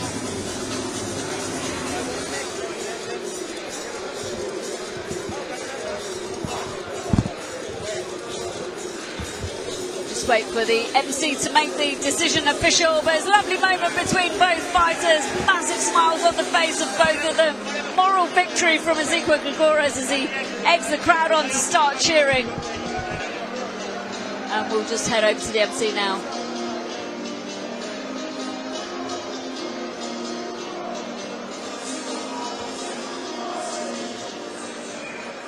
Ladies and gentlemen, after 8 rounds of action, we go to the scorecards. Referee Rocky Israel scores the contest 80-72 in favour of your winner from West Ham, Finley James. Well, there's absolutely no disputing that score whatsoever. Finley James put on a masterclass this evening, much to the delight of himself and his team. He's done his team proud, and he'll be competing for the Southern Area title in June. We're about to witness the live face-off between Finley James and Robert Lloyd Taylor Jr.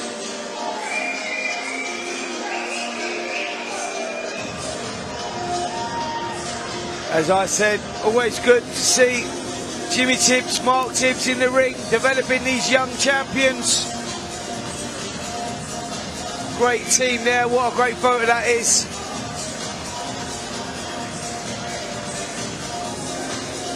And it's been a fantastic night of boxing so far here at the York Hall. We can see some of the action from the last fight here. Spencer, talk us through it. Yep, this is how it all finished, how it started, to be fair. Finley James working well behind the jab and a dominant performance. And we'll join him now at ringside with Melissa.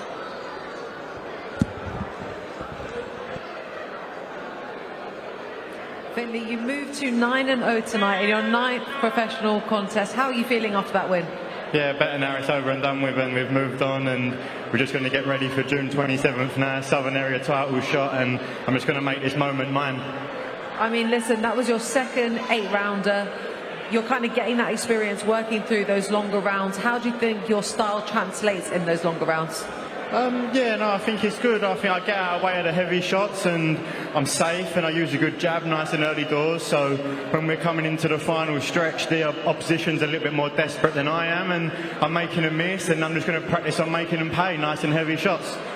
Let's talk a little bit about June 27th and the Southern Area, because from what I understand, Rob Lloyd Taylor Jr. was meant to be here tonight. This is a fight that was scheduled to take place. He wasn't able to fight you the last couple of times. Do you have a message for him? Look, we're two young prospects, and we've got to battle it out to find out who's the best in the Southern Area and who deserves to step up to English level. And I know I'm the best, and I know I'm going to come out and do damage on anyone who gets in that ring come June 27th. So fuck them. Big words, fighting words from you, Finley. We're really looking forward to seeing that performance. In terms of kind of the strategy or the game plan going into that fight, you know, are you hoping to like make a statement in that? look, I'm here, I'm going to get wins, I'm going to land punches, and I'm going to get out the fucking way and look good while I'm doing it. I ain't got a mark on my face tonight, and that geezer's bleeding going home wherever the fuck. So we're out here, we're fighting, not like all these other boys. I ain't hiding from no one. I love it. I love to hear it. Listen, I'm sure that June 27th comes, it's going to mark a very special moment where you get to fight for that Southern Area title and show what you're really about. You've obviously had such a interesting career in the fact that you've built slowly, you've developed, and do you now feel like you're ready for that next challenge, that next step up? Yeah, look, I haven't hid from no one in the process of growing. I've fought guys at 2-0, 6-0, 4-0. This is one of the nights where I fight one of the toughest journeymen they can find in Europe. He stopped a man last week, and I got in there and won every single round tonight. So I'm just showing what class I've got, and like I say, I ain't hiding from no one. Love it. Finley, you had a lot of support in the building tonight. A little word for all the guys that have come out to support you. Thank you, and God bless everyone that come out to watch tonight. Spent their hard-earned dough, they're grafting, and they're spending money to come and watch me fight. I'm so thankful, and I'm so grateful for everyone come out tonight. This one's for all you lot. Amazing. Congratulations. Look forward to seeing you back in action. Thank you. Thank you to everyone. See you later. Have a good night. Thank you, darling.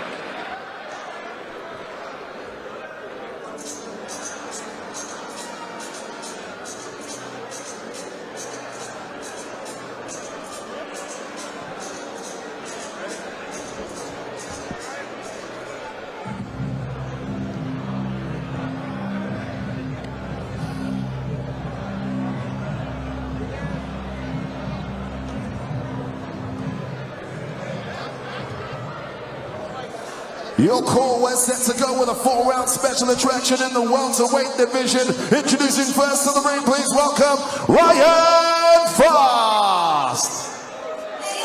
Well, we were just informed a little while ago, in case you didn't realise, that Robert Lloyd Taylor Jr. did not turn up for the face-off, so we've gone straight into this contest between Ryan Frost and Jamie Barrett.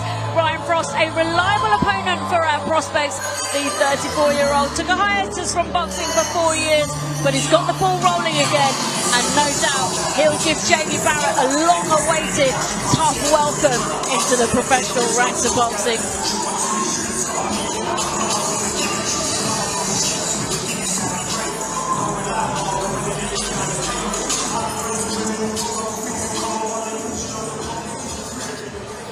And now entering the arena, it's Jamie Barrett.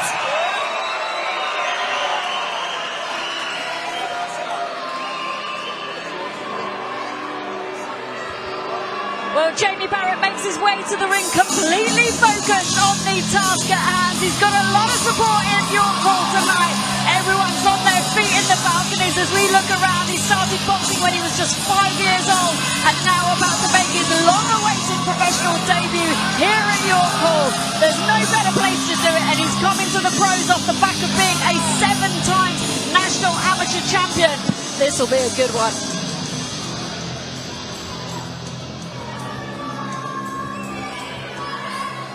Ladies and gentlemen, we're all set to go with our next bout of the evening. Mark Nielson of Nielson Boxing with John Trathui of TM14 present 4 rounds in the welterweight division. The action is sponsored by Gladius and Allegra.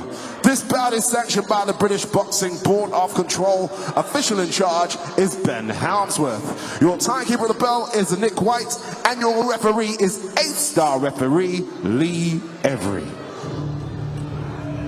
Introducing first, fighting out of the red corner. He weighed in today at 147.4 pounds, wearing gold shorts, taking part in his 17th contest from Colchester, Ryan Frost.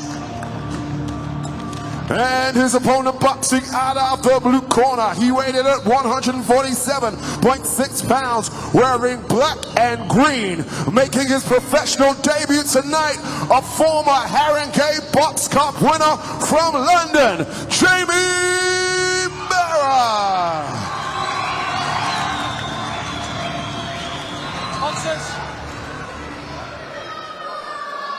Okay, lads, when I say stop, you stop boxing. When I say break, take a step back.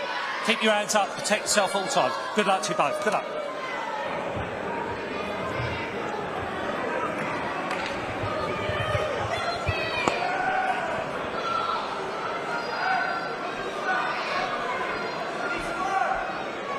Seconds on.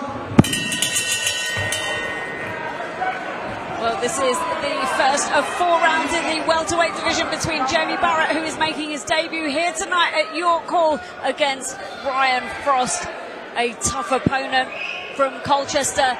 Jamie Barrett comes from a boxing family. His brother Nathan Barrett boxed here not so long ago on a Neilson Boxing and TM14 promotion show. He started boxing at the age of 5, and you can see it already, the skill set of this kid. Yeah, Barrett is a good amateur, now turning professional. It's all about whether he can adapt. He's got bundles of talent. I mean, first hand I'm spoke, I see a lot of these guys in the gym. So I've seen him preparing for his debut for a long time. He meant to be on the show back in March, and that fell through. And he's been waiting, but he handled it well. He's been waiting to have his debut, and he just wants to put the performance. You can see the speed and the sharpness from him. Him and his brother are quality fighters. Yeah, showing good patience here in the opening round as well. Barrett controlling things behind that southpaw jab. Well, again, he's yet another boxer who has had an incredible amateur career. He's had 70 bouts in the amateurs. He's only lost 7 of them. He was an England representative, and he also won the Tri-Nations for England as well. He came off the back of 7 national titles, 2 national finals. And, you know, Jamie Barrett is an impressive young man. He certainly is, and this is a totally different sport to the amateurs. It's always good to see these prospects turning over, just to see how quick they can adapt, slip into life as a professional boxer. And Jamie Barrett seems to be doing that quite well as he controls this opening round behind that southpaw jab. Good looking, showing good patience in there as well. Ryan Frost knows his way around the ring, tricky little customer. We've got about a minute to go in the first round of 4 in this welterweight contest. If you have just joined us, we are live from the York Hall in the heart of Bethnal Green, East London, where Jamie Barrett is making his professional debut, having come off of a successful career in the amateurs. We are with Nielson Boxing in association with TM14 Promotions and our proud sponsors Zapply, Allegra and Gladius, who makes these shows possible. We're always grateful to them. We're coming to the final 30 seconds of the first round in this welterweight contest, where Jamie Barrett has made a lovely start to his professional boxing career shortly after his brother also turned over professional. Nathan Barrett's and also another one to watch, but lovely jab there from Jamie Barrett.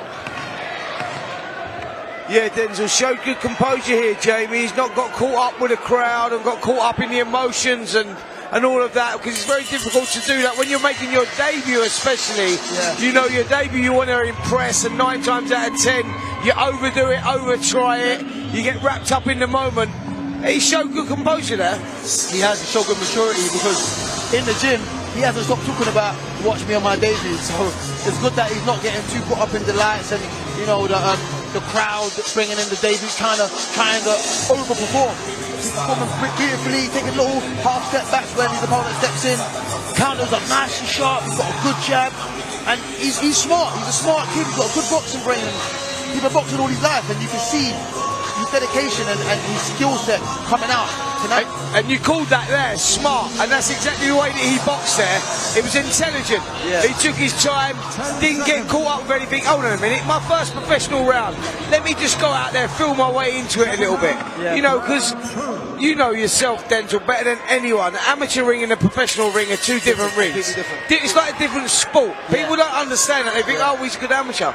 That don't mean anything. Yeah. Like, you know, so it's always like good to see him here having the first round of a new sport. Yeah. And that's professional boxing. And he's handled it well. He's only young. He's only 18, and you know he's putting on a mature performance so far. Yeah, absolutely. 18-year-old. You know, it's easy to get caught up in those emotions, but he's showing good maturity, as you say, boxing well, throwing a jab, controlling that space very well as well. Yeah, nicely done from Jamie Barrett so far. We're in round 2 of 4 of this welterweight contest. Jamie Barrett's put on a great performance so far. He's had a successful first round. Again, much the same in the second round. And he's part of a great stable in Peacock's, Spencer. Just as you were saying, there's a lot of experience in that gym, from boxers to coaches as well. He's got a great team around him, and you know, he's set up for success now. And now it's just for him to go and move through the ranks, move through the gears, and build his career alongside an incredible team. Perez, do you know the importance of a young 18-year-old kid surrounded by good fighters, surrounded by knowledge, good coaches? That's what you get in the Peacock. You get honesty. You know, if you're not good enough, they'll tell you. They're very cutthroat. They're not one of those. You know, it's not about the money for them. They don't need the money. It's about bringing the kids, developing the kids, bringing them through, and like putting them on the right path in life. And if they choose boxing as that path, then they go for it. So, you know, he's in very good hands there. But I said it earlier, you know, success breeds success. When you're looking around the gym and you're seeing world champions and you're seeing the struggles that they've gone through to get there, the commitment that they've made to get there, you know, that inspires you. And as a young man, I've been in that position as a young man, you look at that and you go, that is so healthy for a fighter. Because he's in there now and he knows that Denzel Bentley's down at ringside. I want to impress Denzel because I want to be where Denzel is. And like you go, I want to impress my trainer and I want to do this. And to have all that weight on your shoulders and be boxing like that, nice and composed and everything else, that shows a good quality on its own. And it's good. It's interesting what you said there, Spencer, as well, because at the end of the day, he sees it from the inside. It's really easy to see the glossy product of a successful professional fighter from the outside when you've not been in the trenches with them and seen them on their off days, seen how they handle challenges, see how they come back from injuries. He's seeing that successful team from the inside out, and that's what's going to build him. You know, he's just 18 years old. Absolutely, but he'll also understand the bumps in the road. He'll also understand the roller coaster it is. Look, to your right there, Denzel Bentley, you go, and people go, oh, Denzel Bentley, world champion, wow, he must be making millions, this and that. You go, you don't know that journey this guy's had to go from, like, you sort of like beg, steal and borrow to get to where you get to, hoping that you get there. He's now got to cash in, because he's got there, and he'll get those big fights, those big opportunities. But let me tell you, that ain't easy, man. Life on the road is not easy. Like, and these kids will understand that. So for people like, you know, people like Jamie Barrett, he's looking at that going, well, no, it's not easy. Like, he'll know that. He won't think, oh, I'm turning pro, I'm going to be a millionaire. Because that's not the reality. He's going into it. He's making informed choices about his career path. And the fact that he's chosen this, you know, he's got a great team, like we said already. And Denzel, talk us through it so far. I mean, he's a class act, Jamie Barrett, sorry. Yeah, I mean, listen, they both are. The brothers, they grew up together. They're only a year apart, just less than a year apart, and they've been boxing together the whole life. But Jamie, right now, he's the one that's boxing. He's a special talent. I mean, he's got all the skills. He's got all the potential in the world. And with a great team that he's got there in that corner of him, to me, that's the best team in the world. I don't know a better team than the team in that corner with him right now. So he's in good hands. He's in good hands, and I'd always, you know, give him advice where I feel like it's needed. So listen, I feel he's got a long way in the sport, and he can achieve whatever he wants to achieve. I mean, I don't see it long before he becomes a British champion. In fact, I think he's that talented, but it's just about his temperament, keeping his temperament, being able to, you know, keep his cool outside of boxing. Well, we're in round 3 of 4 in this welterweight contest between Jamie Barrett and Ryan Frost. Jamie Barrett made an impressive start in his debut here at York Hall on the Nielson Boxing in association with TM14 Promotions show with our proud sponsors Zapply, Allegra and Gladius. Got clipped there a little bit, did Jamie Barrett, but, you know, regains his composure, takes centre ring again, comes back with his counters. And again, smart performance. Yeah, he's boxing well. It's an educated performance. He's not losing. He's not losing himself. He's not getting caught up. He's not getting drawn in. You get the shot. You get hit with a shot. It's history. Boom, gone. Don't try and chase it. Yep. You know, don't try and get it back because it's gone. And that's when you make fundamental mistakes. And that's what we're talking about when you say show maturity. Sometimes your kids make his debut. Boom, you've been clipped with a shot. Oh, I've got to get that back. Worst thing you can do. And he's not done that. So I'm impressed.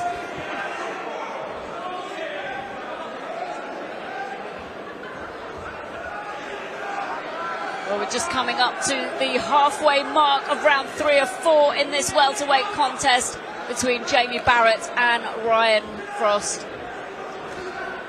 Barrett just took a couple of clean shots there from Ryan Frost, but again regains his composure, tucks up nicely, comes forward, and it won't be long before he gets back on that jab again. Yeah, that's where he's getting the success here, Barrett. He can't be drawn in here with Frost, because that'll be Frost's game, you know. So Barrett, you know, he's got to use those silky boxing skills, keep it long. Just get the debut out of the way, get the victory, and then move on, kick on. You know what it is then, you're not going in blindfolded. It's always difficult as well, because you go into something thinking it's something, and you get in there and realise that it's totally something different. And I think that's what amateurs do when you turn professional. I did. I went in there and I'm thinking, right, I'm the man. I've just won the ABAs, I'm Commonwealth silver medalist, I'm turning over, I'm doing this. I go in there and all of a sudden you go, whoa, what's going on here? It's different. It's just a little shock to the system. You're really pleased when you get your debut out of the way, because the next time you go into the ring, you're not blindfolded. You're not thinking, well, what is it? You know what it is. And when you know what it is, and that's the difference when you win, like when you're the challenger for a fight, you go in as the challenger, so you don't know if you're good enough. And then when you become champion, I'm the man. And that's what elevates the fighter to another level. And that's what I always say, don't worry, when the guy wins a title, that's when they become great fighters. You know, that chasing it, when you've got the target on your back, is when you're the great fighter, not when you're chasing the target. Exactly, and I don't think it'll be long before Jamie Barrett has that target on his back. He's got great punch selection towards the end of the round. Bit of blood coming from the nose of Ryan Frost as Jamie Barrett goes back to his stool, back to his corner, to his coaches. He doesn't really look like he's really been put under pressure at all. Talk us through the replay, Spencer. Yeah, beautiful boxing again from Barrett. Look, switching from left to right all the time, not sitting in the pocket, a little bit unpredictable. You want me to be criticising him? You want some criticism? He's sitting on the line a little bit too much, getting caught with unnecessary punches. All part of the learning process. Gonna happen. You know, it's about the guys that can go back. I'm sure he's getting a bollocking off the corner from Martin, saying, what are you doing there, son? Why are you getting hit with them shots? You don't get hit with them in sparring. It's just a lapse of concentration. And again, it's about making your debut. Am I right? Yeah, no, 100%.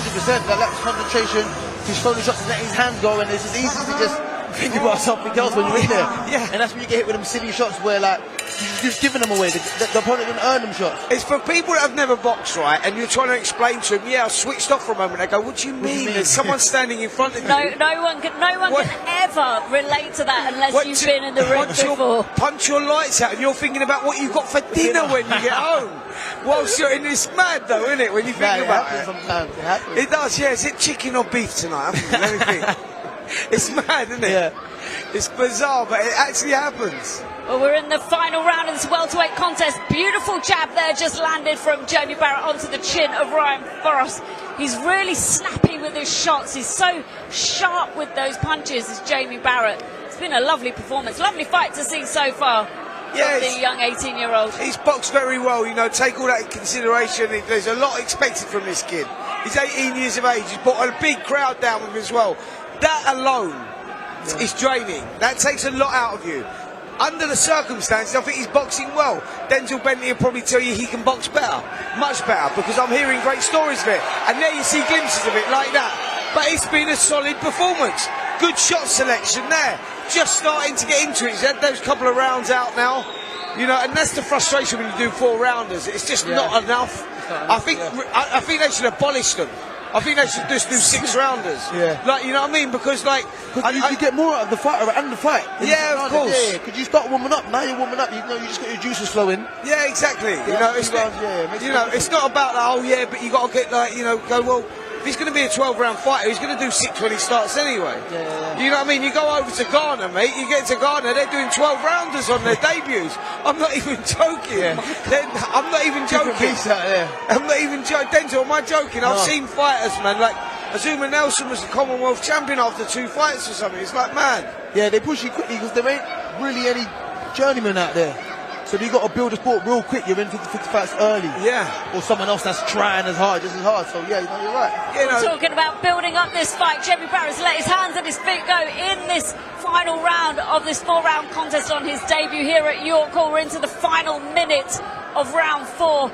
As he's come alive in this round, I think he's just going to leave it all in the ring for this final round. I mean, he's paced himself well. He's built the fight up as the rounds have gone on, and he's displayed a fantastic skill set. Prayer, you hit it there. He's built the fight up, and that's exactly what it is. That's what we're talking about, 4 rounds, 6 rounds. You go, this kid's a quality fighter. Over the championship rounds, he's going to be really, really good. Because his punch accuracy is very good. Shot selection's great. Ring awareness, brilliant. IQ, ticks all the boxes. 4 rounds, he needs more. Like, because now we're just getting this a debut, but we're just seeing it now, showing glimpses of brilliance. This fourth round has been the best round of the contest by far. And in the last few seconds, we now actually want to see another couple of rounds to see what he's got, because I think we've only just seen a glimpse of the talent that is Jamie Barrett on his debut here at York Hall. We are with Neilson Boxing in association with TM14 Promotions, that proud sponsors Zapply, Allegra and Gladius, that makes all of this possible. After this fight, we will be holding a 10-bell salute for the legend who sadly passed away, Tony Cisse of Repton Boxing Club. He was a legend in the sport, a coach, a mentor, a friend to everybody, and just beloved. London and the boxing community were devastated by this loss, but right now we are celebrating the victory of Jamie Barrett on what has been a sensational debut for him. And his team look absolutely delighted with him right now as Ryan Frost retreats back to his corner. He's done the job that he needed to do tonight, and Jamie Barrett has got his debut ticked off that list and is building here from now.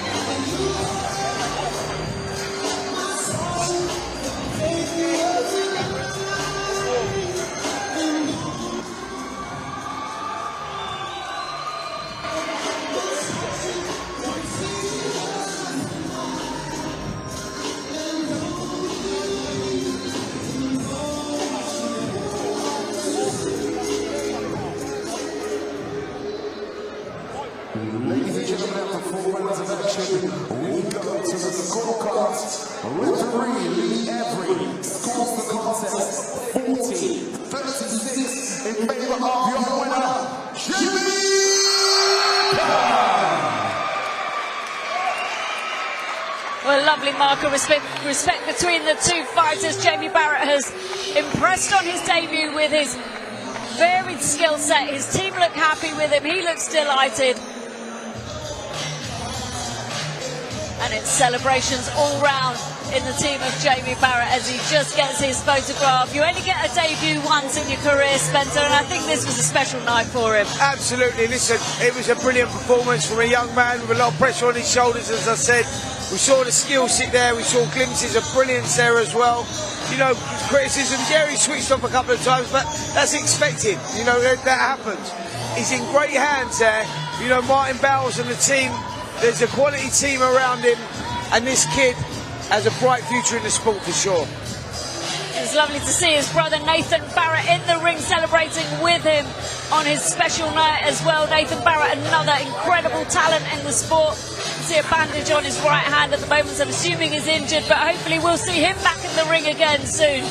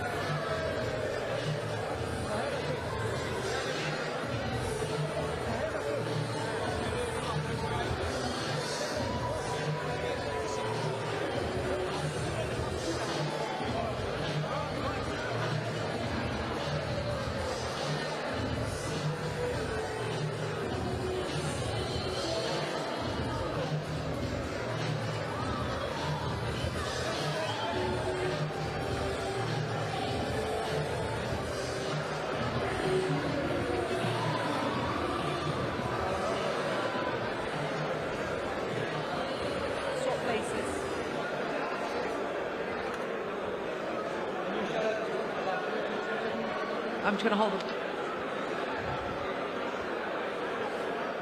Jamie, congratulations and welcome to the professional ranks. How are you feeling?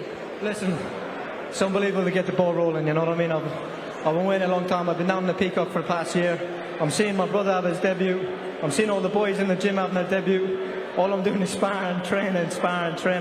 So to get it out of the way, it's unbelievable. And what a debut, what a tough opponent. And, you know, listen, I'm only getting better from here on out. It's been like 2.5 years since I've boxed. So I'm a bit rusty, but I'm still trying to look my best, you know what I mean? But yeah, very, very tough opponent, and it's a good win. I mean, you were scheduled actually to box here very recently, and that didn't happen. Talk me through some of the thoughts and feelings as you were making that ring walk, about to enter the squared circle. You know, the atmosphere was unbelievable. You know, all my fans, even my fans, people in the stadium, all cheering me on. It was brilliant. You know, I've dreamed of moments like this since I was a kid. You know, coming professional. My dad's always wanted me and my brother to do a professional, to do something with boxing, and I'm just glad we're able to do it, you know what I mean? You're touted as the next big star, 7-time national champion. You know, do you feel that sort of pressure on your shoulders, or do you feel that actually you're just stepping into a destiny? Listen, pressure's for tires. I'm going all the way to the top. With my team, my coaches, my brothers, my dad, all my family members, we're going to the top. The Barrett brothers are coming. My brother will be back out before the end of the year, but trust me, you hear about all these brothers in boxing, me and him's the next big thing, trust me.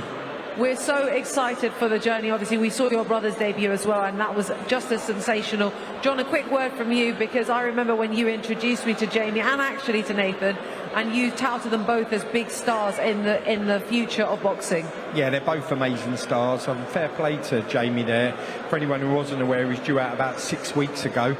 Turned up to weigh in on the day, and the opponent weighed in 1 or 2 pounds heavier, probably had a burger on the way, and the fight didn't go ahead. He had a truckload of tickets sold, all his friends and family here, and then he had to tell everyone he weren't fighting. They've all come back out tonight. They didn't let him down. He put on a great performance. Jamie probably wanted to stop him, because I know him, the guy's more hyper than me, but those rounds were great, and you just don't get rid of people like Ryan Frost like that. So brilliant win for him, and they both are the real deal. I'm excited. I think, what, you're 18 and 19 or 19 and 20, something like that.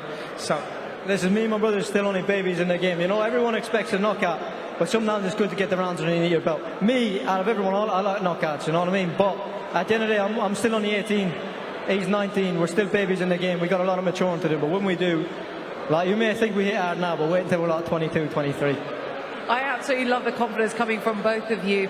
Obviously, you know, we're really excited to see you back in action. Is it important for you to stay active and keep pushing on and building on that momentum? You know, it's important to keep active, because like, there's a lot of stuff I have to work on. That's my first fight as a senior with no head guard, so there's a lot for me to work on. So hopefully I'm going to be busy this year. Get all the experience, start tucking my chin a bit more. The silly little mistakes I was making in there today, start correcting them, you know what I mean? And with the help of Peacock, and listen, we got a new world champion in the gym, so hey, Denzel, we got a new world champion in the gym, so hey, listen, if he can do it, anyone can do it. So it's a really, really exciting time. You've got a ton of support in the building tonight. Just a quick word for the guys that have come out to show you that love and support. Sorry? I said you have a ton of support in the building tonight. A quick word for those that have come out to show you that love and support. Thank you everyone who's come out and bought tickets, spent a hard-earned money, come watch me box. It's well appreciated. All the boys, all the girls, everyone in the crowd. There's my team. And thank you to all my sponsors. Some of them are on air, and I've got the name of your sponsor. What's the name of your company? Macra. To all of the sponsors and beyond, listen, congratulations again, and we look forward to seeing you back in action. 100%. Thank you very much, guys. Cheers, John. Cheers. Congratulations.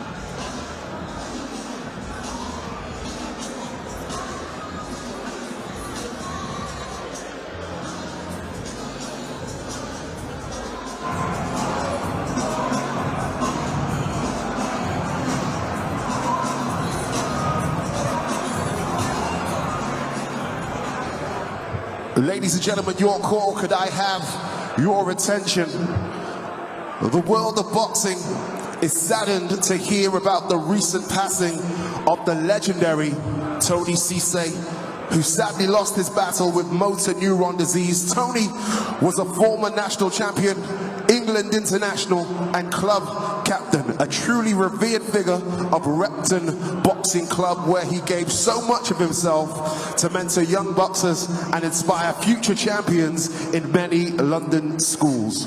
Please be upstanding and join me for the customary 10-bell salute.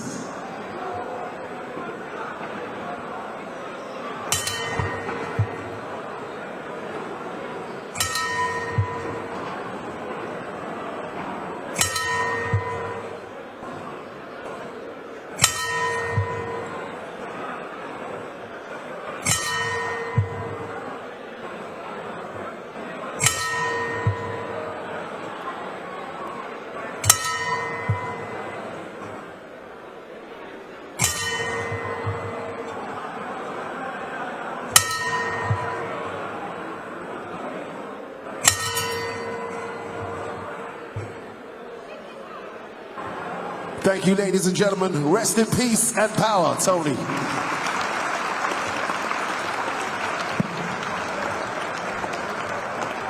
Thank you.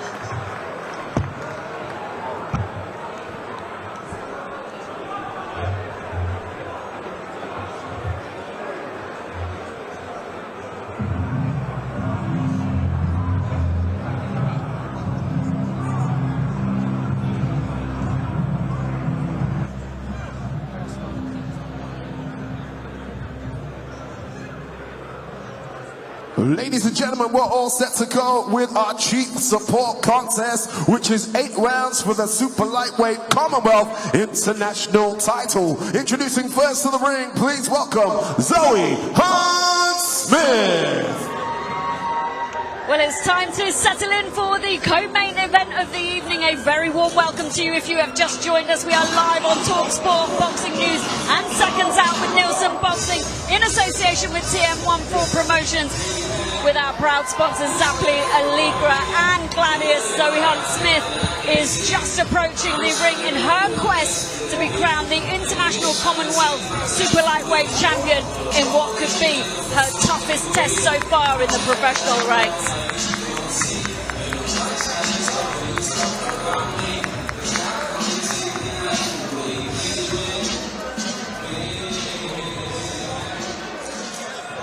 And now entering the arena, it's Lilyella, Craw, Seaman.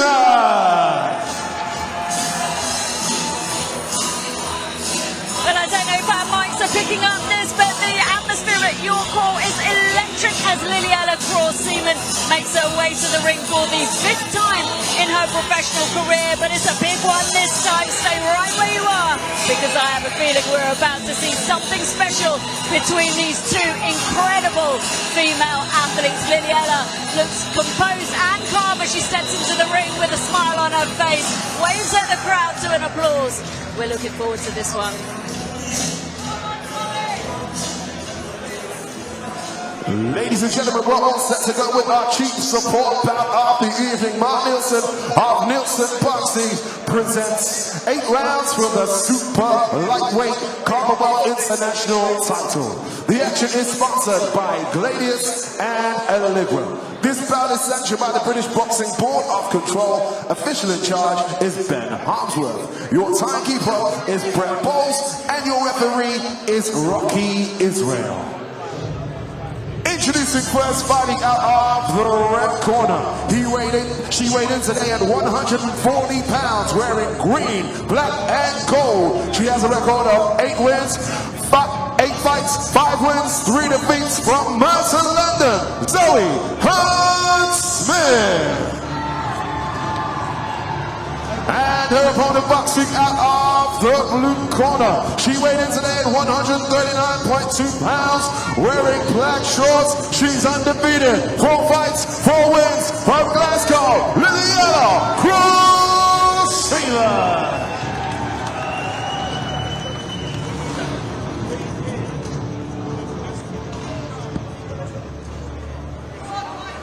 ladies, you already know the rules. Above all, you must protect and obey my command at all times. Any questions? Touch gloves and good luck.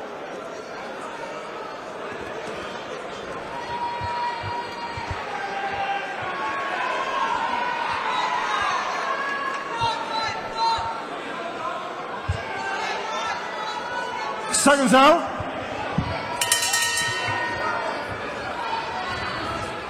Well, this is the first round of 8 in this super lightweight contest for the International Commonwealth title between Lilyella, Craw, Seaman and Zoe Hunte-Smith. Let me tell you, these two women are incredible athletes. Craw Seaman is a former British and European swimming medalist. She started boxing because she fell out of love with swimming. She did it for charity for a while and then ended up being Scottish champion. So, you know, we've got some real talent in the York Hall tonight. Zoe Hunte-Smith, you know, won her last contest against Rajwan Kaur convincingly, and she's here tonight to get that title, the vacant International Commonwealth title. Yeah, big opportunity for both of these girls. Craw Seaman seems very heavy-handed at the start of this contest. Shot selection's very good as well. Zoe Hunte-Smith is tough and tenacious as well. This is going to be a good contest. On paper, a real 50-50. Well, it's interesting you say that, Spencer, because when I was talking to Lilyella Craw Seaman earlier on in the week, she said to me that this is her first 50-50 fight, and she feels sharp, she's ready, and she's going to make a statement. That's what she's promised. We're almost down to the final 30 seconds of the first round of 8 in this super lightweight contest for the International Commonwealth title, and these rounds will go quick. They're 2-minute rounds, remember, in the women's division, and we're down to almost the last 20 seconds now. Yeah, it's been a good start from both girls, but Craw Seaman, for me, maybe doing the better of the work. She's been picking some lovely uppercuts on the inside and just catching Smith as she comes in. Smith a little bit slow to get off with the shots. She's allowing Seaman to get off with the shots first. Both girls having a good exchange at the end of the round, but for me, Craw Seaman just doing enough. Yeah, Hunte-Smith got some success in the last few seconds of that round. She caught Lilyella Craw Seaman with a couple of clean shots, but I'm inclined to agree with you. Spencer, talk us through the replay. Yeah, some of the good action here, and this is where we see Lilyella Craw Smith doing her good work. She was just controlling the space better of the two, and there we see whipping the little uppercuts in. That was impressive. She was catching Smith as she was coming in. Smith was walking in straight lines and going down. Seaman recognised that, and she just started driving the shots up. So Craw Seaman, for me, doing enough. Both girls a good exchange there. Close round, competitive round, but Craw Seaman, for me, maybe just stealing it. Hunte-Smith off her stool first. Lilyella Craw Seaman, she looks like she means it. She looks serious in that corner as she's coming forward for the second round of 8 in this super lightweight contest. Oh, big uppercut again there from Craw Seaman. That's a lovely shot. Shows like she throws like a bolo punch. Hunte-Smith trying to pile on the pressure, trying to draw her into a dogfight, but yeah, Craw Seaman very impressive with that shot selection. And she hides that bolo shot so nicely behind that jab and tucked in from behind her shoulder. She is a fantastic athlete, and you know, there's a reason she became Scottish champion so quickly in her amateur career. She narrowly missed out on going to the Commonwealth and the Olympic Games, but she always said back then that, you know, her style suits the pros, and I think she's showing that tonight, Denzel. Yeah, she is. She's showing a lot of qualities in there, Craw Seaman, and Zoe Hunte-Smith is equally as good. She's tough, she's tenacious, she pushes forward. Maybe not the same sort of IQ, but she makes up for that in toughness. And let me tell you, styles make fights.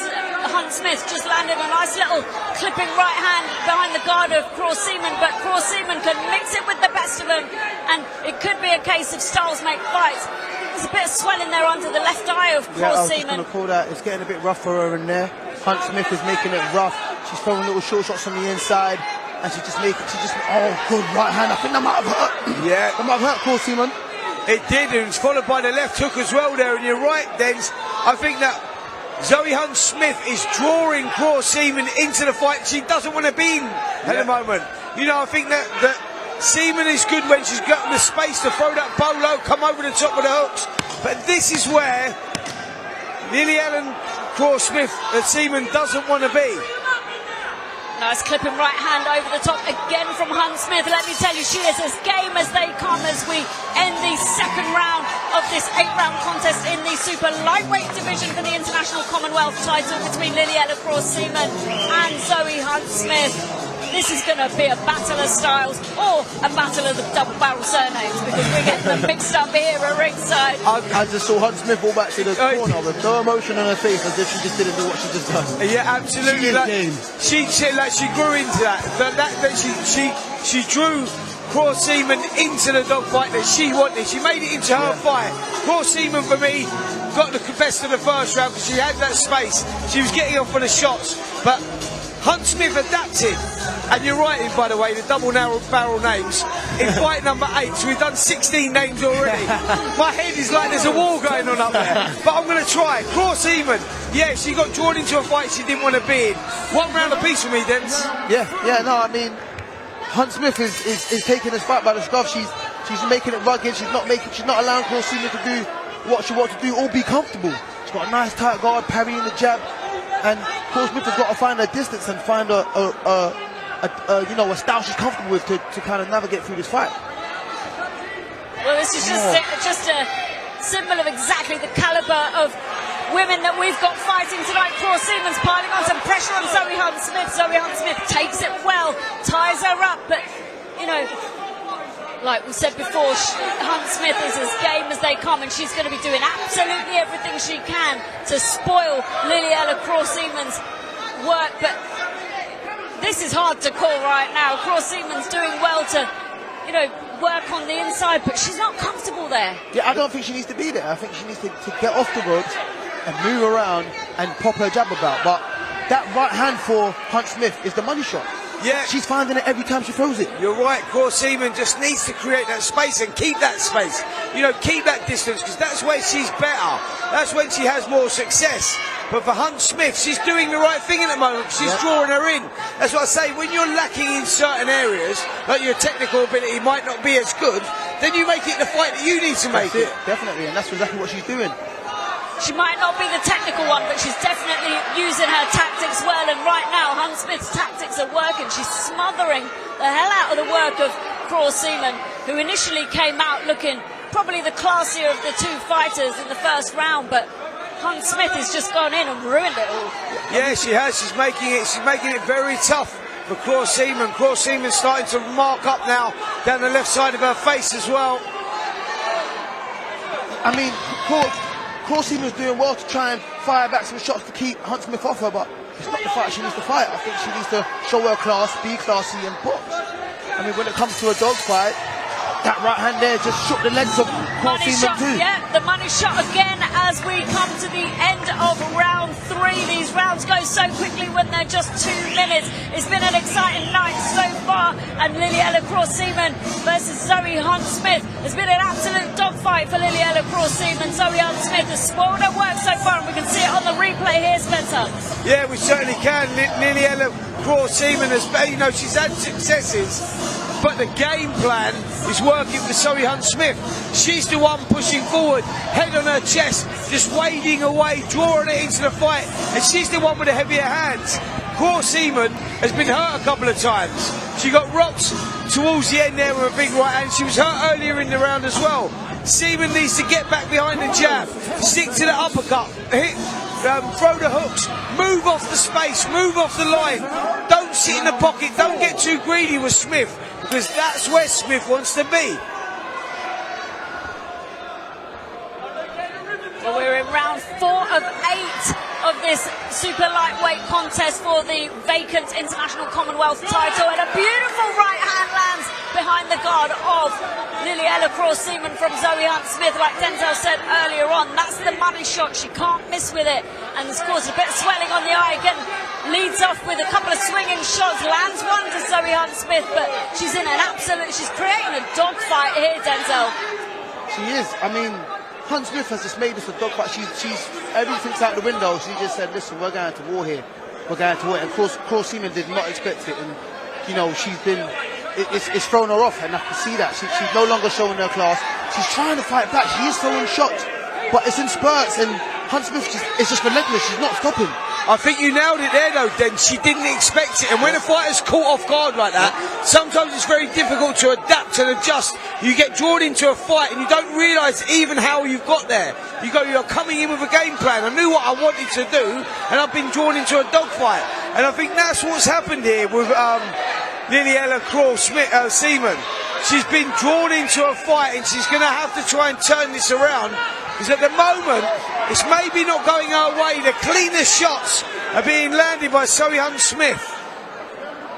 Well, if you saw Hunte-Smith's performance against Rajwan Kaur a few months back, Spencer, you wouldn't expect this from Zoe Hunte-Smith. You know, that was a real clean, clinical performance from Zoe Hunte-Smith. She was the tidy boxer. She was kind of in and out. She ended up stopping Rajwan Kaur, but, you know, I don't think anyone really expected a dogfight from Hunte-Smith. Yeah, but I think that's what she probably recognises, that she's lacking in the height and the reach, and she's thinking, Seaman's an classy operator, I can't allow her the space, I'm going to have to take the fight to her, take her attributes away, and that's what she's doing at the moment. Well, that was another fantastic round of boxing between Lilyella Seaman and Zoe Hunte-Smith. We're about to go into round 5 of 8 of this super lightweight contest for the vacant international Commonwealth title here at York Hall. We are live on Seconds Out, Boxing News and Talk Sport with Neilson Boxing in association with TM14 Promotions, with Zapply, Allegra and Gladius as our proud sponsors. I'm delighted to have Spencer Oliver and world champion Denzel Bentley at the commentary table here this evening. Spencer, this has been a fantastic night so far, has it not? Yeah, it's been a brilliant night so far, and we've got a fantastic fight in the super lightweight division right now with Lilyella Seaman and Zoe Hunte-Smith leaving it all in the ring. We're going into the second half of this 8-rounder, and it's all to fight for. Smith may be having a slight edge, but Seaman is a class operator as well. This fight for me can be won and lost in these last 4 rounds. Well, here we are in round 5 of 8. Referee just warning Hunte-Smith for holding, and that might work to the advantage of Lilyella Seaman. She's come out, had a little bit more success at the beginning of this round. I think she just needs to get her distance a little bit, her kind of range. She's, like we said earlier, she's letting Hunte-Smith dominate her a little bit, but you know, right at the beginning she landed a jab through the uppercut, through the middle, landed clean, but Hunte-Smith is just able to get in behind her range. Yeah, Smith is doing very well at smothering Craw Seaman. It's impressive the way that she's gone about her work tonight, Zoe Hunte-Smith, because like you say, she can be a classy little operator, but she's turned this one on its head. She's come out, we didn't expect it, and she's boxing a brilliant fight here tonight. Well, we've got Zoe Hunte-Smith's sparring partner for this camp, sitting just behind us at ringside. Lizzie Cousins is cheering her sparring partner on. It's lovely to have Lizzie Cousins here as well in the crowd. She put on a fantastic performance last month, I think it was, again on a Nielson show, but Craw Seaman's come back fighting again. Hunte-Smith smothers her work, she gets that success. Yeah, Craw Seaman's having a better round than she's had for a couple here. She's just landed some good shots. She's throwing punches in bunches. Face is starting to mark up a little bit now as well. That was a little bit reckless from Zoe Hunte-Smith there. She come in, head held high, pulled the head there as well. She's got to stick to her game plan. And there's the 10-second clacker for the end of the round 5 of 8 in this international Commonwealth title fight between Zoe Hunte-Smith and Lilyella Seaman in the super lightweight contest. This has been a hell of a fight for both women. Craw Seaman's tried to get her range. Hunte-Smith has ruined everything that she's tried to do. And here we can see it on the replay, Spencer. Yeah, good work from both girls. You know, it's tough some of it's not pretty, but it's not meant to be pretty. We're boxing, you know, and that's what it is. And I think that, you know, sometimes you have to grind out a victory. If that's what you got to do and something's not working, perhaps Craw Seaman hasn't got the physical strength to keep Zoe Hunte-Smith off. So she's getting drawn into a fight and you go, you know what? I'm just going to have to do it. And that's what I've got to do. I've got to mix fire with fire, because sometimes that's what you have to do. This is a very close contest. I've got Zoe Hunte-Smith 1 round up so far. You know, there's a couple of close rounds there. I think Craw Seaman come back better in that 5th round. It's going to be interesting here, because I think this fight can still be won and lost in those last 3 rounds. Well, we are in round 6 of 8 in this super lightweight contest between Lilyella, Craw Seaman and Zoe Hunte-Smith for the vacant International Commonwealth title. There's a lot on the line here on this fight, Spencer, because whoever wins this fight could potentially box Hannah Robinson, who recently beat Charlie Sutton to win the Commonwealth silver belt. This could be an opportunity for the winner of this fight to box Hannah Robinson for the full Commonwealth title, and that will be a hell of a fight. Yeah, absolutely. Listen, this is what it's all about. You know, these are the fights. You know, these are the coming of age fights, if you like. You know, the acid tests. You have to come through these ones, and this determines the challengers and the champions. These are the ones. These are the opportunities you have to take, the crossroads fights in your career. And both of these girls are showing what it means to them. They're leaving it all on the line here. And we're halfway through round 6 of 8. Denzel, what are you making of this action so far?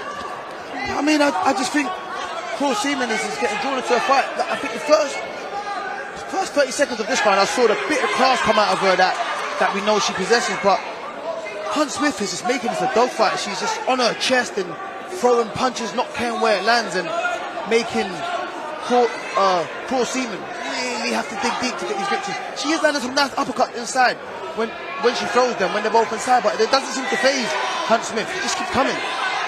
Yeah, she's very tough. She's very durable. Zoe Hunte-Smith, that is for sure.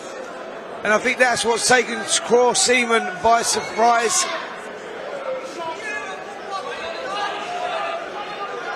Referee just pulls the women apart. Zoe Hunte-Smith just holding on to her there. Last few seconds of round 6 of 8 for the vacant International Commonwealth title. This one's been, I can't lie, Spencer, I'm finding it hard to score this. This is really tough. It's tough. It's a tough round to score that. Both girls had their successes. What way do you go? It's one of them ones. I tell you what, whatever happens, it's going to be subjective scoring, what you've gone for, what you like. It's going to be a very close contest, whatever way this girl goes, because both girls have shown certain qualities, and it's what you like out of those. It's a tough fight. Smith maybe just with her nose in front at the moment, but again, this could be won and lost in these last 2 rounds. Both girls are showing a lot of courage, a lot of character, a lot of heart. They're leaving it in the ring. For all the fans that are in here in this packed out York Hall in Bethnal Green, something magical about this face, and we're getting a magical fight tonight.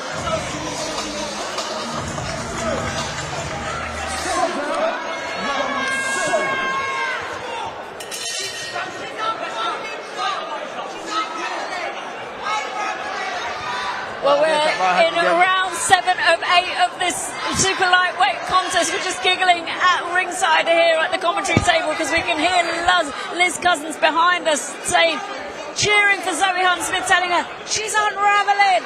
And maybe that's exactly what we're seeing right now, because actually Hunte-Smith's style has really derailed Craw Seaman. She had a bit of success there early on, but Hunte-Smith seems to be able to find her range and sit on her chest for the rest of the round so far. Do you know what? I think that Craw Seaman actually has had a better start to this round because she's been creating the space. She's been creating that opportunity to get off of her own shots. It's when Smith sits on her chest and lets her hands go and makes it ugly that she's successful. But this is where Lilyella Seaman needs to create that space and get off of her own shots. And she's doing better in this round doing that.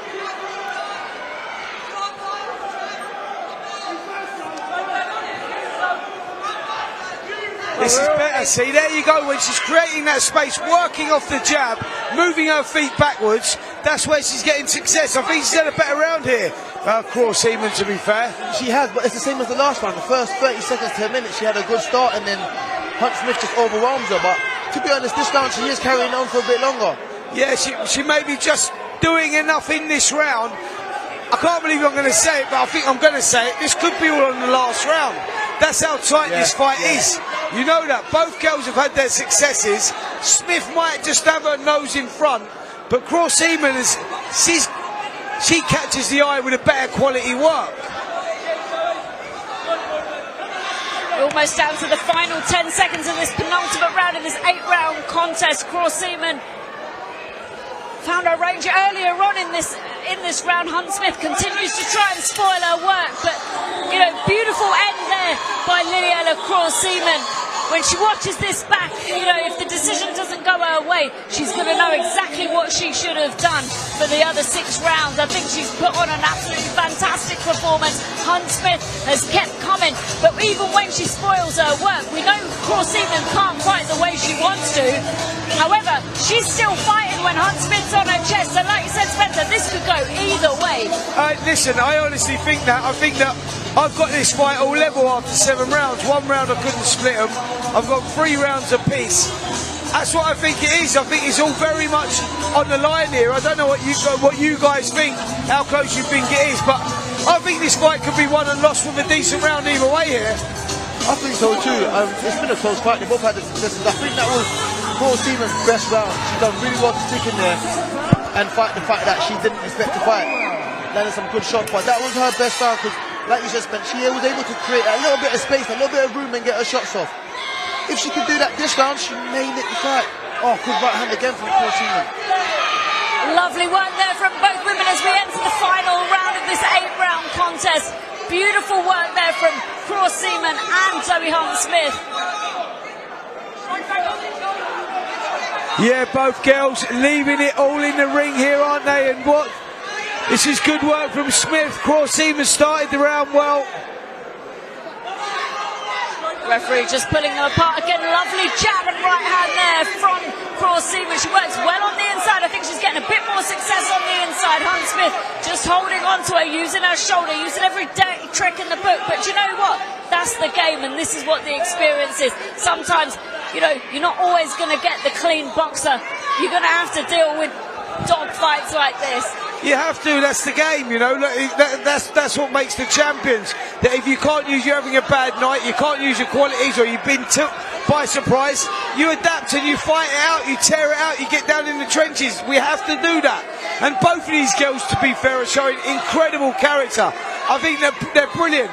Win or lose here tonight, I think they've both got a big future. But Craw Seaman is having a good round here because Zoe Hunte-Smith is just getting a little bit reckless in her approach. I don't know what you think there, Denz, but she's just like, she took her eye off the ball a little bit. She seems to be getting caught a little bit more. Yeah, she's getting caught a little bit more. Maybe she knew she had a bad round last round and she's just getting, you know, over aggressive and she's getting caught coming in, or maybe she's just feeling a bit tired, she's feeling the pace. But either way, I think the last 2 rounds, Craw Seaman's done really well.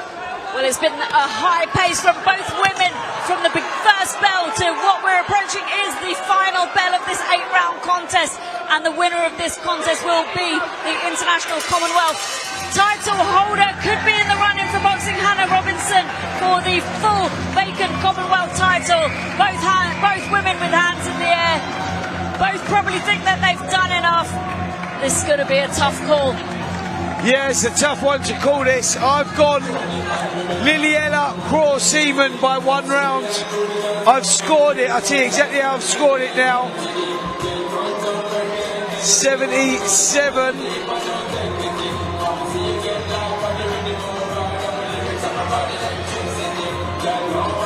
I've done it 77-76 in favour of Lilyella Craw Seaman. That's where I'm at. It's a very tough fight to call. There could be a swing round either way that decides it. It could be a draw. It's that close. But I'm going for Craw Seaman. I think she's just nicked it. Well, Hunte-Smith looks confident in there. She's convinced she's won this. It'll be a tense few moments as the decision is made final by the MC.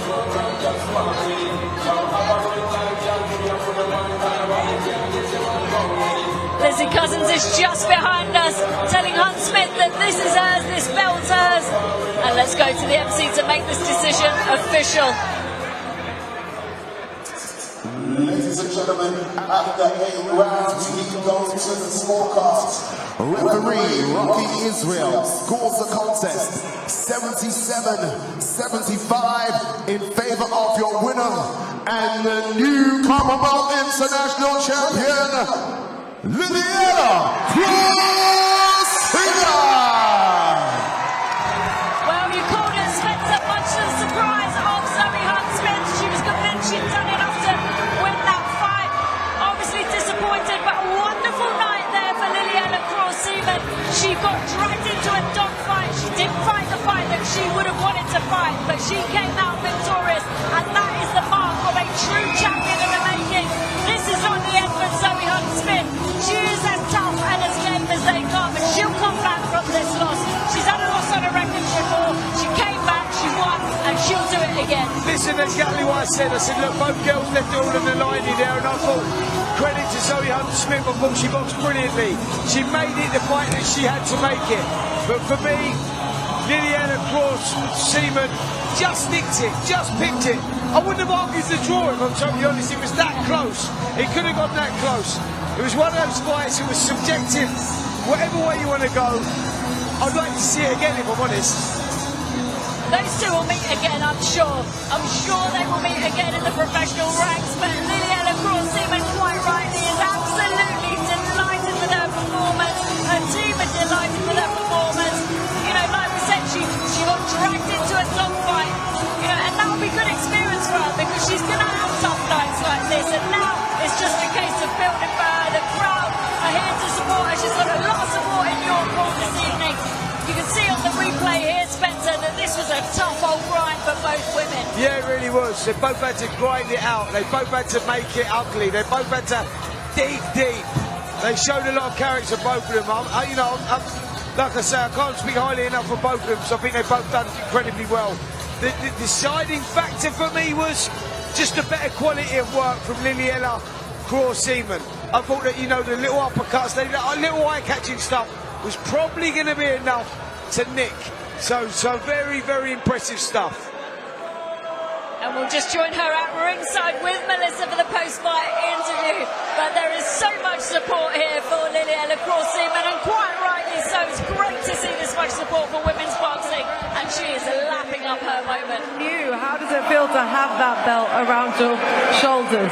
Wow, it feels so surreal. What a fight. That was a really tough fight. It's what I've been asking for. So, yeah, and the new. It's been a really hard camp, and yeah, what a performance. So, can't wait to just enjoy a bit of time off, and yeah, thank you to all my family and everything. I mean, I barely heard a word that you said because you've got so many people in this building tonight cheering.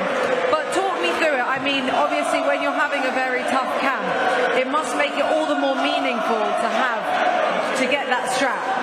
Yeah, not many people know this, but about 4 weeks ago I had a cracked rib, and I was debating on whether I was going to fight or not, so had a little bit of time out, but yeah, we managed to get through it. I've sparred some amazing people like Raven Chapman and the guys down my gym, so yeah, I'll put in the hard work, and I've got the belt to show it now, so yeah, it's great. And what did you make of Zoe Hunte-Smith? Obviously she came in there wanting to tear it up, keep it a really tight contest, wanted to fight on the inside and not let you use your advantages.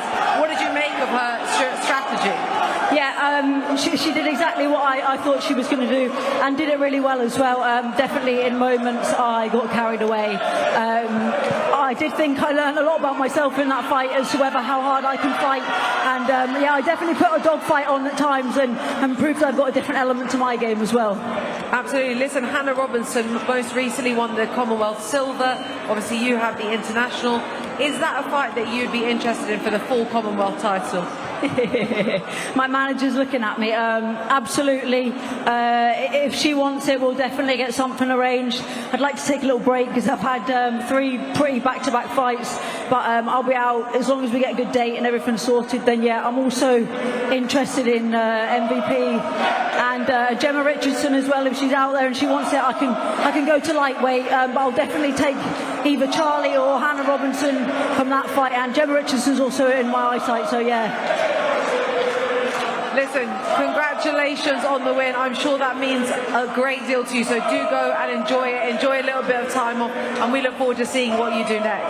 Thank you very much. Yeah, thanks to Nielson and TM14 and my fans, my coach team. Everything about you is amazing. I wouldn't be able to be here from the journey I had 18 months ago to now to standing in that ring and having this belt, so thank you. Congratulations, champ. Thank you.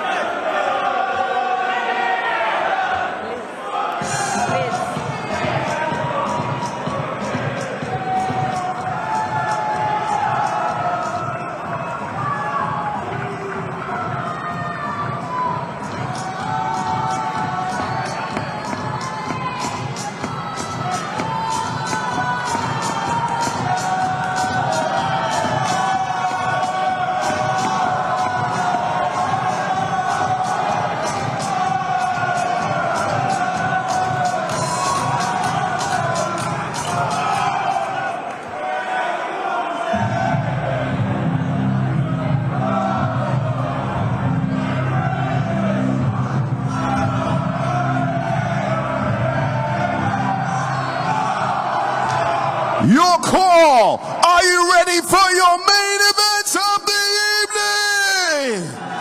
We're all set to go with 6-round special attraction in the featherweight division. And now entering the arena, it's Pac-Man Jose Manuel Perez. Well, Jose Manuel Perez is back in New York Court this evening. The 37-year-old Costa Rican fighter from El Salvador is here to give yet another British prospect a tough old night. At York Hall this evening, we are live on Seconds Out Boxing News and Talk Sport. Obviously, I don't know why my mind just blanked us there, but we're with Nielson Boxing in association with TM14 Promotions with our proud sponsors Zappli, Allegra and Gladius ahead of our main event of the evening, where JP Omira will take on Jose Manuel Perez.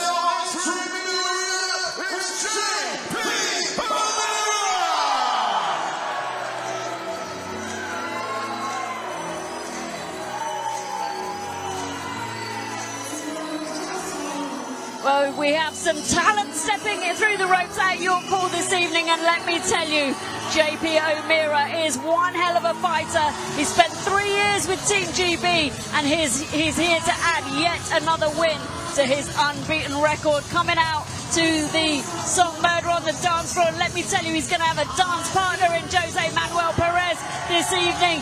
Takes his time, laps up the atmosphere and the support from his fans as he walks to the ring. And he looks really, really happy to be here. And this is exactly what we get with Nielson Boxing and TM14 Promotions. We get fantastic fights. Every show gets better and better and better. And this will be a great headlining fight for JP Omira tonight.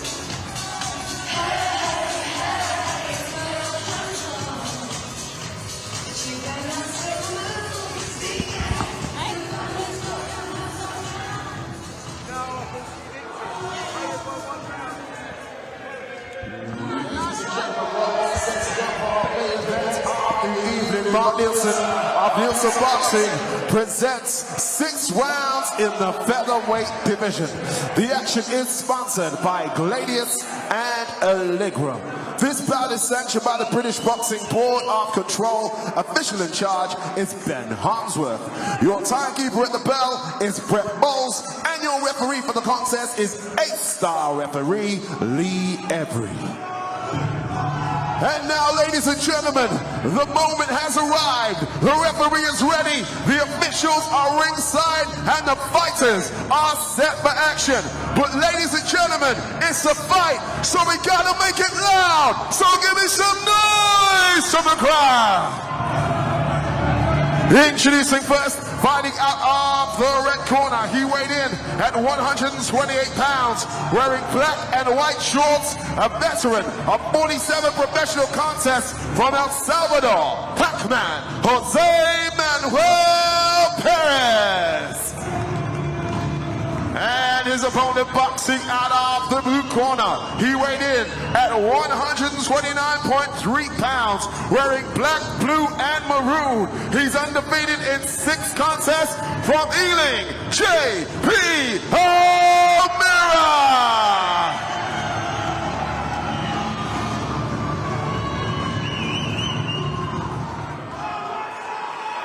Okay, lads, when I say stop, you stop boxing. When I say break, take a step back.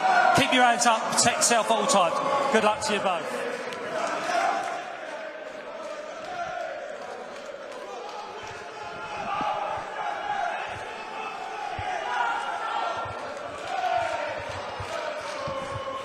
Seconds out. This is the first round of 6 in the featherweight division between JP Omira and Jose Manuel Perez. I don't know if our mics are picking this up, but I think we've got half of West London in East London tonight as JP Omira headlines the show here at York Hall. Yeah, bad clash of heads there at the opening of this first round. Omira on the front foot, looking sharp tonight as well. Jose Manuel Perez, we know he's tough, but the legs just buckled there. Body shot's gone in as well. He's in big trouble here, Perez. Well, the crowd are on their feet for this one. Like you said, his legs just buckled, Omira. Perez, who is in big, big trouble, still not recovered. The body shots have taken everything out of him. Omira, what a start to the contest. Body shot, right hand, got it again. Oh, he's in big, big trouble. The referee's got to take a look here. And the referee stops the contest within the first minute of the first round. The crowd are going absolutely wild for JP Omira. This certainly was murder on the dance floor at York Hall this evening. What an absolutely sensational finish for JP Omira. He's given himself an early line. The crowd are on their feet in the balconies of York Hall. And his team look absolutely delighted with that performance. We didn't even get to tell you he's a former GB boxer. We didn't get to tell you he's a senior ABA finalist. We didn't get to tell you he gave up football to start boxing. And my God, how fortunate, because that was unbelievable. Yep, showstopper tonight there from JP Omira. It was about making a statement. He had the opponent to do that in Jose Manuel Perez. Very, very tough guy. And this is the statement he made. He went out there, took the bull by the horns, landed a good shot, and he never let Perez off the hook. Sensational finish, sensational statement. Remember the name, JP Omira, now 7-0, and this kid is starting to make tracks in the professional ranks. That was a quality performance, because we all know Perez is tough. We've seen him there numerous times. That man is tough. So credit to JP for that performance. He's only had 3 knockouts in his career out of 47 fights as Perez. So Omira achieved something special tonight. Ladies and gentlemen, referee Lee Everett called the hearts of the contest. 1 minute and 6 seconds into the very first round. Your winner by TKO, JP Omira. Yeah, very impressive stuff there from Omira. Early night for him and early night for us as well. What a great night of boxing we've had here. 10 sensational fights, finished off by a brilliant performance from JP Omira. Very, very impressive. Manuel Perez leaves the ring. Very disappointed, he doesn't get stopped often. Was caught by surprise, got caught cold, paid the price. Very, very impressive from Omira. And the crowd have absolutely loved it. He's brought a full house here tonight. Big support. Well, look at the smile on his face. That's the first knockout that he's got on his professional record in his 7th contest. His talent is he just put on an absolute masterclass. He went in, he found the shots, he picked the shots. We'll join him shortly with Melissa at ringside. Yeah, very, very impressive.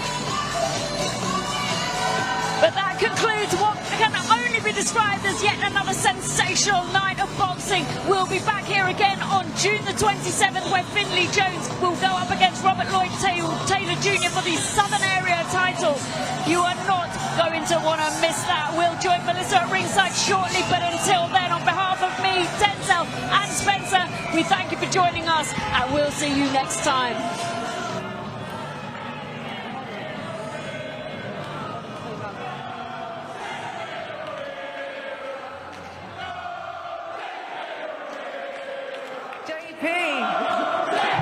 Your 7th professional win, your first stoppage. You barely broke a sweat, my friend. Yeah, I don't know what to say, to be honest. I knew the work I've been putting in the gym. This is no surprise. I was meant to box in March, sorry. Got cancelled, but I showed I stayed in the gym, stayed on it, and it paid off tonight. I mean, look, you didn't work overtime, that's for certain. How does it feel to get that first stoppage on record? Yeah, it feels good. I know I'm confident I'll be doing this more often. I'm being more spiteful, I'm sitting on my shots a lot more. I feel strong. I'm at a new weight now, featherweight, and I feel really strong. I'm much bigger, so ready for it all. Listen, you've been out of the ring now for about almost a year, I would say 10 months or so. In terms of coming back to the ring tonight, was it your intention to make a statement? Yeah, there's been a lot of frustration. I've had one injury, so I boxed in June, one injury in September, and I ain't boxed since. Through just boxing, that's how it goes, but I showed I stayed in the gym and paid off tonight. You have so much support in the building. It's actually been quite hard to hear anything outside of the guys that have come out to support you. How much does it mean to you to have that level of support with you? Oh yeah, it means a lot. This is what keeps me going. Everyone here, everyone from Ealing. I'm not the most outspoken person. I'm a likeable person, and it shows tonight. Thanks to all these people turning out. Yeah, I mean, listen, it makes all the difference 7 fights in to still have such a huge amount of people coming out to support you. In terms of next steps for you, what would you like to happen next? Just activity, straight back out, straight back in the gym. Didn't even go one round. I haven't broke. I've done a harder warm-up. No disrespect to the opponent, but little week off, no punching, but I'm in the gym ready for what's next.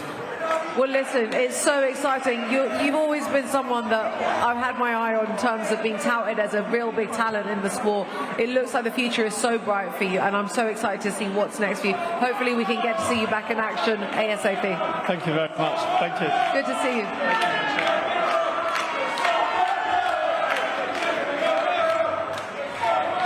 Good side, bad side. What a show tonight has been.